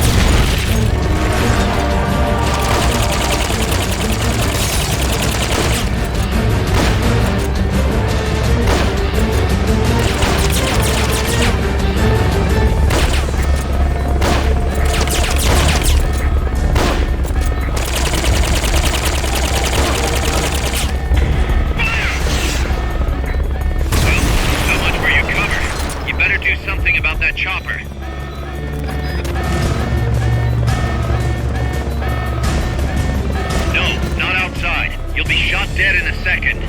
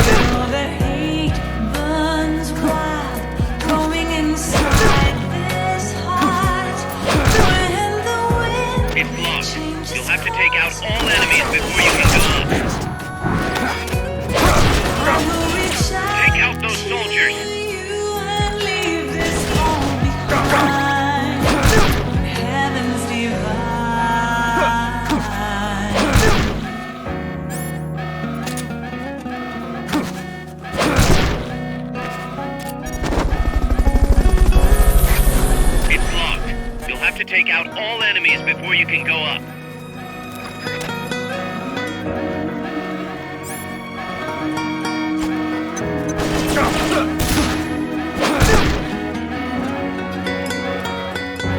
When heaven's wide, I will see the choices within my hands. How can we ever... Good job. Now get in there.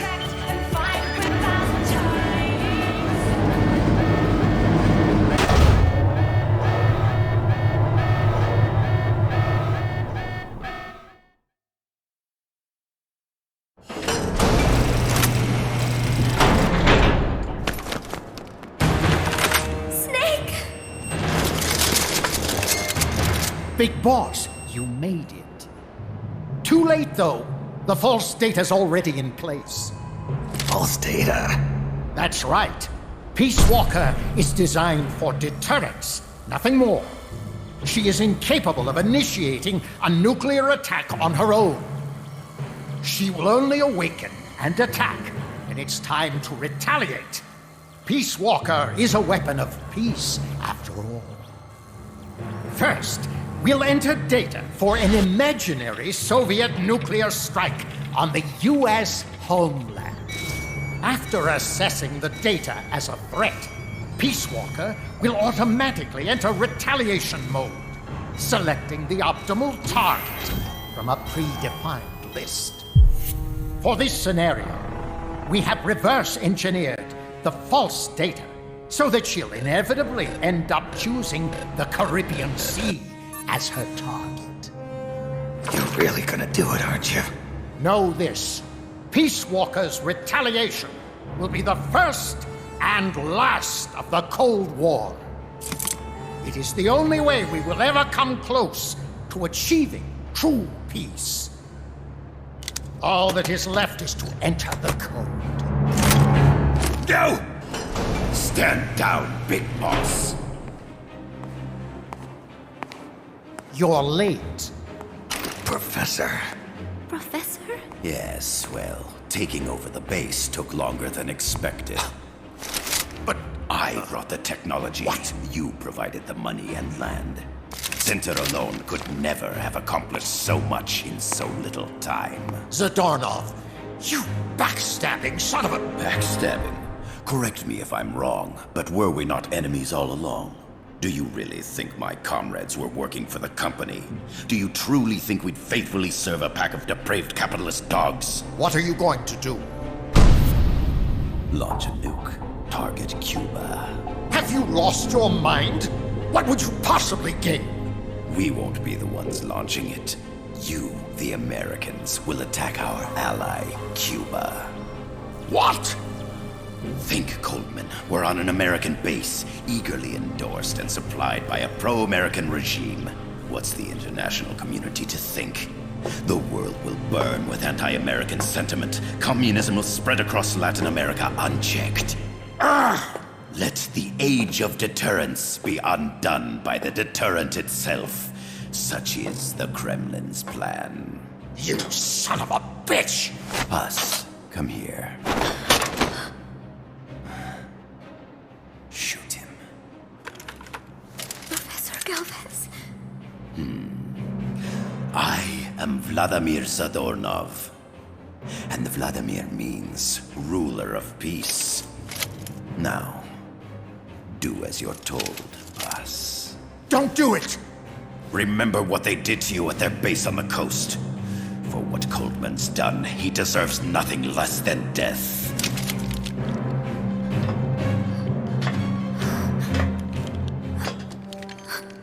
Boss, I'm sorry.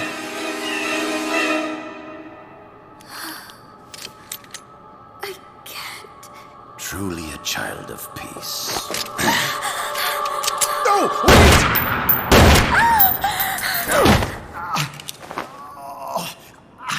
Only fitting that retribution be delivered by a dead hand. You missed on purpose. Your part in this isn't done. I need you to enter the code.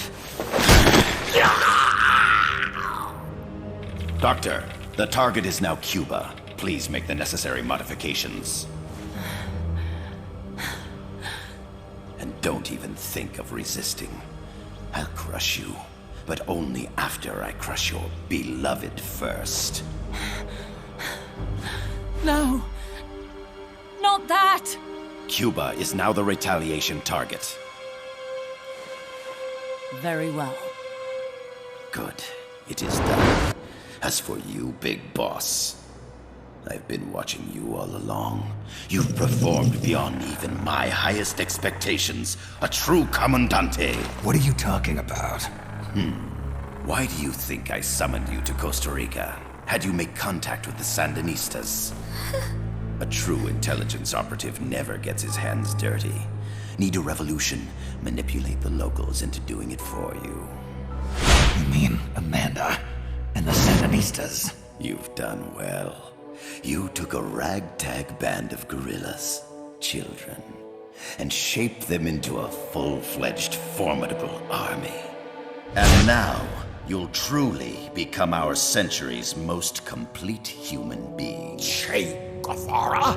None other. A hero who, gunned down by the CIA, becomes a legendary icon. The Sandinistas will rise up in revenge, overthrowing the pro-American regime and wresting Nicaragua from U.S. hands. And the nuclear strike on Cuba naturally will be the last straw. Mammopod data entry is complete. Dead at age 39, just like El Che. Ironic, isn't it? In the end, a legend is merely fiction. You'll die as the boss did, and become as did she, an eternal fraud.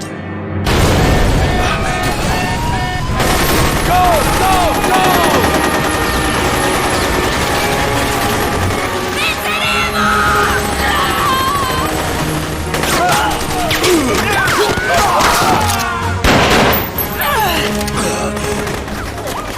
Freeze! You dare point your gun at a comrade? We will not be pawns of the KGB. We will win our own victory! Hasta la victoria siempre! Amanda! We're home! Look! We're back in Nica!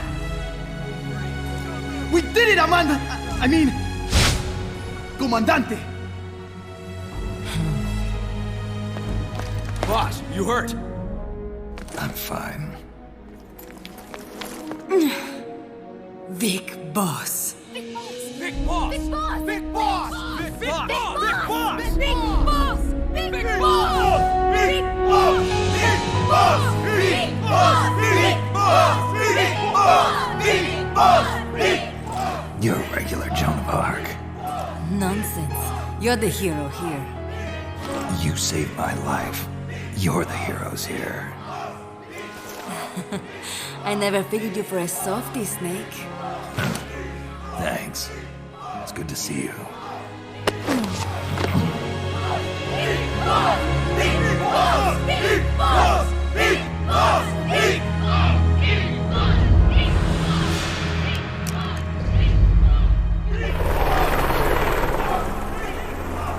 Paz can stay with us until she's back on her feet. And the professor? We'll find him a nice, comfy cell. Coldman's lost a lot of blood. He may not make it. Where's Amanda? Back with her compas.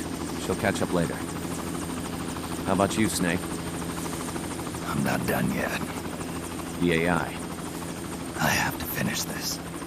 That boss is a fake. I'm gonna bury it. We'll save the champagne until you get back. May as well celebrate peace while it lasts.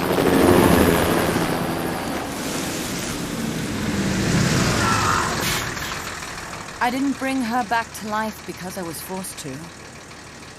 I wanted to know how she really felt. How it really ended. The boss is dead. No, she's alive. Some truths are better left buried. You don't mean that. Be honest. You want to know too, don't you? Whether what you saw and heard at the end was the truth. She'll tell us. I know she will. Thank you for stopping them. And I'm sorry. I can't imagine how it hurt. I'll live. I'm used to shock therapy. You are? Well, it's very kind of you to say. Let's go meet her, shall we? Get in, boss.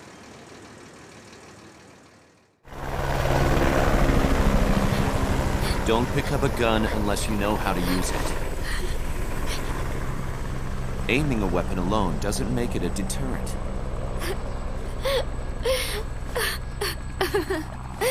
You're the angel of peace. Leave the guns to us.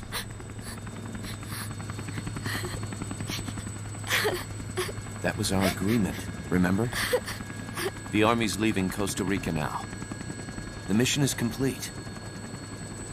Paz? Thank you.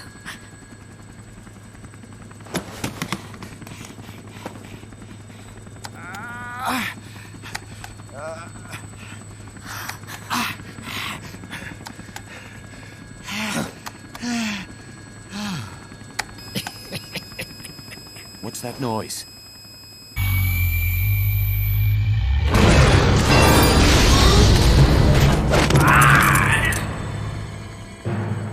What'd he do?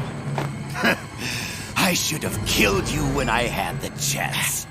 Norhead's nightmare is about to begin. What? Peace Walker determines retaliation targets based on enemy nuclear strike data. That data can be sent to third parties as well. We got big problems, Snake. Coldman's activated the nuclear launch switch. What? And the target's Cuba.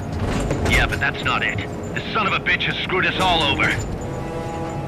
When Peace Walker was activated, it started transmitting the false data sent to NORAD. It's using a spread spectrum MLF signal. It can't be blacked out, even by EMP. There's no way to tell the difference between false data and the real thing on a radar screen. NORAD'll have no idea it's all a ruse generated by Peace Walker. They'll think it's a real Soviet attack. They'll pass on the data to the National Military Command Center. And Washington will have to choose whether or not to retaliate. This could get ugly. Unless we stop it, we're looking at a retaliatory chain reaction. No. No need to panic. The nightmare will end soon enough. What do you mean?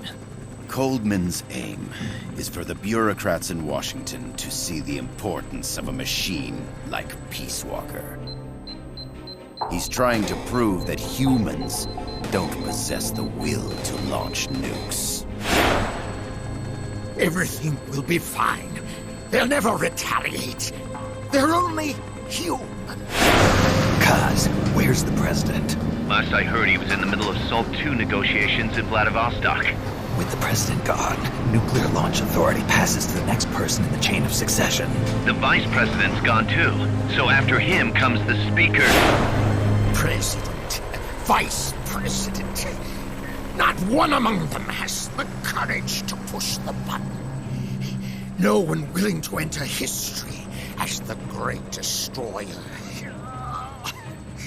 In the end, it's not their lives that people value most. It's their reputations. The bureaucrats in Washington may not be able to retaliate. Peace Walker, on the other hand. She's loyal to the mission above all. And she's well aware that guaranteed retaliation is essential for nuclear deterrence to work. Peace Walker is the perfect deterrent. Cuba would not have been my choice of targets. But you can't make peace without breaking a few eggs. Now that Peace Walker has the false data, retaliation is inevitable. Are you insane? You think it'll end there? You're about to unleash all-out nuclear war! Somebody find out what's going on at NORAD. Mammal's got a connection to NORAD. We could monitor it with the right equipment. I've got you covered. I've got NORAD on the line. Sir, we're tracking unidentified targets. Current apogee 20 degrees. Estimated time of re-entry is 2250 Zulu. Have they contacted the president? Coverall is not responding. Warning system checks out. No corresponding natural signatures. Data is assessed as reliable. Cut the data transmission. We can't say for sure Washington isn't going to retaliate. The only one who knows the abort code is me. I die, and no one can turn it off. Even if they do strike back, I'll already be dead. I can only pray that my theory, my peace, is proven right.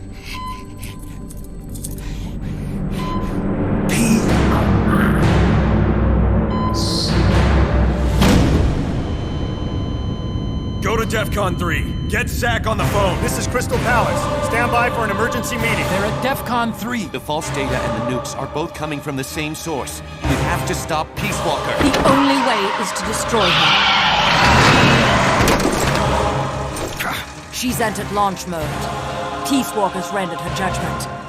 The target is Cuba. Snake, don't let it launch the nuke.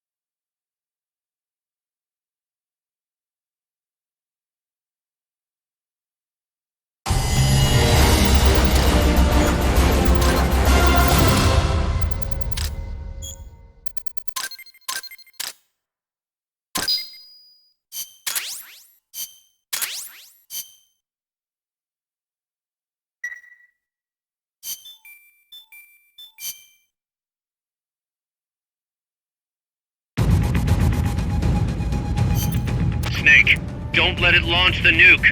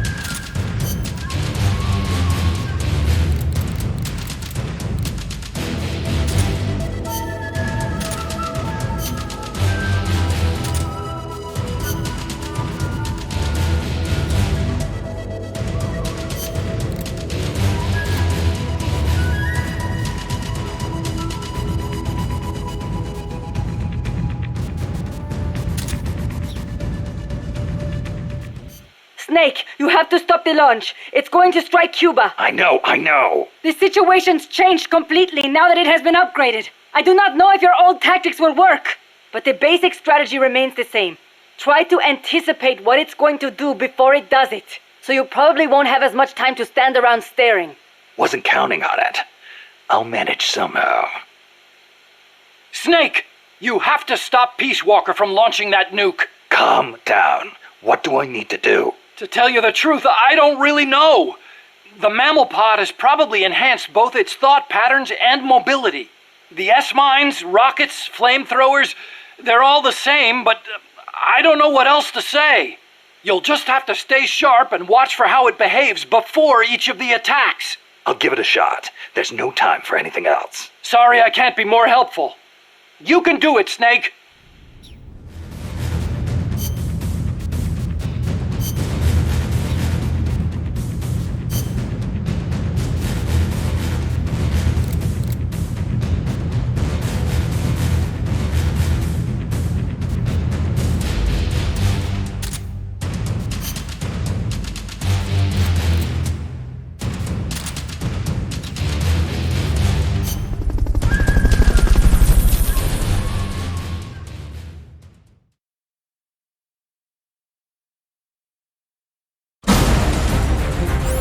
You've got to stop Peace Walker before she can launch her nuke!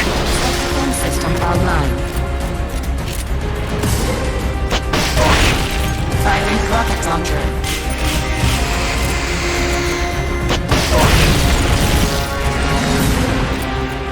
1 minute to launch.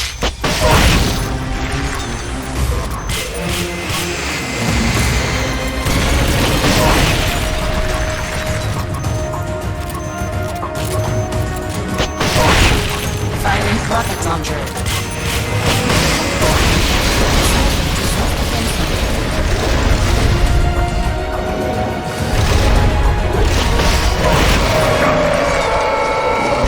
Face me.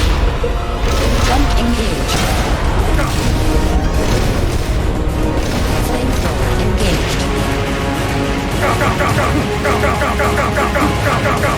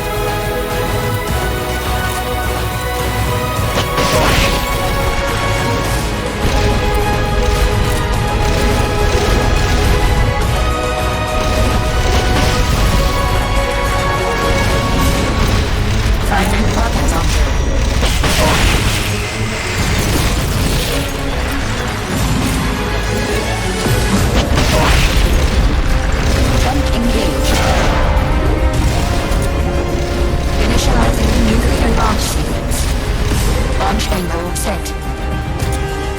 Opening missile. They've okayed your request for It's going back into nuclear launch mode! Stop her, Snake! Firing rocket launcher. Switching to self-defense mode.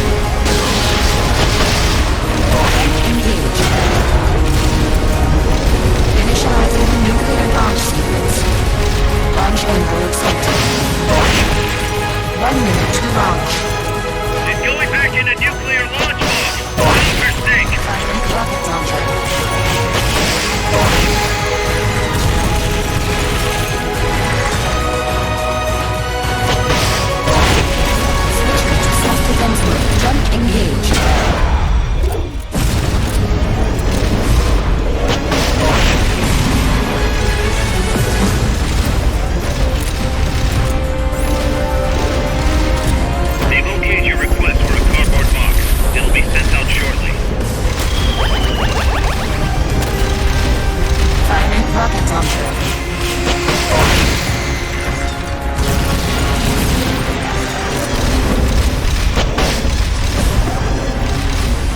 Firing rocket launcher.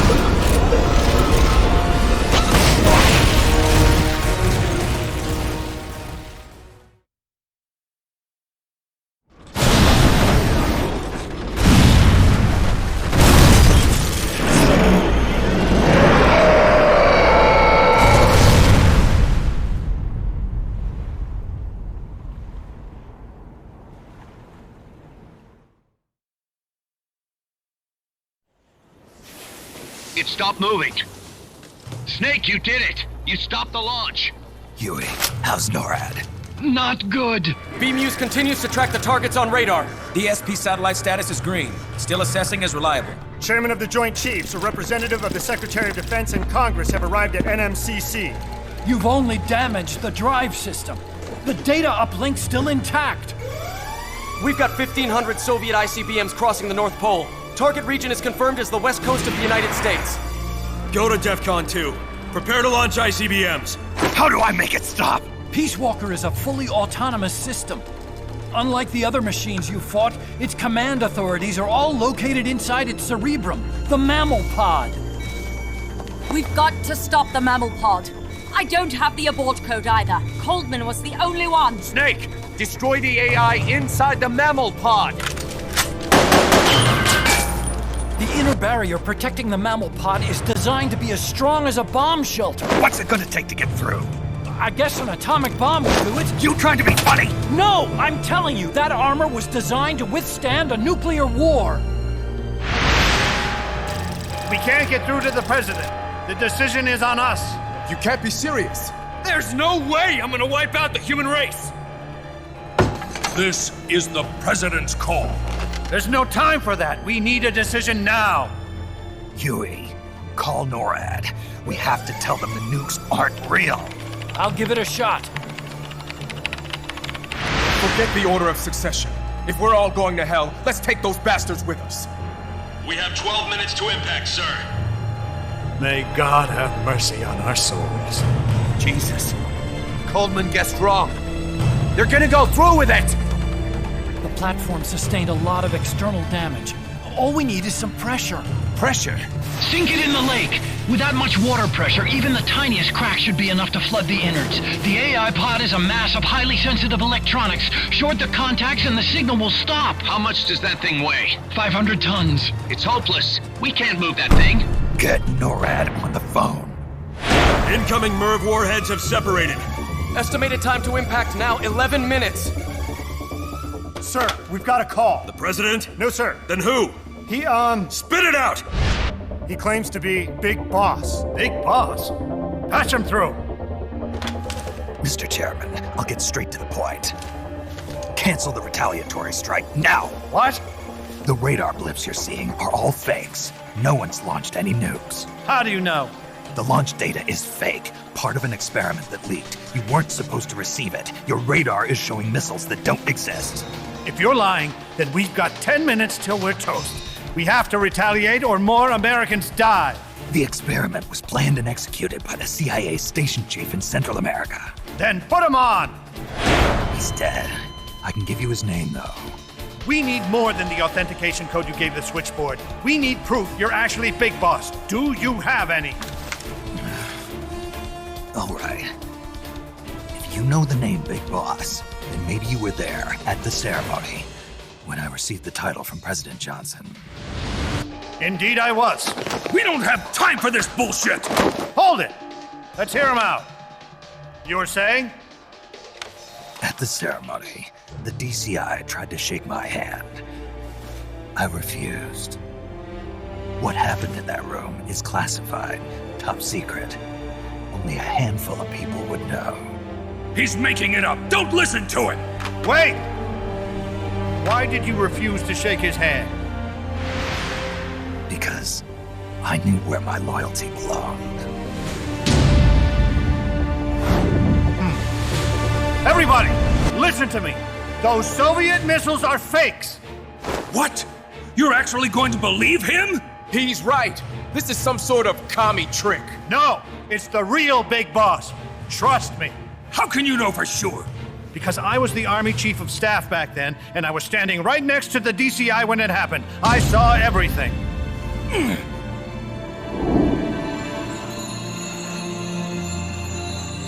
You saved us all, Big Boss. We'll stand down the alert. Thank you. When we meet again, I hope you'll shake my hand. What are you doing? Sorry, Chairman, but we are not standing down. Damn it! Those worthless sacks of... Wait. Wait. Jack. Jack.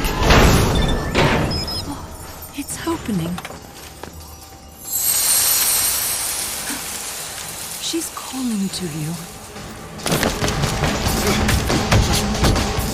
Destroy the mammal pod and the data will stop flowing. Please, stop her.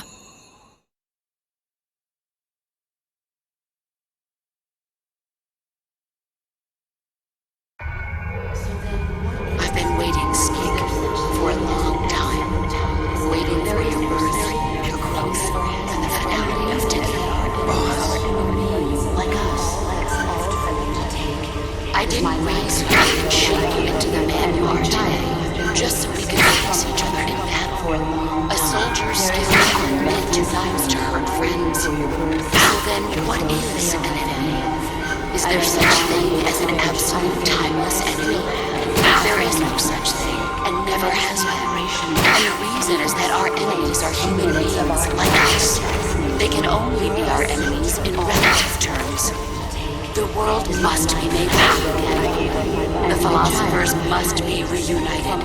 I will devote my skills to that purpose, and with the Colonel's money, I will achieve that end. Just as I once created the Colonels. They are my family. I may no longer be able to bear children, but I still have a family. Make this the greatest 10 minutes of our lives. Your house jumps over the lazy dog. Is my life. And my child. Kill me now. Do it. There is nothing left inside me now, waiting for your birth. For the rainbow I may no longer be able to bear children, but I still have to discover the 3.2 10 minutes of our lives. All that's left for me is my life. I gave up my life and my choices that I have from my country for a long time. There is nothing left inside me now. Your growth, they are I may no longer be able to bear children, but I still have a family. Commence the operation. This the greatest 10 minutes of our lives. You're a soldier. All that's left. Our mission is to is my life. For a long time. There is nothing left inside me now. Waiting for your birth. Your growth, they are my family. I may no longer be able to bear children. Family. Commence the operation. Make this the greatest.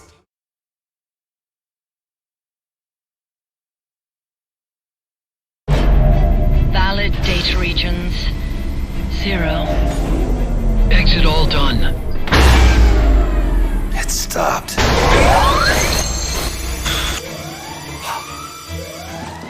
The data uplink's bypassing the mammal pod. Put down the gun! Come to your senses, man! The fate of the world, the fate of the Earth is at stake here! Why? I don't understand. Answer me! Tell me why! Answer me!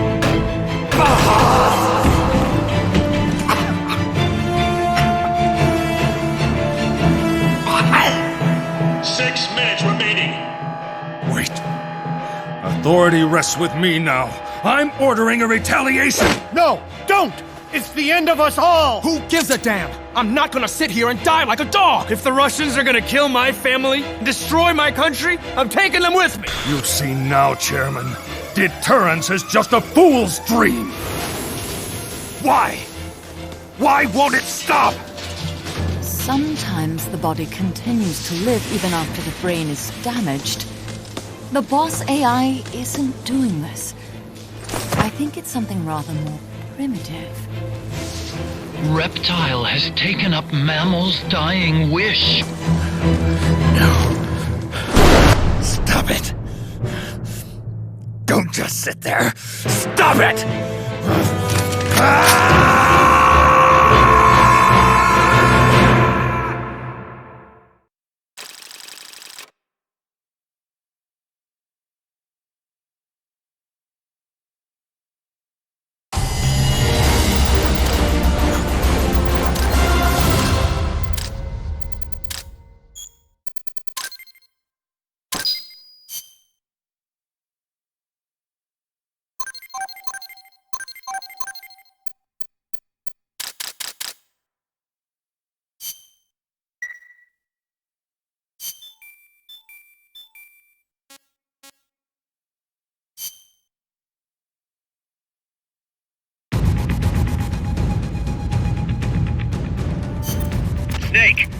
to stop that data from being sent.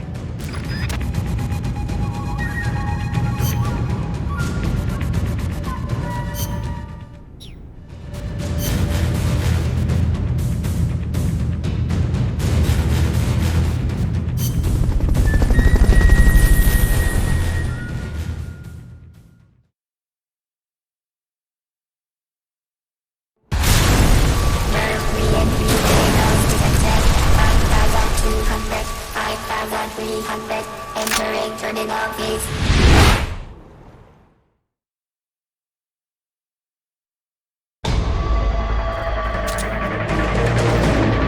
Snake, you have to stop that data from being sent.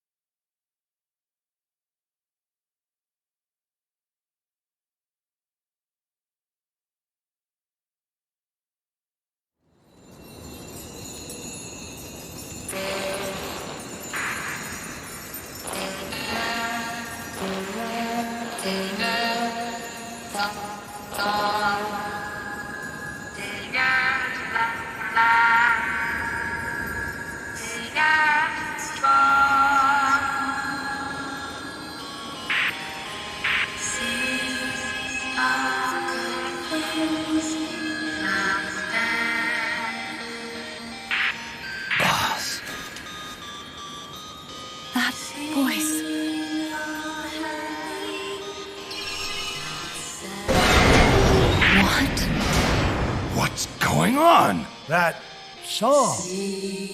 Boss, is that you? How in the...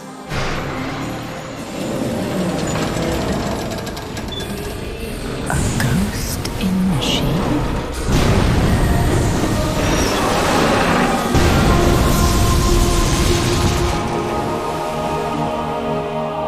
She's drowning herself to stop the transmission.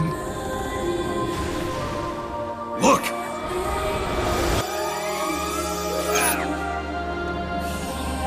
It's functional compensation. When the human brain is damaged, sometimes it recovers over time. Other parts of the brain take over the functions of the damaged parts. Mammal and reptile were patterned after different parts of the human brain.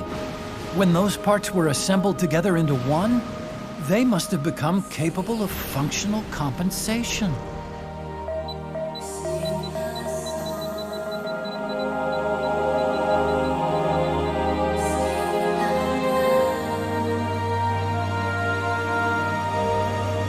Her memories remained with her.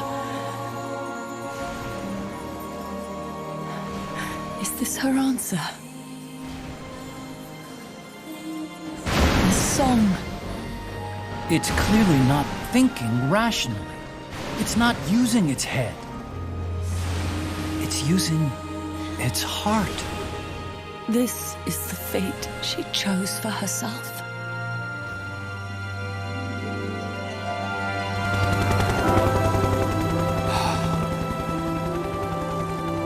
The boss's innocence has been proven. Do you hear it, Snake? Do you hear the boss's song?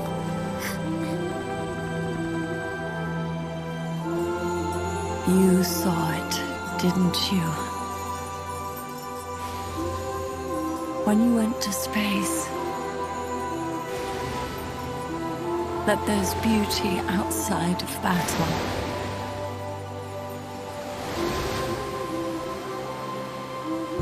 At last, I understand. In the end, it was you who put down your gun and chose instead to sing. They can all hear you. I know they can. And your will shall surely live on. That's what you wanted. So much that you gave up everything you had. But you couldn't achieve it. Isn't that right? And still, all you can do is sing. There's no peace to be found anywhere. And so, we can only keep on hoping. Hoping for the illusion we call peace.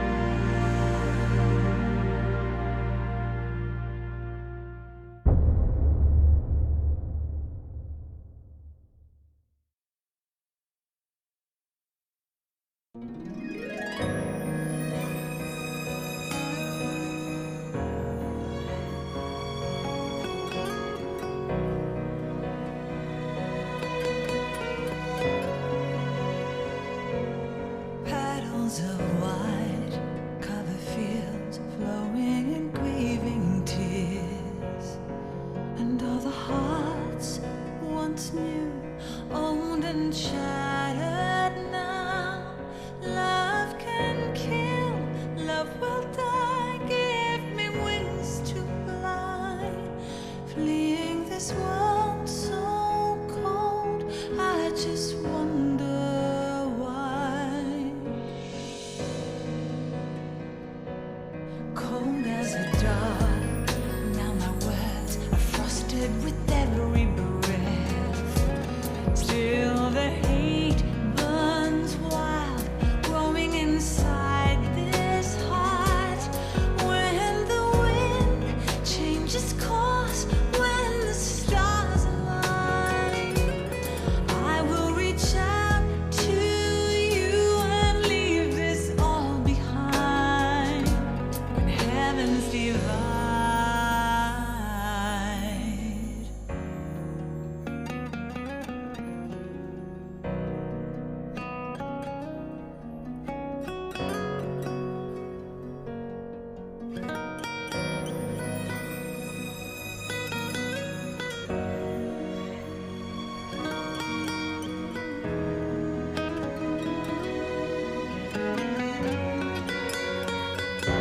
When heavens divide, I will see the choices within my hands.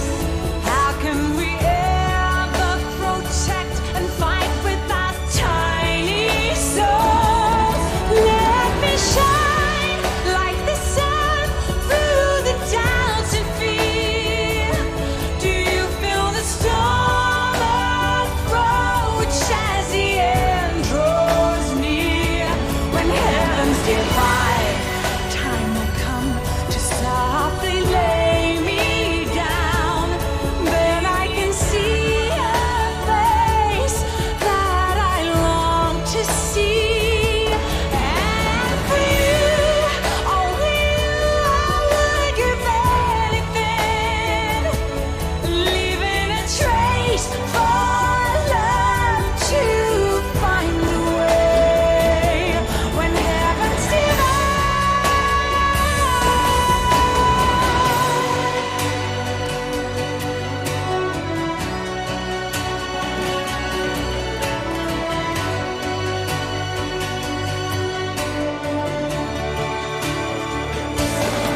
I will dive into the fire, spilling the blood of my desire. The very last time, my name scorched into the sky. When heavens divide, I will see the choices within my hands. How can we ever protect and fight with our tiny souls? Let me shine like the sun through the doubts and fear. Do you feel the storm approach as the end draws near? When heavens divide, time will come to softly lay me down. Then I can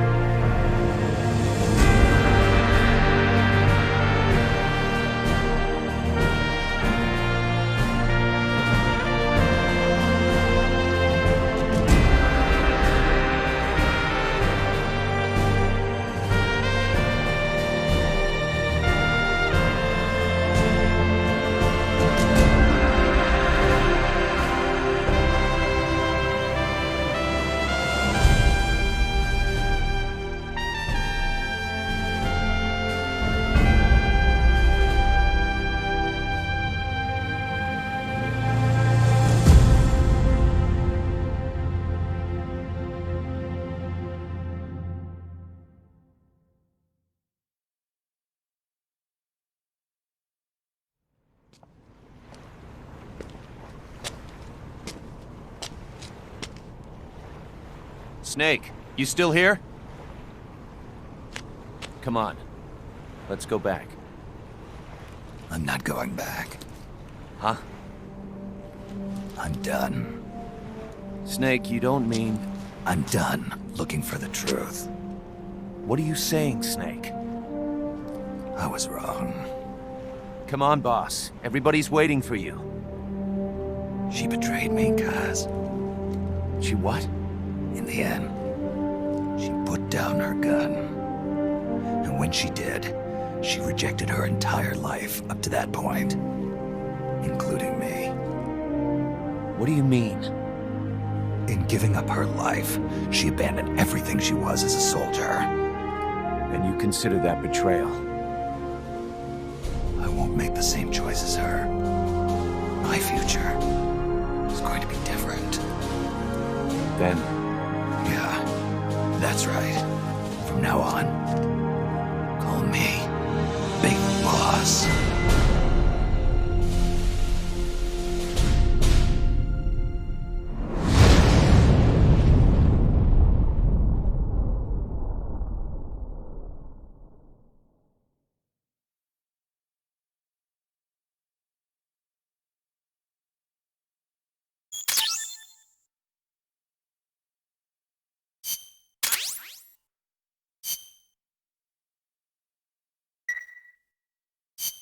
Got a sec, Snake? What's up?